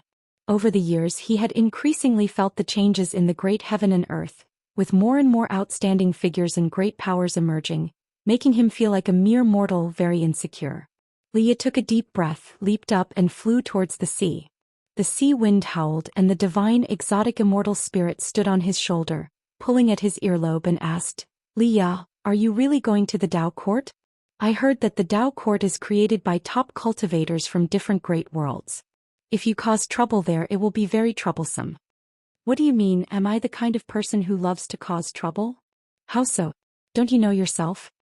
I never act recklessly, it's just that those people are too oppressive." Yes, you're always right. You can't stand others being bullied, but who reaches out to help you when you suffer? Isn't today's opportunity a repayment? Do good deeds without asking about the future. Liya hummed, not wanting to continue this conversation. Changing the subject, he asked, do you think Tianhao is really that powerful? Born in an unknown small sect, yet he has become famous throughout the world. 1,000-year-old wandering immortal, that's too fake. The person is now not a wandering immortal but a carefree primordial immortal, joked the divine exotic immortal spirit. If Anhao were still here, would he allow this Tianhao to be so prestigious? Liya lamented. He considered Anhao as his greatest rival in life. Unfortunately, Anhao was no longer in this world, and every time he thought of this, his heart ached and he felt regret. The divine exotic immortal spirit fell into contemplation. Anhao, Tianhao, both named Hao, could it be such a coincidence? On the other side, seeing that Liya was unharmed, Guan then wrapped his arms around Xiaolan's waist, starting to respond to her affection. After a while, Guan suddenly pushed Xiaolan away, embarrassedly saying, under the broad daylight, isn't it inappropriate? Xiaolan hooked his neck, her eyes flirty, and she licked her lips, softly saying, Brother Gu, don't be afraid, this is my grotto heaven, just you and me. With the sunlight I can clearly see everything I enjoy. With that she kissed Guan again. Guan's tightly clenched hands involuntarily opened. So be it. After seeing Liya, the deity of the moon left the celestial spirit great world, flew to the world gate, briefly chatted with a celestial spirit, then entered the world gate. Guan witnessed the whole process, feeling that the threat from the celestial court was temporarily over, and there would be a long period of peace. Indeed it was so. Human affairs were like tides, but these tides could not shake Guan. His time naturally passed even faster. In the blink of an eye, more than 6,000 years had passed. On this day, as Guan was picking medicinal herbs in the Daoist field of the beginningless, his hand paused as 3 prompts appeared before him. You have successfully harvested dandelion grass, Tier 4, adding 30 years to your lifespan. Your lifespan has surpassed 1 trillion years for the first time, activating the lifespan projection feature. Lifespan projection. You can expend lifespan to project into the Great Tao worlds, materializing 3,000 projected selves to pursue different Great Taos. Before projecting, you can only choose one Great Tao to chase. The projected selves cannot be deduced and you cannot retain their memories, but you can gain their insights into the Great Tao. This feature, it somewhat resembled the lifespan reincarnation, yet it was different. See Teach Fire. At website on Google to access chapters of novels early and in the highest quality. Lifespan reincarnation felt as if Guan was experiencing it himself, and its outcomes were unknown, whereas lifespan projection seemed more like a method of reincarnation to comprehend the Great Tao. Guan decided he would try it later, as the projected selves couldn't be deduced. Using this feature likely wouldn't cause any trouble. He continued to pick herbs while reviewing the lifespan features he had activated. Lifespan detection, lifespan barrier, lifespan deduction, lifespan prediction, lifespan fusion, lifespan reincarnation, lifespan simulation, lifespan dojo, lifespan breakthrough, lifespan projection. Although he scarcely used half of these features, he was not averse to having more lifespan functions. It's fine not to use them, but impossible not to have them. Guan's mood improved. Having reached his current realm, it was no longer about simple qi absorption but about comprehending the Great Tao. The stronger his Tao intent, the higher his cultivation level would be. This was an intangible method of cultivation, beyond the understanding of mortal spirits. Seeing that Guan was in a good mood, the ghost mother of ephemera who was following him carefully asked, Master, if Tianhao encounters great trouble outside, would you intervene? Over the 6,000 years, although Tianhao remained a carefree primordial immortal, his renown had grown significantly since he could battle across realms. Once, while on an expedition with the Qiankuan sect, he had actually annihilated the physical body of the divine immortal of wondrous Dharma. That battle had vastly spread his fame, and he became known as the unmatched #1 prodigy in the world. Great fame inevitably brought more troubles. More and more prodigies came to challenge Tianhao but were soundly defeated. There were also those forces that wanted to enlist Tianhao. Tianhao's rejections inevitably made enemies. Recently, the ghost mother of ephemera had been restless. Though she felt exceedingly safe within the dojo, she could only think that perhaps Tianhao was in danger. Guan laughed and said, Great trouble? There's no trouble that great. What if there is? Don't worry, he is unlike any prodigy you've met. He won't die young. His destiny pattern destined him to become the strongest. You simply don't understand what he represents. Even without me, his brilliance would shine bright. Guan explained, knowing that the ghost mother of Ephemera had the closest relationship with Tianhao, even regarding her as a mother. He didn't mind revealing some karma to her. Hearing this, the ghost mother of Ephemera immediately felt relief. Although she didn't fully understand how powerful Tianhao's destiny pattern was, she felt reassured by Guan's words. Usually there's no need to be too diligent in managing the dojo. You also need time for enlightenment. The Dao treasure I bestowed upon you is your best aid in cultivation. Guan spoke sincerely. He had crafted a Dao treasure for the ghost mother of Ephemera known as the Nine Netherworlds Heaven-Reversing Flag. This flag embodied the path of yin and yang. It could reverse Songtian in all things and was extremely domineering. I won't forget about cultivating. The ghost mother of Ephemera spoke earnestly, but to herself she added, nor forget about managing the dojo. She was well aware of why she possessed all that she did now. She could not relax, could not abandon the path she had taken, and must strive even harder. If you find any errors, ads pop up, ads redirect, broken links, non-standard content, etc., please let us know. Report so we can fix it as soon as possible. Chapter 605. Wrapping up the projection. After harvesting the ripe medicinal herbs, Guan left alone, while the ghost mother of Ephemera started to sow as usual. Guan did not return to his own yard, he just picked a random direction to walk. As he walked, he fiddled with the fate pen. He seemed to be enjoying the scenery along the way, but he was actually watching Zhang Buku, who was far away in the Tai's Great World. Zhang Buku had taken root in the Tai's Great World and had even established a demon race force. Su Yu, a reincarnation from the Celestial Court, assisted him by teaching him the Qi Fortune method, which made his demon race force stronger and made cultivation easier and more fortunate for those under his command. Seeing Zhang Buku's accomplishments now, Guan was very pleased. At least Zhang Buku did not have to wander everywhere. He had found his own life goal.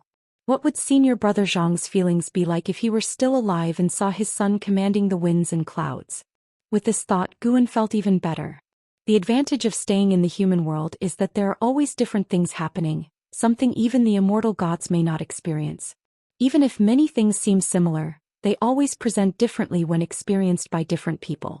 After an hour, Guan arrived at a waterfall and sat on the rocks by the river. Then he began to perform lifespan projection. Please choose the great Tao you want to pursue. Path of cause and effect. This was the great Tao Guan was most skilled in. Consumption of 100 billion years of lifespan. Do you wish to continue? What the hell? 1 trillion years of lifespan. Guan cursed internally. He knew the new features would not be so easy to use. The later the features were released, the greater the consumption of lifespan. He subconsciously wanted to choose to refuse, but on second thought there was a reason behind the high cost. At least he wanted to see how expensive it was.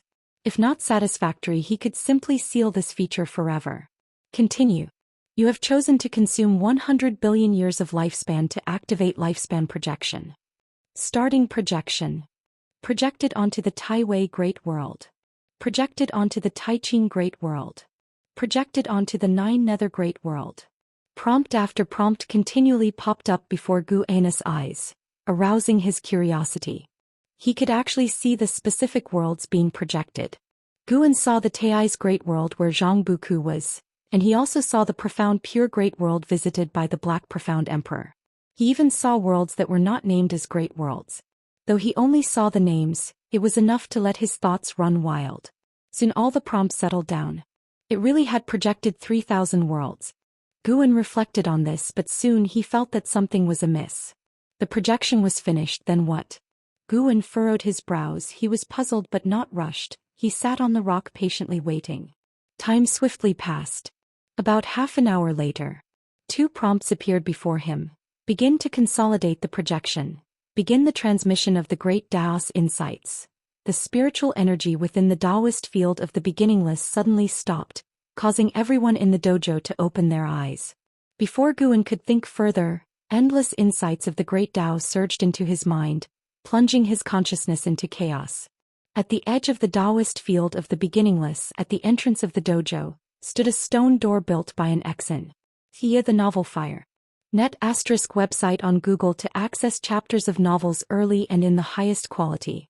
Outside the stone door was a dense fog appearing very mysterious. A figure emerged from the thick fog and stepped through the stone door.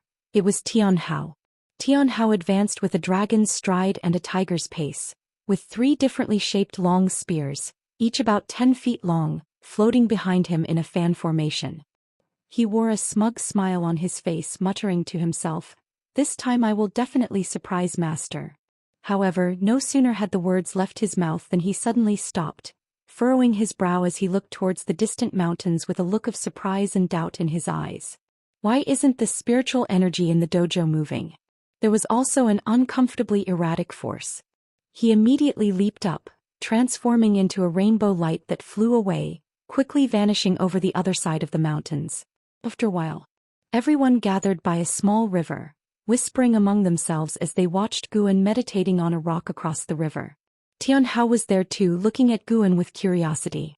This was the first time he had seen his master enter a state of sudden enlightenment. In his eyes, his master was already the most powerful being. Could he possibly have an epiphany in such a Tao practice? Could master be about to break through? Senior brothers, senior sisters, what realm has master reached? Has he obtained the Daoist Zhang Immortal realm? Tian Hao couldn't help but ask. Daoist Zhang Immortal was a realm he had heard about in the last few decades, belonging to a great cultivator from the Dao court, capable of moving mountains and overturning seas. No one answered him because the others did not know Guanus' realm either.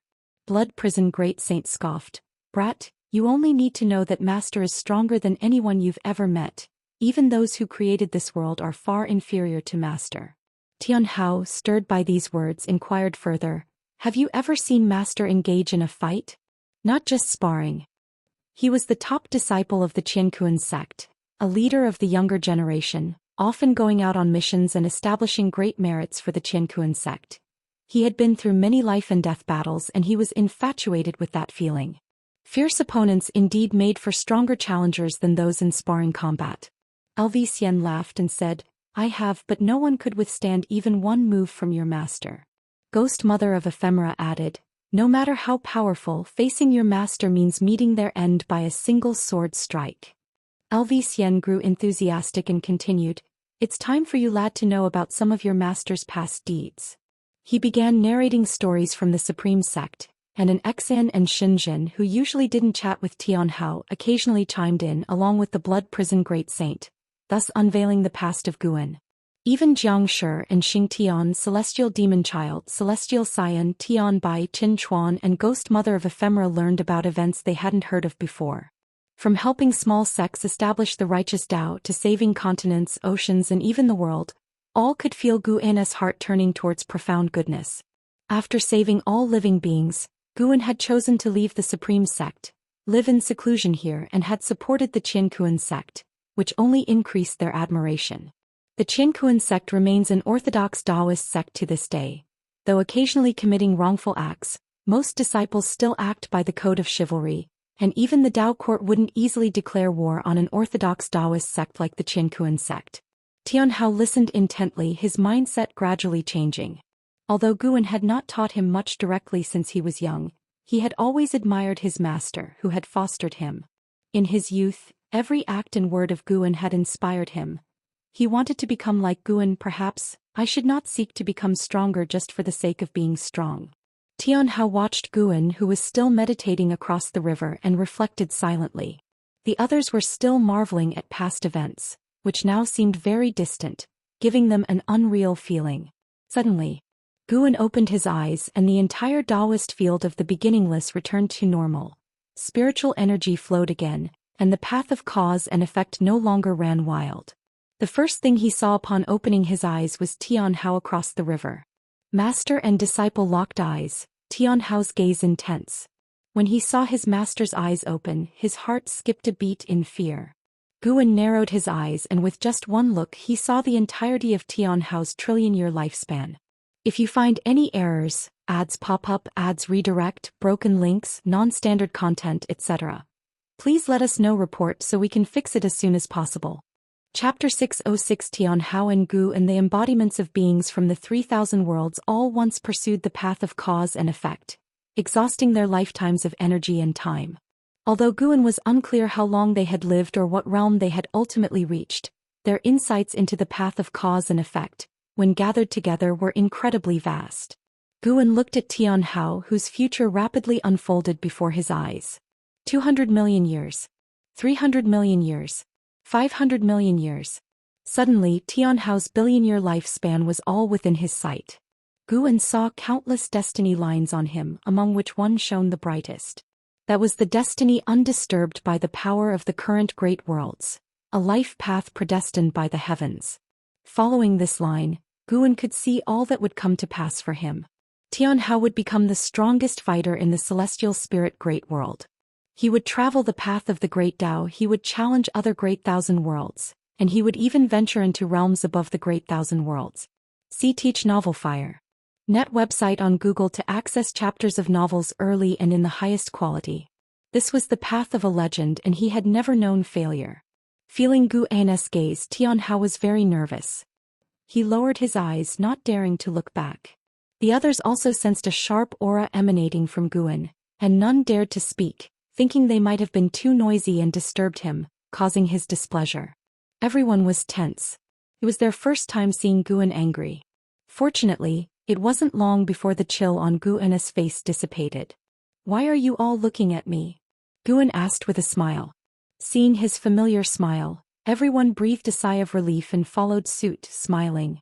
Senior Sister Anshin was the first to ask, "Master, did you just have a moment of sudden enlightenment?" Guan replied, an epiphany indeed. All right, disperse now. You don't expect me to discuss my insights into this realm with you, do you? Upon hearing this, everyone showed an embarrassed look. They dared not probe, especially since they didn't know what realm Guan was in.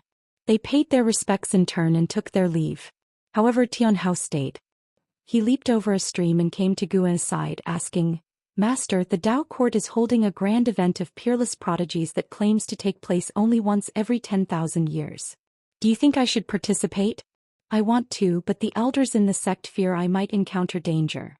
The Dao Court is the common master of the world. They wouldn't do such a thing, right?" Many famous prodigies had trained at the Dao Court, and it hadn't schemed against them. Guan answered, "One must always guard against others. Your biggest problem now is that you haven't faced hardship or defeat. That's also a good thing. Your master hopes that you never face defeat." Tian Hao's eyes widened as he said loudly, "That's not true. I've only ever lost to you." "You brat, still talking about winning and losing with your master? Then how about you try losing to me?" I was wrong, I was just spouting nonsense." Tian Hao quickly apologized after being glared at by Guan. After that, Guan asked about his experiences over the years, and he answered truthfully, his spirits high. Guan understood Tian Hao's thoughts. The kid had always been looking for an opportunity to spend quality time with him.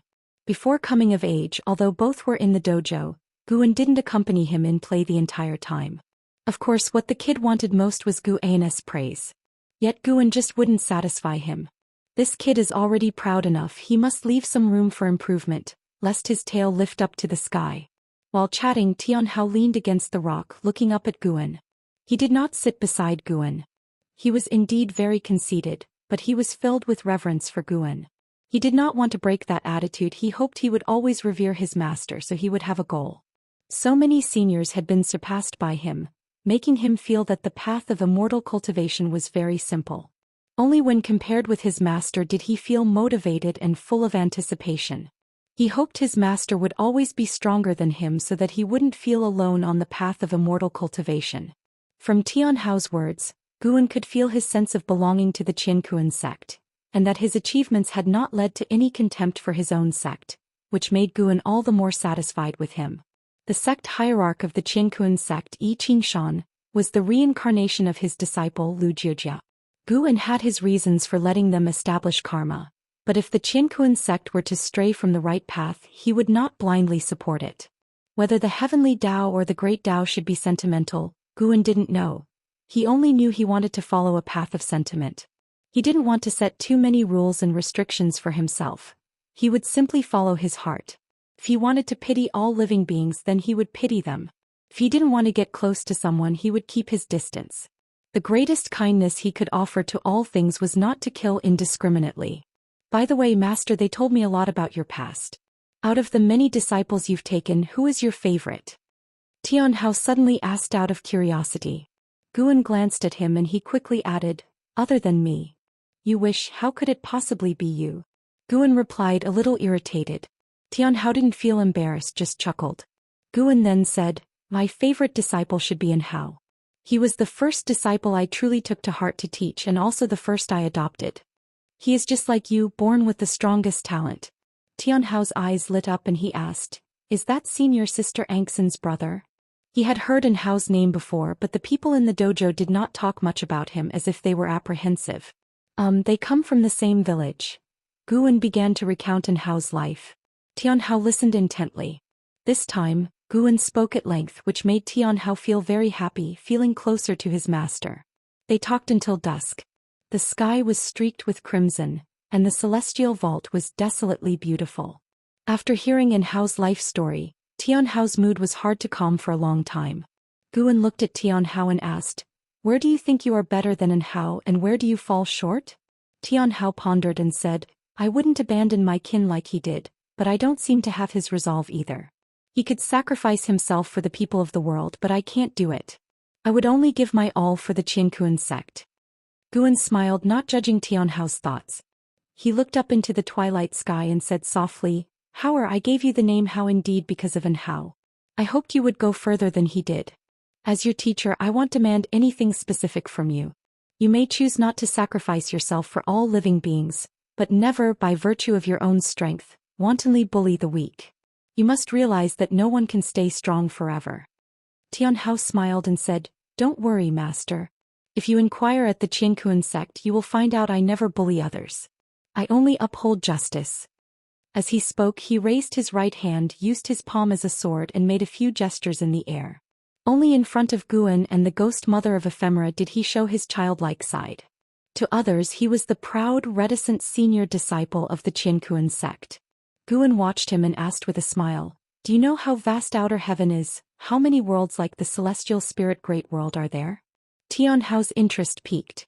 He eagerly asked how large and how many great worlds there were. Guan began to tell him about the existence of other great thousand worlds, as well as the most talented and fortuitous prodigies of various great worlds, which aroused his passion, his eyes brimming with fighting spirit. If you find any errors, ads pop up, ads redirect, broken links, non-standard content, etc., please let us know, report so we can fix it as soon as possible. Chapter 607. The Great Cause and Effect Steel, the Path of Power. After talking with his master for a day, Tianhao had gained a greater knowledge and developed an even bigger longing for immortal cultivation. Thereafter he went to the Dao court with a heart full of fighting spirit. Dozens of years later, Tianhao's reputation spread throughout all the overlord-level forces in the world, and any cultivator who wasn't in some remote area had heard of his name. At the grand gathering of the ages, he overwhelmed the heroes of the world and became the unrivaled #1 talent of all time. The zenith of acclaim spurred Tianhao to cultivate even harder, and every breakthrough upon his return from the Dao court caused tremors across the world. Time flew by. 20,000 years passed in the blink of an eye. The human world presented a new pattern, and although the Dao court remained the most powerful sect, many strong Daoist lineages had emerged. If they combined forces, they had the power to overturn the Dao court. The self-proclaimed righteous Dao court never initiated war against sects or imperial dynasties, so the human world remained at peace, though only relatively peaceful from a macrocosmic perspective of heaven and earth. In the Daoist field of the beginningless, the lowest cultivation level had already reached the heaven and earth flying immortal realm.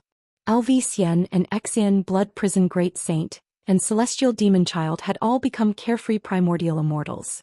As for Tianhao, he had reached the divine immortal of wondrous Dharma realm, and moreover he was at the 9th floor of that cultivation level.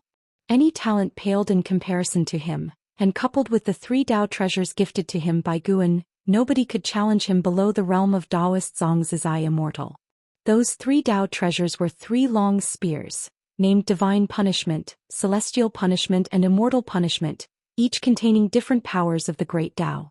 Regarding Gu An's favoritism towards Tian Hao, the other disciples in the dojo had no objections. They wholeheartedly acknowledged Tian Hao's talent. Even the blood prison great saint could do nothing but admire him. As 20,000 years had gone by, Tian Hao was now someone they all aspired to chase after. Beneath the starry sky, atop a massive mountain peak, there sat a serene palace. Within the palace, Zhou Xian was meditating on a jade platform, surrounded by wisps of gray-tinged energy, a manifestation of the power of the great Tao. A figure appeared atop the palace. It was the Sun and Moon Nether Emperor. The Sun and Moon Nether Emperor bowed deeply and looking up at Zhou Xian spoke. Your Majesty, Tian Hao, known as the #1 talent of the world, has come to the Yin-Yang Immortal domain. He has stepped into our territory seeking the Yin-Yang rebirth flower. He seems determined to obtain it, and with the 3 ultimate treasures in his grasp, each possessing power not inferior to heaven and earth ultimate treasures, our people cannot stop him. As he mentioned Tian Hao, his expression was incredibly complicated. 20,000 years ago he had heard rumors of a peerlessly gifted talent born in the central area of the great world. He thought those rumors were exaggerated, but having now encountered Tian Hao, he realized they were no exaggeration. In fact, they might have even underestimated him. Compared to Tian Hao's talent for cultivation, his talent for battle was even more prodigious. Sir the Nell Fire. NT website on Google to access chapters of novels early and in the highest quality. Zhou Xian slowly opened her eyes, overlooking the Sun and Moon Nether Emperor, and asked, You mentioned earlier he came from the Qinkuan sect. What is the background of this Qinkuan sect? The Sun and Moon Nether Emperor answered, Strangely enough, the Qinkuan sect lacks any great power but has nurtured such an extraordinary talent. Oh, I've also heard there is an immortal protecting the sacred land of the Qinkuan sect, guarding only their homeland. I'm not sure if that's true. Hearing this, a flicker of intrigue crossed Zhou Xiaoyu's eyes. She was silent for a moment, then said, Let him advance. Allow him to reach the other domains, and there's no need to inform the other 3 emperors. The Sun and Moon Nether Emperor was surprised but asked no further questions, promptly taking his leave. Zhou Xiaoyu gazed out at the starry sky, murmuring to herself, Is it you, Tian Hao, and how you truly are formidable, always able to cultivate peerlessly distinguished talents. As she calculated with her fingers, her expression grew increasingly complex. Tian Hao's rate of cultivation was simply too mesmerizing, making her feel as if all past distinguished talents were inconsequential. At this rate, in less than 1,000,000 years, Tian Hao would become the foremost figure of this era. Perhaps even the legendary Xing Tian of the past would be but a stepping stone for him. Zhou Xiaoyu took a deep breath, her gaze towards the starry sky gradually firming. Perhaps it was truly time for her to take that step. In the early morning, Guan was accompanying Shenzhen in painting, next to a waterfall by a mountain with beautiful scenery. Shenzhen was painting a celestial spirit god vanquishing demons, while Guan painted Zhou Xiaoyu meditating. Shenzhen glanced at Guan and scoffed, It seems you really miss your 3rd Mississippi. Why don't you go find her in reincarnation? Guan answered, She is not in the cycle of reincarnation. Shenzhen showed no interest in Zhou Xiaoyu. Seeing Guan's response, she did not press further and instead turned to ask, Look at my painting, does it capture the likeness of the fairy? Her understanding of the path of cause and effect was growing stronger. Even though her cultivation level was much lower than that of the celestial spirit god, she was able to depict the celestial spirit god's past without him noticing. Guan glanced at her painting and said, Not bad, but isn't it rather uninteresting to only probe into his past? This process allows me to deepen my understanding of the great Tao. Besides, what I can see is far from boring, Shenzhen said proudly. The celestial spirit god was, in her view, second only to Guan. Unable to depict Guan, she could only paint the celestial spirit god. Guan spoke with a profound tone, Perhaps you should create a divine skill, a skill that only you can wield. Divine skills. Shenzhen pondered thoughtfully. Her cultivation level was also that of a wandering immortal, and that was even without putting much effort into her immortal cultivation, so she grew increasingly confident, even believing that she would eventually surpass Tian Hao. Although Guan did not think she could catch up to Tian Hao, her potential indeed seemed limitless. This was not solely due to the power of cause and effect from Fairy Xian, but also the great cause and effect steel used by the Emperor of Eternal Life. The great cause and effect steel stood within the river of cause and effect, a manifestation of the great Tao itself, eternally indestructible within the great Tao. The existence of the great cause and effect steel was unimaginable. With the Emperor of Eternal Lives' sacrifice, some of the steel's power had spread to Xianxia. As she lived longer, this power became ever stronger. Guan could see through everyone's future, but Xianxia's future was becoming increasingly obscured in his eyes, a power dissolving her cause and effect, which made him have greater expectations for her. While Xianxia was lost in thought, Guan contemplated his own Tao. He felt it was necessary to focus on developing a second great Tao. Relying on the Daoist dominator skill, Guan had begun to glimpse the 3,000 great Tao, but that was just understanding, not mastery. He wanted to master a formidable great Tao, not as unfathomable as cause and effect, fate or reincarnation, but rather pure strength. Like the bright sun in the sky, glorious, upright, with awe-inspiring might. The 3,000 great Tao was just a collective term. The actual number of Tao was uncertain, with Guan having glimpsed more than 3,000. He wished to choose the most vigorous among these Tao. Pure strength. After much contemplation, Guan decided on the path of power. The path of power wasn't simply about physical strength but represented all types of power at their peak. That was the path of power. To prove the Tao with power meant to prove it with great magical power, with qi power. The path of power was ubiquitous. All beings that possessed strength that could cultivate mana, demonic power, or any other power-focused cultivation, existed because of the path of power. Guan immediately employed the lifespan projection and chose the path of power. Still consuming 1 trillion years of lifespan, various prompts wildly popped up before him. But this time was different. He suddenly saw the celestial spirit great world. Almost instantly he sensed some changes in the celestial spirit great world. It seemed an extra person had appeared. Guan calculated with his fingers, his expression growing even more peculiar. He couldn't calculate the projected being, but he did foresee Tianhao encountering a formidable opponent in the yin-yang immortal domain, marking the first time Tianhao had failed to conquer a being of the same realm. If you find any errors, ads pop up, ads redirect, broken links, non-standard content, etc., please let us know. Report so we can fix it as soon as possible. Chapter 608. Manipulating Fate. Tianhao couldn't defeat the existence that appeared blurred in the causality deduction, but Guan could see it through his heart eye. The appearance of that being was different from his, but his intuition told him that this was his projected self. After escaping Tianhao, the projected self turned around and jumped into the sea of reincarnation in the yin-yang immortal domain, entered reincarnation and disappeared from sight. Start retracting the projected self. Start inheriting the great Tao insights. 2 prompts popped up, interrupting Guan's thoughts. He vanished from his spot and appeared at the edge of the dojo, starting to inherit the great Tao insights. It wasn't long before a disturbance occurred within the Daoist field of the beginningless, alarming everyone. Since such an event had occurred before, the dojo disciples merely glanced in the direction of Guan and then continued to cultivate, not bothering Guan. Under the starry sky, clad in golden robes, Tianhao stood by the sea, staring at the dark waves ahead, his brow furrowed in thought.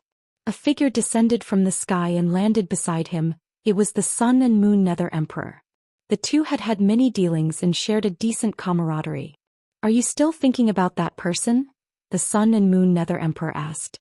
Tianhao took a deep breath, looked ahead and said, "Yes, I felt pressure from someone of the same realm for the first time."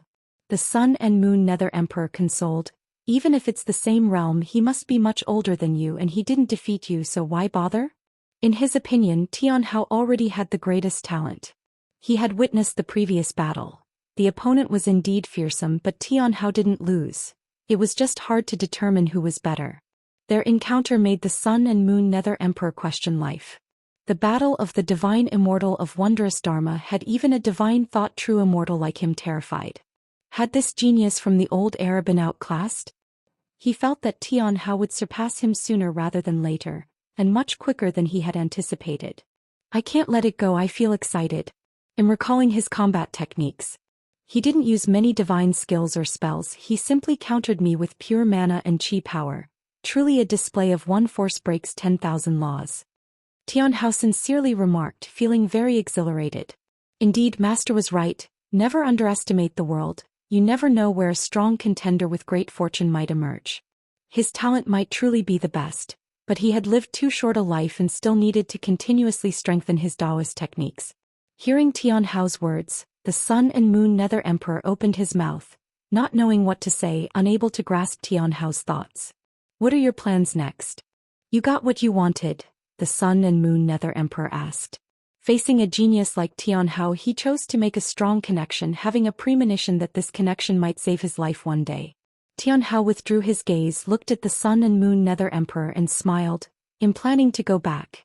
Not being able to sweep through the same realm shows that my combat ability is not enough. I will go into seclusion to cultivate for a while before venturing out again. If you ever come to the Nine Spirit Continent, seek me out. I won't let you down. The Sun and Moon Nether Emperor showed a smile. Getting such a promise from Tian Hao was all he wanted. It at least proved that Tian Hao was still willing to maintain their friendship. Then Tian Hao bowed to the Sun and Moon Nether Emperor and transformed into a beam of extreme light, leaping up and quickly vanishing into the horizon. The Sun and Moon Nether Emperor watched his departing figure, a look of envy on his face. Living for so many years, he had never been as free as Tian Hao. A cultivator should be like this, roaming the heavens and earth, unbound. Immediately after, the Sun and Moon Nether Emperor let out a self-deprecating laugh. The reason he was bound by the Yin-Yang Immortal domain was not because of his talent, but because he needed the power of the Immortal domain to gather cultivation resources. He used to think his cultivation speed was fast, but now it felt slow. He earnestly wanted to reach the free Immortal realm. He now harbored a ridiculous guess. He felt that Tian Hao might reach the free Immortal realm faster than him. After a while, a figure landed beside the Sun and Moon Nether Emperor, a mysterious cultivator enveloped in black mist who said in a deep voice, "Emperor, His Majesty has left." She said she would head to outer heaven to pursue the great Tao, leaving you to lead the reincarnation domain. The Sun and Moon Nether Emperor's thoughts were interrupted, and upon hearing this he couldn't help but be astonished. Go to outer heaven to pursue the great Tao? Inside the Daoist field of the beginningless. Guan opened his eyes, his gaze filled with a forceful presence. He had completed inheriting the 3000's projected selves insights on the path of power. He underwent a transformation with his chi power and mana rapidly strengthening. A strengthening that required no absorption of spiritual energy but was aided by the invisible and colorless path of power. He felt that the projected self that had entered reincarnation had disappeared, as if it had never existed.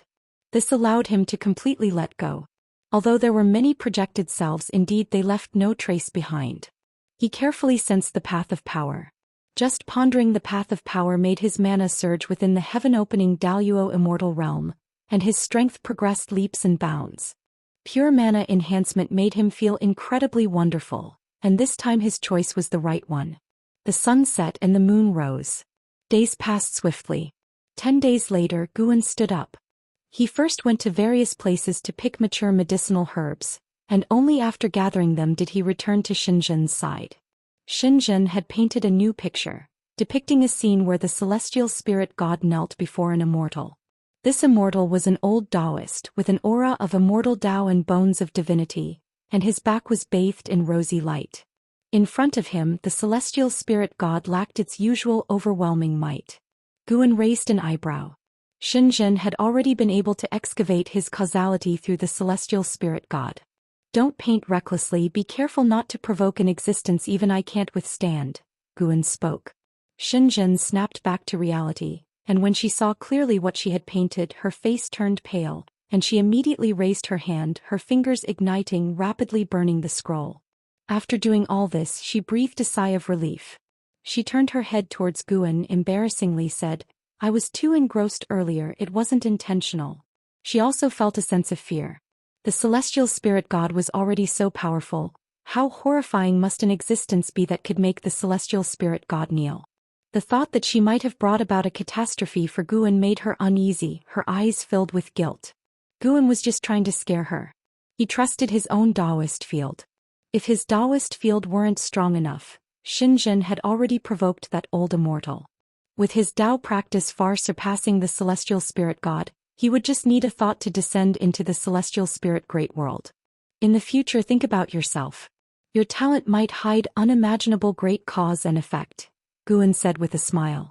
The path of power had let his strength leap forward, and he also planned to prepare for a breakthrough. It was time to think of a way to save fairy Zhou Xian. This was the obsession of the Emperor of Eternal Life, and as the original, Guan had to help him. Speaking of obsessions linked to the reincarnation body, Lu Han had one too, his son Zhou Xian. The obsession of the Black Profound Emperor was his senior sister, Fairy Bai Xian. Guan didn't want to create too deep a cause and effect with these people. The Long family was already troublesome enough, but he could secretly aid them. Consider it as repaying them for their lifelong companionship. By great cause and effect? Xinjun fell into deep thought. Seeing her lose herself once again, Guan shook his head in amusement. It wasn't necessarily good to be too easily enlightened. Guan sat down and continued painting. He felt that Ji Xiaoyu had left the celestial spirit great world, but he did not stop his brush. He had long seen Ji Xiaoyu's future. After many trials and tribulations, Ji Xiaoyu would descend into other great thousand worlds, thus welcoming more opportunities. Her choice was right, she would go further in the future. Unfortunately, it was just further. Guan had seen the end of her life. She would die in a struggle. He was not worried. When the time came, he would act. Peering into destiny did not make Guan feel desolate towards everything, because he was not only able to peer but also to change and even manipulate. Beings of lower realms could not detect this manipulation and would only sink in fate. One stick of incense later, Guan completed his painting of Ji Xiaoyu. He saw Xinjun still in a self-forgetting state, so he couldn't help but turn his gaze towards other worlds. Zhang Buku was temporarily safe, and in the long years to come his power would grow continuously until he became the demon emperor of the Tai's great world. Compared to him, Guan was more concerned about another person. That was Zhu, the former lord of the Holy Court, Saint Heaven reincarnation. After being sent out of the celestial spirit great world by the immortal seeker, she came to a domain not part of the great thousand worlds to make her way, a place that also had heaven and earth, but without the rules of the great world. Guan had only recently in the last 10,000 years caught track of Zhu. At this moment she was making her way through an ancient secret realm, said to be the dojo of a Daoist emperor, filled with mechanisms and its own world. Sir, the novel Fire. Net website on Google to access chapters of novels early and in the highest quality. This Daoist emperor made Guan feel familiar. Emperor Ziwei. This emperor had appeared in the life of the Black Profound Emperor and was the strongest in talent he had ever encountered. Now recalling it, Guan felt that this Emperor Ziwei was very extraordinary. If you find any errors, ads pop up, ads redirect, broken links, non-standard content, etc., please let us know. Report so we can fix it as soon as possible. Chapter 609. Stealing Heaven. Immortal sect and Emperor Z. Under the Black Night, ghostly figures in white robes drifted across the hills and fields, their forms ethereal like phantoms making not a sound. Amidst the forest, Zhu took in this spectacle, her eyebrows tightly furrowed. She slowly retreated into the shadows. She turned around and walked towards the deeper parts of the forest. Moonlight filtered through the gaps between the leaves, illuminating her figure draped in a deep purple long garment, her hair pinned atop her head, exuding an air of authority and spirit.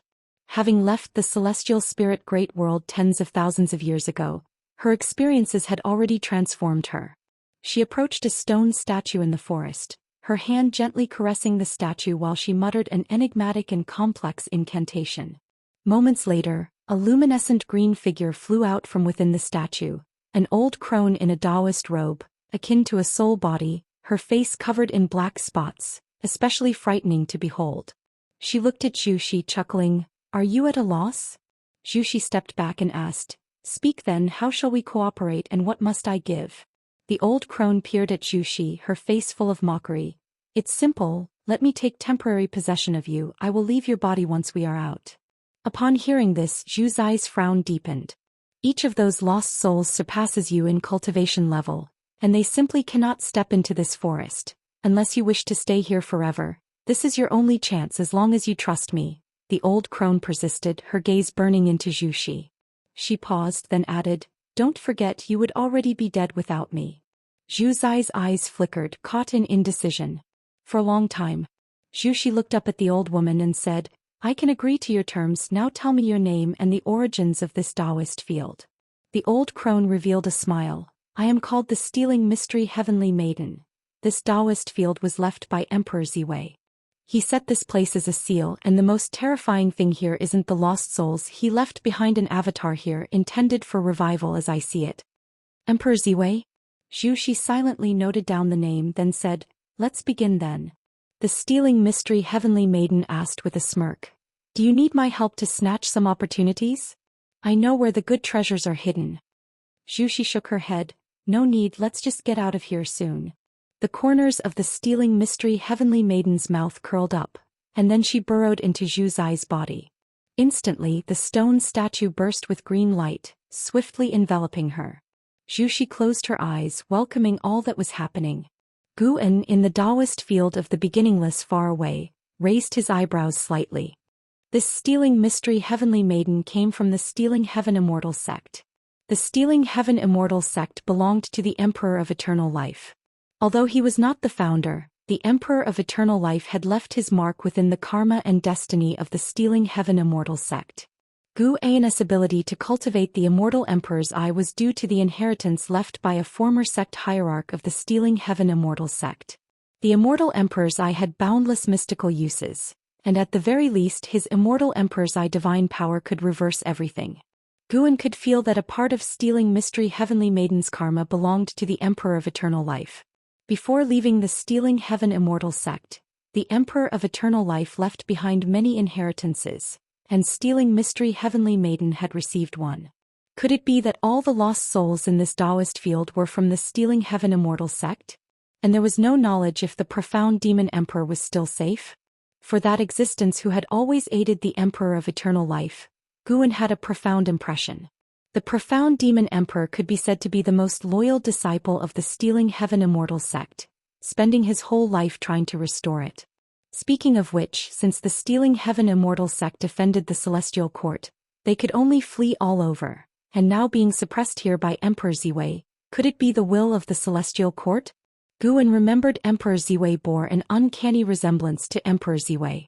Emperor Ziwei was the master of the Immortal Palace when the Celestial Spirit God and the Celestial Spirit Immortal Venerable met, a god of the Celestial Court. See Teach Novel Fire. Net website on Google to access chapters of novels early and in the highest quality. Guan continued to observe Zhu Zai's actions. In his memory, Zhu Xian was very cautious, and he didn't think she would normally leave her destiny in the hands of others. After being possessed by the Stealing Mystery Heavenly Maiden, Zhu Xian utilized a unique secret technique to quietly leave the forest. Along the way she encountered many lost souls, all very powerful, some even of the golden immortal rank, but none noticed her. In the blink of an eye, time shifted to noon the next day and Xianxia finally woke up. Guan stood up, not bothering to ask what she had realized, but left after dropping these words.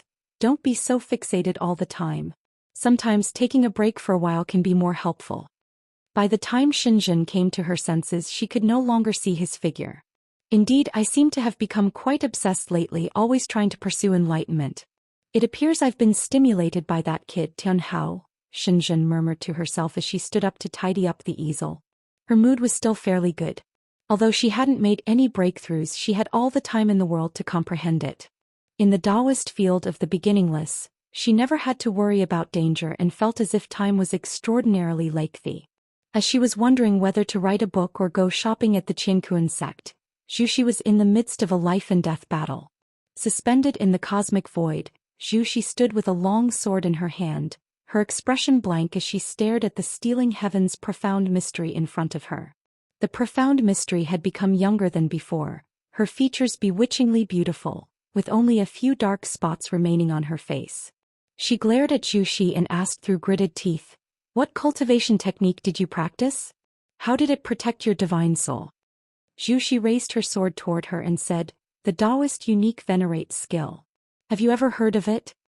The color drained from Stealing Heaven's profound mystery's face. In an instant the void around them changed color and twisting green light appeared in every direction, making the void seem like an illusion realm. "Whose disciple are you from the Celestial Court?" Stealing Heaven's profound mystery asked in a deep voice, her eyes filled with hatred. Zhu Xian snorted coldly, "I have nothing to do with the Celestial Court. I'm just an ordinary person from a mortal realm." If you insist on taking over my flesh, then let's fight to the death. May it be your soul scattering or my body and Tao being annihilated, it's all a matter of skill. When she spoke these words, she exuded the aura of the holy quartz Xianxia, an aura cultivated from being unmatched for years, fearless in the face of anything. Stealing Heaven's profound mystery suddenly opened her arms, and in an instant numerous figures appeared amidst the twisting green light, like countless arrows raining down on Zhou Xian. Before Zhou Xian could confront these figures, a green beam of light descended from the sky, enveloping her. Everything happened too rapidly, so fast that Zhou Xian couldn't dodge in time. Do you dare to be so audacious in front of me? Stealing Heaven's profound mystery said with scorn. The figures that moved towards Zhou Xian quickly surrounded the green light pole, forming layers upon layers in an arrangement resembling a formation. Upon closer inspection, these figures greatly resembled the lost souls from the secret realm she had encountered before. Zhou Xian was unable to move, feeling as if she was being consumed by countless ants. She didn't despair. Jin Qi started to emanate from her body, circling around her. Gradually, golden lines appeared on her forehead, interwoven, resembling a golden lotus blooming upon her brow. Stealing Heaven's profound mysteries, pupils dilated suddenly. Just as she was about to speak, the golden lotus on Zhu Zai's forehead burst forth with dazzling golden light, piercing the green light and annihilating the soul shadows along its path. In a flash, Stealing Heaven's profound mystery dodged to the side, appearing in another location. Just as she appeared, she fixed her gaze and saw that Zhu Zai's figure was no longer inside the formation she had created. Boom! A sword light suddenly attacked, and Zhu Xian appeared out of nowhere behind her, severing her head with a single strike.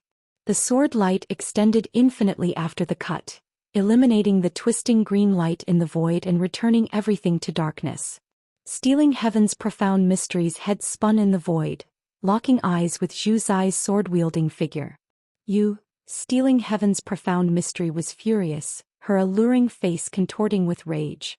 Just as she attempted to retaliate, a hand suddenly grabbed her head, rendering her motionless. Her eyes widened as she cried out, "Who?" Zhu Xian stopped, her eyes filled with dread as she saw the figure gripping Stealing Heaven's profound mystery's head.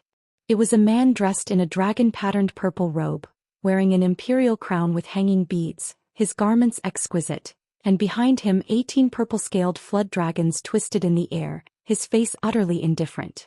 Emperor Ziwei. How is this possible? Stealing Heaven's profound mystery cried out in shock, but before she could finish, Emperor Ziwei crushed her soul head, and her soul body dissipated with it, gone without a trace. After doing all this, Emperor Ziwei's indifferent gaze fell upon Zhu Xian, causing her to shudder in fear. She was horrified to realize she could find no escape, her instinct telling her that if she dared move she would be immediately annihilated. If you find any errors, ads pop up, ads redirect, broken links, non-standard content, etc., please let us know. Report so we can fix it as soon as possible. Chapter 610. Immortal Emperor's Eye battles Emperor Ziwei stared at Zhu Xian, not uttering a word. His gaze was so indifferent as the murky void fell silent, a suffocating atmosphere spreading to its extremities. Zhu Xian felt the aura of the thief of the profound mystique completely vanish, and her heart rose to her throat. Before her death, the thief of the profound mystique had revealed this person's true identity. Emperor Ziwei, the master of that terrifying dojo from earlier. She knew what being called an emperor represented. She was chasing that very path, but the journey to become a Daoist emperor was incredibly arduous. Those who could claim the title were all possessed of unsurpassed destiny and peerless talent. A fully accomplished Daoist emperor was even more terrifying, possessing the ability to not fear the immortal gods. Who taught you the Daoist unique venerate skill? Asked Emperor Ziwei, his voice icy cold, an endless tide of killing intent overwhelming Zhu Xian. Without control, Zhu Xian blurted out 4 words, "Immortal Seeker." Having spoken, her heart was thrown into turmoil. What was going on? Why couldn't she restrain herself from speaking the truth? Emperor Ziwei narrowed his eyes, murmuring to himself, "It's him," as unsettled as ever. He continued asking Zhu Xian, "Besides him, do you have another master? What is his name?" He could sense that the Immortal Seeker's influence on Zhu Xian wasn't significant, and Zhu Xian was burdened with even greater karma. Zhu Zai's complexion changed dramatically. She opened her mouth, trying with all her might to suppress the urge to speak, but she couldn't hold it back. Yes, he is Gu. Zhu Zai's voice suddenly stopped as she felt the bindings around her disappear. She reacted swiftly, turning to flee. Her speed was incredible, covering an immense distance in the blink of an eye. However, no matter where she flew in the void, the surroundings looked extremely similar, as if she hadn't moved at all. Emperor Ziwei didn't chase after Zhu Xi but frowned in the direction of her escape. He lifted his right hand, his robe billowing, and the entire void changed color. Zhu Xi, fleeing at full speed, seemed to sense something. She turned her head, her eyes widening in shock. Behind her in the void emerged 18 enormous draconic shadows, as if occupying the whole space, full of visual impact. They writhed freely, bearing fangs and claws, appearing shockingly terrifying. Zhu Xi stopped, not because she didn't want to escape, but because the space around her suddenly solidified, rendering her unable to move.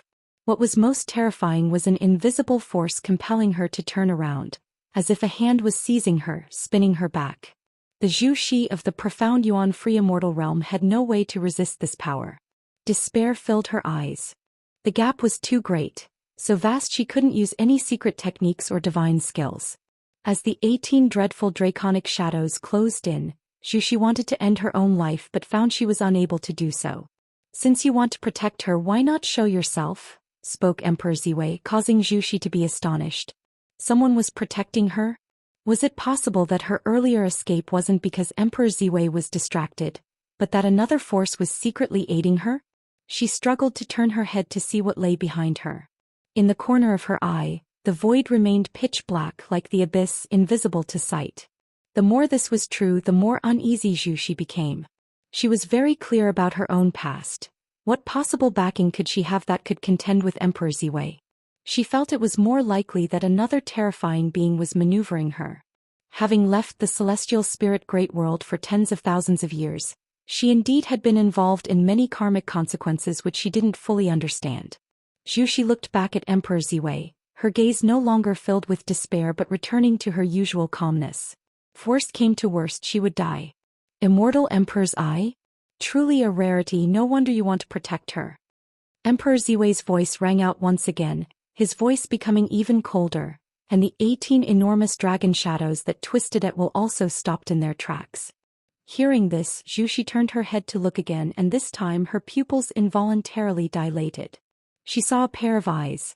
A pair of spectacular and terrifying eyes, the visual impact of which was no less than that of Emperor Ziwei's 18 dragon shadows. In these eyes shone dark purple pupils, eerie and mysterious. The eyes were so vast, like the eyes of the universe, that they made Nzin's soul tremble. What kind of eyes were these? Zhu Xi could not imagine the realm of the owner of these eyes. Although this mortal body isn't very powerful, if you want to save her from my grasp, let's see just how capable you are. Emperor Ziwei's voice came from the depths of the void, and as his words ended, the 18 giant dragon shadows moved. They moved like thunder, and the entire void seemed to shatter all at once. The Dao rules stirred up a strong wind that rushed at Zhu Xi, forcing her to close her eyes instinctively, her body and mind in extreme discomfort. At this moment she felt like a drowning mortal, in pain, suffering, terrified, yet powerless, only able to endure this kind of torture. Fortunately, the torture came suddenly and left just as quickly. The wild force assaulting Zhu Xi disappeared in an instant, and she then felt a warm power enveloping her. Snap! Her shoulder was suddenly patted, startling her into opening her eyes. A new light shone in her eyes as she saw the once invincible dragon shadows starting to obliterate as if being burned by an invisible fire. This scene filled her with surprise. She instinctively turned her head to look but saw no one else. The feeling of her shoulder being patted seemed to have been an illusion. However, those mysterious giant eyes known as the Immortal Emperor's eyes remained. They were so calm, silently watching Emperor Ziwei's dragon shadows become undone. Looking at the Immortal Emperor's eyes again, Zhu Xi unexpectedly felt a sense of familiarity. It seemed she had seen these eyes somewhere before. Wait, could it be? Zhu Zai's eyes widened with excitement, her body trembling uncontrollably. It was her mentor. Long ago in the celestial spirit great world, she had never been able to see through Gu An's cultivation level. She had always thought her mentor came from another great thousand world, but she could never have imagined her mentor was so powerful and moreover that he could come to rescue her. An immense surprise overwhelmed her, making her feel as though she was in a dream. Until the dragon shadows vanished, Emperor Ziwei's voice did not rise again. Zhu didn't understand what had happened, but it was clear that her mentor had won. Run away, continue chasing the path of the great Tao. Gu Anna's voice entered Zhu Zai's ears, rousing her, and she immediately flew towards the immortal emperor's eyes. Along the way, the view was dazzling with star nebulae surging like dragons, the scenery before her eyes enchanting. Zhu found that even flying at full speed she still couldn't get close to the immortal emperor's eyes. The distance between them seemed eternally insurmountable. So the Oval Fire. Net website on Google to access chapters of novels early and in the highest quality. She didn't feel lost, instead she felt her mentor was guiding her. Looking at the majestic immortal emperor's eyes in the distance, Zhu Zai's eyes were filled with longing. How many years would she need to cultivate to reach such a realm? Meanwhile, far away at Human World Peak, Guan stood at the edge of a cliff, gazing at the horizon, his eyes reflecting the image of Zhu. This time he had not personally intervened, but it was enough to deal with Emperor Ziwei. This Emperor Ziwei, although not the true form, possessed the cultivation level of the balancing heaven golden immortal realm perfection, even more powerful than the celestial spirit god. Regrettably, defeating Emperor Ziwei did not grant him lifespan, leading him to speculate more about Emperor Ziwei. If you find any errors, ads pop up, ads redirect, broken links, non-standard content, etc., please let us know report so we can fix it as soon as possible. Chapter 611. Golden Extreme God Guan watched Zhu leave through the void, using his own Tao intent to carve a path for her that crossed the universe.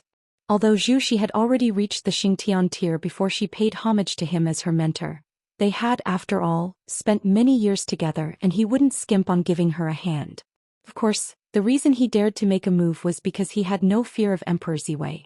Not just Emperor Ziwei, Guan also didn't sense any danger following the cause and effect linked to Emperor Ziwei. Naturally, he still held the celestial court in awe and thus did not directly confront Emperor Ziwei. His fate pen and infinite sword book could be used to strike enemies from afar, and over tens of thousands of years, apart from refining Tao treasures, he had been continuously strengthening both the fate pen and the infinite sword book.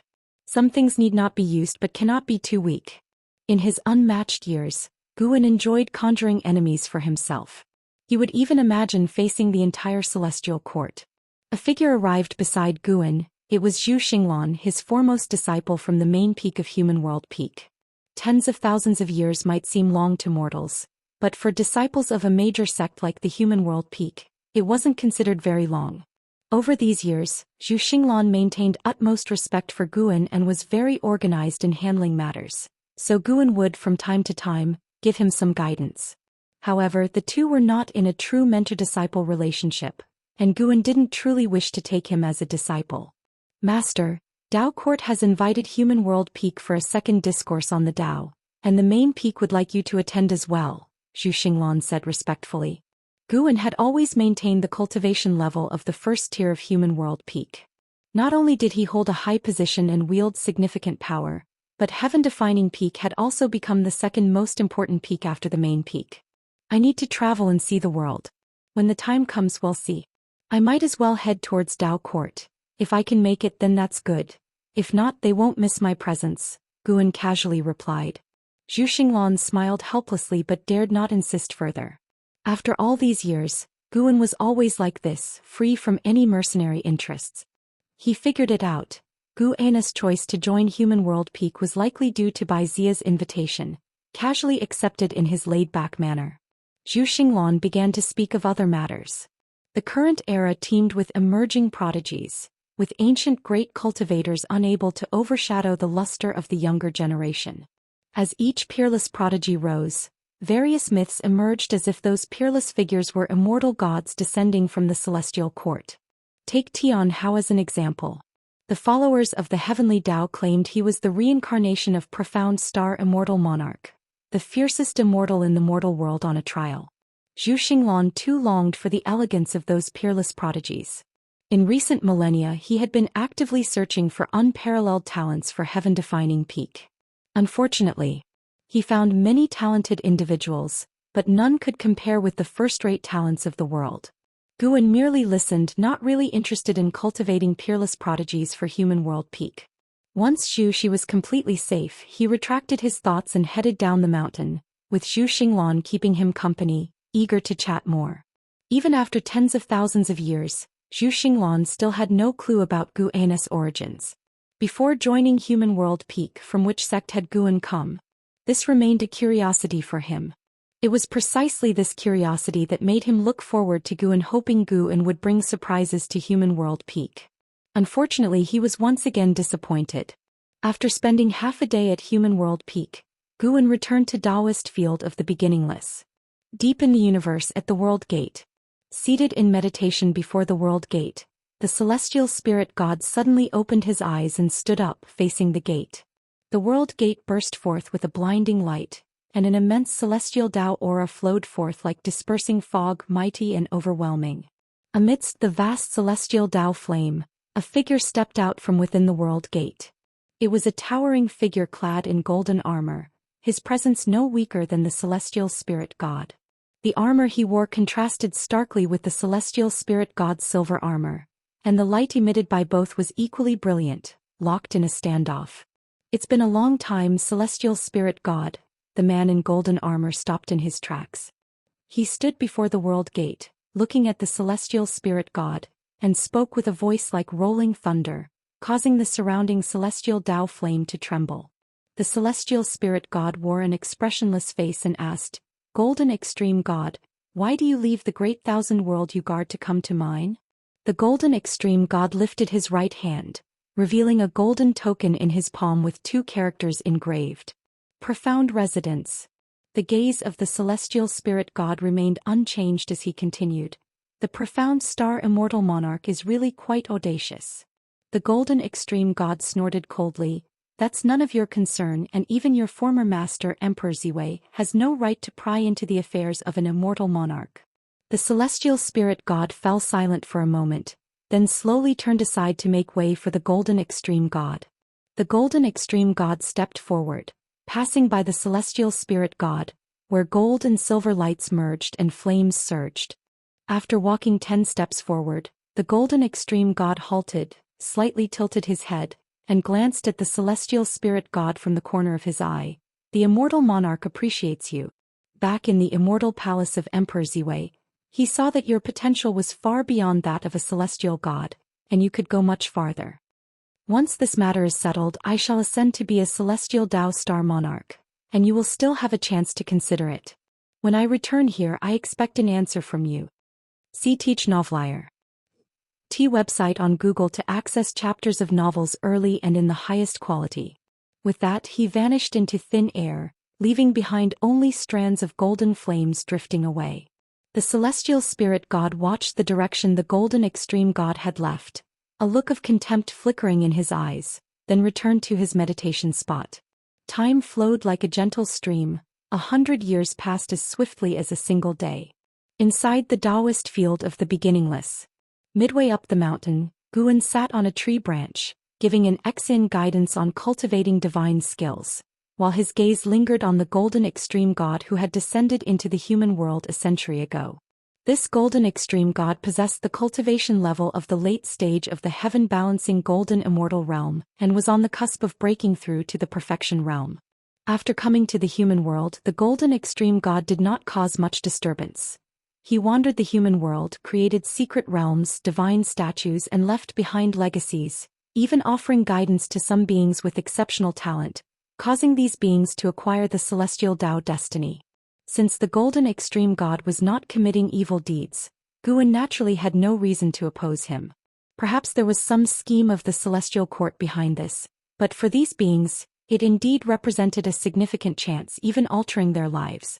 The profound star immortal monarch seemed to want to make the celestial spirit great world a world that worships him. The reason for not showing himself was probably fear of the celestial court's dissatisfaction. Do the immortal gods of the celestial court also need the masses to bolster their destiny? Guan found this quite amusing. The way of destiny has existed since ancient times.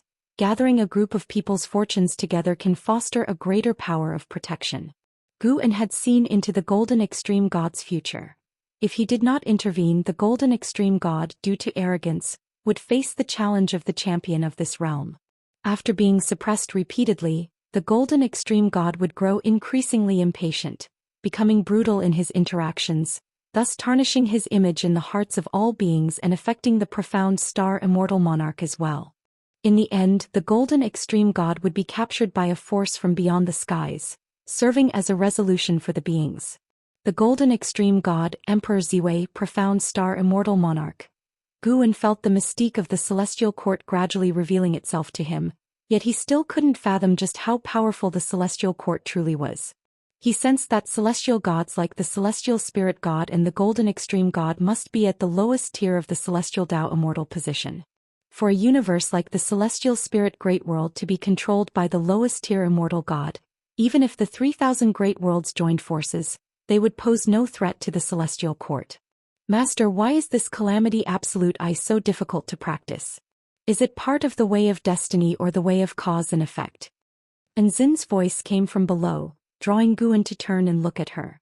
Guan replied, "It will become whichever great Tao you want it to be." What he taught was not only the calamity absolute I, but also the methods of cultivating the Immortal Emperor's I, to see whether an Xian could successfully practice them. If you find any errors, ads pop up, ads redirect, broken links, non-standard content, etc., please let us know report so we can fix it as soon as possible. Chapter 6:12. Tianhao's Destiny. The rise of the Immortal Emperor's I and Xen had taken a profound interest in the calamity absolute I since she began cultivating it. She believed that the divine power had infinite mystical uses, not just limited to calamities, and she cherished the opportunity to be mentored individually by Guan. Guan felt that an Xen indeed held the potential to master the Immortal Emperor's I. He chose to impart the Immortal Emperor's I only to an Xen because her comprehension was continuously improving at a pace unmatched by others. She was growing into another Anhao. While Guan watched the Golden Extreme God instructing the geniuses of the human world, he preached to an Xen, helping her to better enter the state of enlightenment required for the Immortal Emperor's I. At the same time, he pondered when to make his breakthrough. For his next breakthrough, he planned not to enhance his Daoist technique but to advance directly. Why bother enhancing the Daoist technique first when he already felt quite powerful, having recently comprehended the path of power, strengthening his methods for crossing the tribulation? Indeed, either method would consume a vast lifespan and he could not judge which was better. He just needed to accumulate enough lifespan. Instead of worrying about which method conserved more lifespan, it was better to save up more. Using 2 trillion years of lifespan should likely stabilize the breakthrough. If need be, he would wait until he reached 3 trillion years of lifespan before making his breakthrough. With the Golden Extreme God residing in the Celestial Spirit Great World for many years and the presence of the Celestial Spirit God, it was unlikely that this world would encounter a cataclysm. Currently, the Celestial Spirit Great World did not need Guan's protection. The profound star Immortal monarch hidden in the shadows would also devise ways to protect this realm. A spring breeze fluttered past, drifting a tender green leaf over Nzin's head as she opened her eyes and pondered, her pupils shimmering with a strange light. The passage of time left no mark in her eyes. Seas had become mulberry fields and the stars had shifted. Another myriad years passed. This year, just after the new year, an Xen still resided midway up the mountain cultivating the Immortal Emperor's I. Her cultivation level remained at the carefree primordial immortal realm.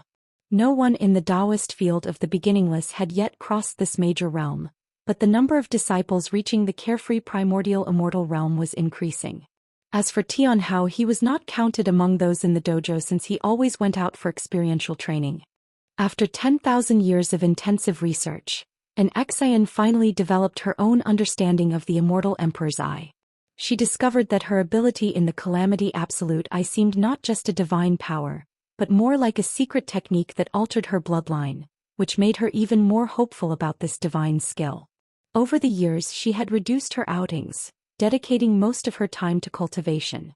Her master had said that once she mastered it she could catch up to Tianhao, perhaps even surpass him. This statement was true. Guan genuinely believed that the Immortal Emperor's I had the merit to challenge the immortal gods of the Celestial Court. The profound demon emperor had once said that if the Immortal Emperor's I were fully developed, the celestial court would surely take notice, indicating their fear of its power. Indeed, the immortal emperor's eye was formidable. Guan anticipated Enzin's use of the immortal emperor's eye divine power with its ability to reverse anything. Although powerful, the immortal emperor's eye was not suitable for everyone. Should individuals like Zhou Xian and Qin Chuan attempt it, it could potentially hinder their cultivation. Even though an Xian had the strongest comprehension within the dojo, after 10,000 years of cultivating the immortal emperor's eye, she had grasped only a fraction of its essence, demonstrating the difficulty of mastering it. Senior sister. A voice thundered across the celestial vault, startling the birds in the forest and capturing Enzin's attention. With such a loud voice, it had to be Tianhao. Every time Tianhao returned from his training trips, he would visit the dojo, bringing gifts for everyone. No matter his achievements, he maintained his respect for his senior sister and Xin. Indeed, everyone knew that Guan was most fond of his disciple and Xin, and she truly lived up to the responsibility, often helping her fellow dojo disciples achieve their desires. Tianhao quickly descended in front of an Xin, raising his hand in salute. After many years apart, his aura had grown even stronger. An Xin nodded to him and asked, "Have you made any breakthroughs in your cultivation level?" Tianhao smiled and said, "I just broke through to the Dao Void Profound Immortal Realm." An Xin fell silent. They were stuck at the carefree primordial immortal realm, where breakthroughs were rare in 10,000 years. Yet Tianhao seemed to feel the hindrances in his cultivation and continued to advance rapidly. Dao Void Profound Immortal. An Xin felt the gap between herself and Tianhao widening. She couldn't help but doubt herself. Even if she mastered this divine skill, could she really stand on equal footing with Tianhao? Such confusion passed in an instant. She decided to trust her master, for without her master, where would she be today? Her master had no reason to deceive her. "How have you been in recent years?" An Xian adjusted her attitude and asked with concern. Though Tianhao called her senior sister, in her eyes he was a junior. Tianhao and Xingtian didn't truly consider themselves as disciples either. Their attitude toward an Xin was indeed like that of juniors towards an elder. Siege Novel Fire. Net website on Google to access chapters of novels early and in the highest quality. Hearing Enzin's inquiry, Tianhao was delighted and began to share his experiences over the years. He had visited many places, spreading the renown of the Qiankuan sect far and wide, and with his strength, the Qiankuan sect had become a world-renowned sect, bringing many benefits to the sect.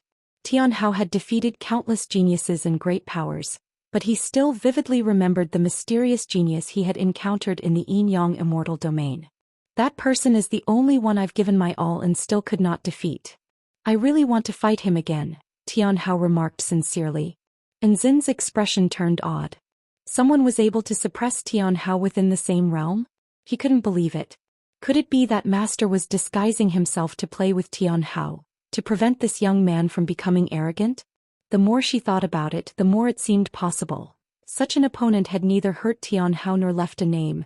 Everything seemed so coincidental, so mysterious. This indeed sounded like something her master would do. She did not voice her conjecture but instead smiled and said, "Having an opponent is a good thing. He has always been an inspiration to you. Sooner or later you will meet again. What you need to do is maintain your cultivation attitude before then and not give yourself reasons for regret."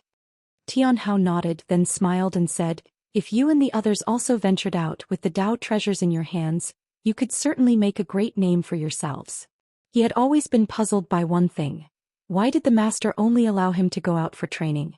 Qin Chuan and Xingtian had expressed their envy in private more than once.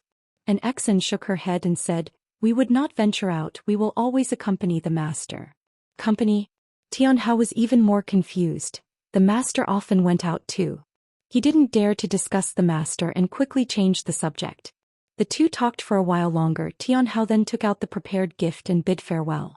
An Xian played with the jade hairpin given by Tianhao, squinting her eyes as she watched his departing figure. An Xin was surprised inwardly. She saw a peculiar kind of destiny around Tianhao, entwining him like a dragon radiating scorching light. What was that destiny? Curious, an Xian pondered. Then her face showed delight. She raised her hand to touch her eyes, feeling a mysterious power surging within them.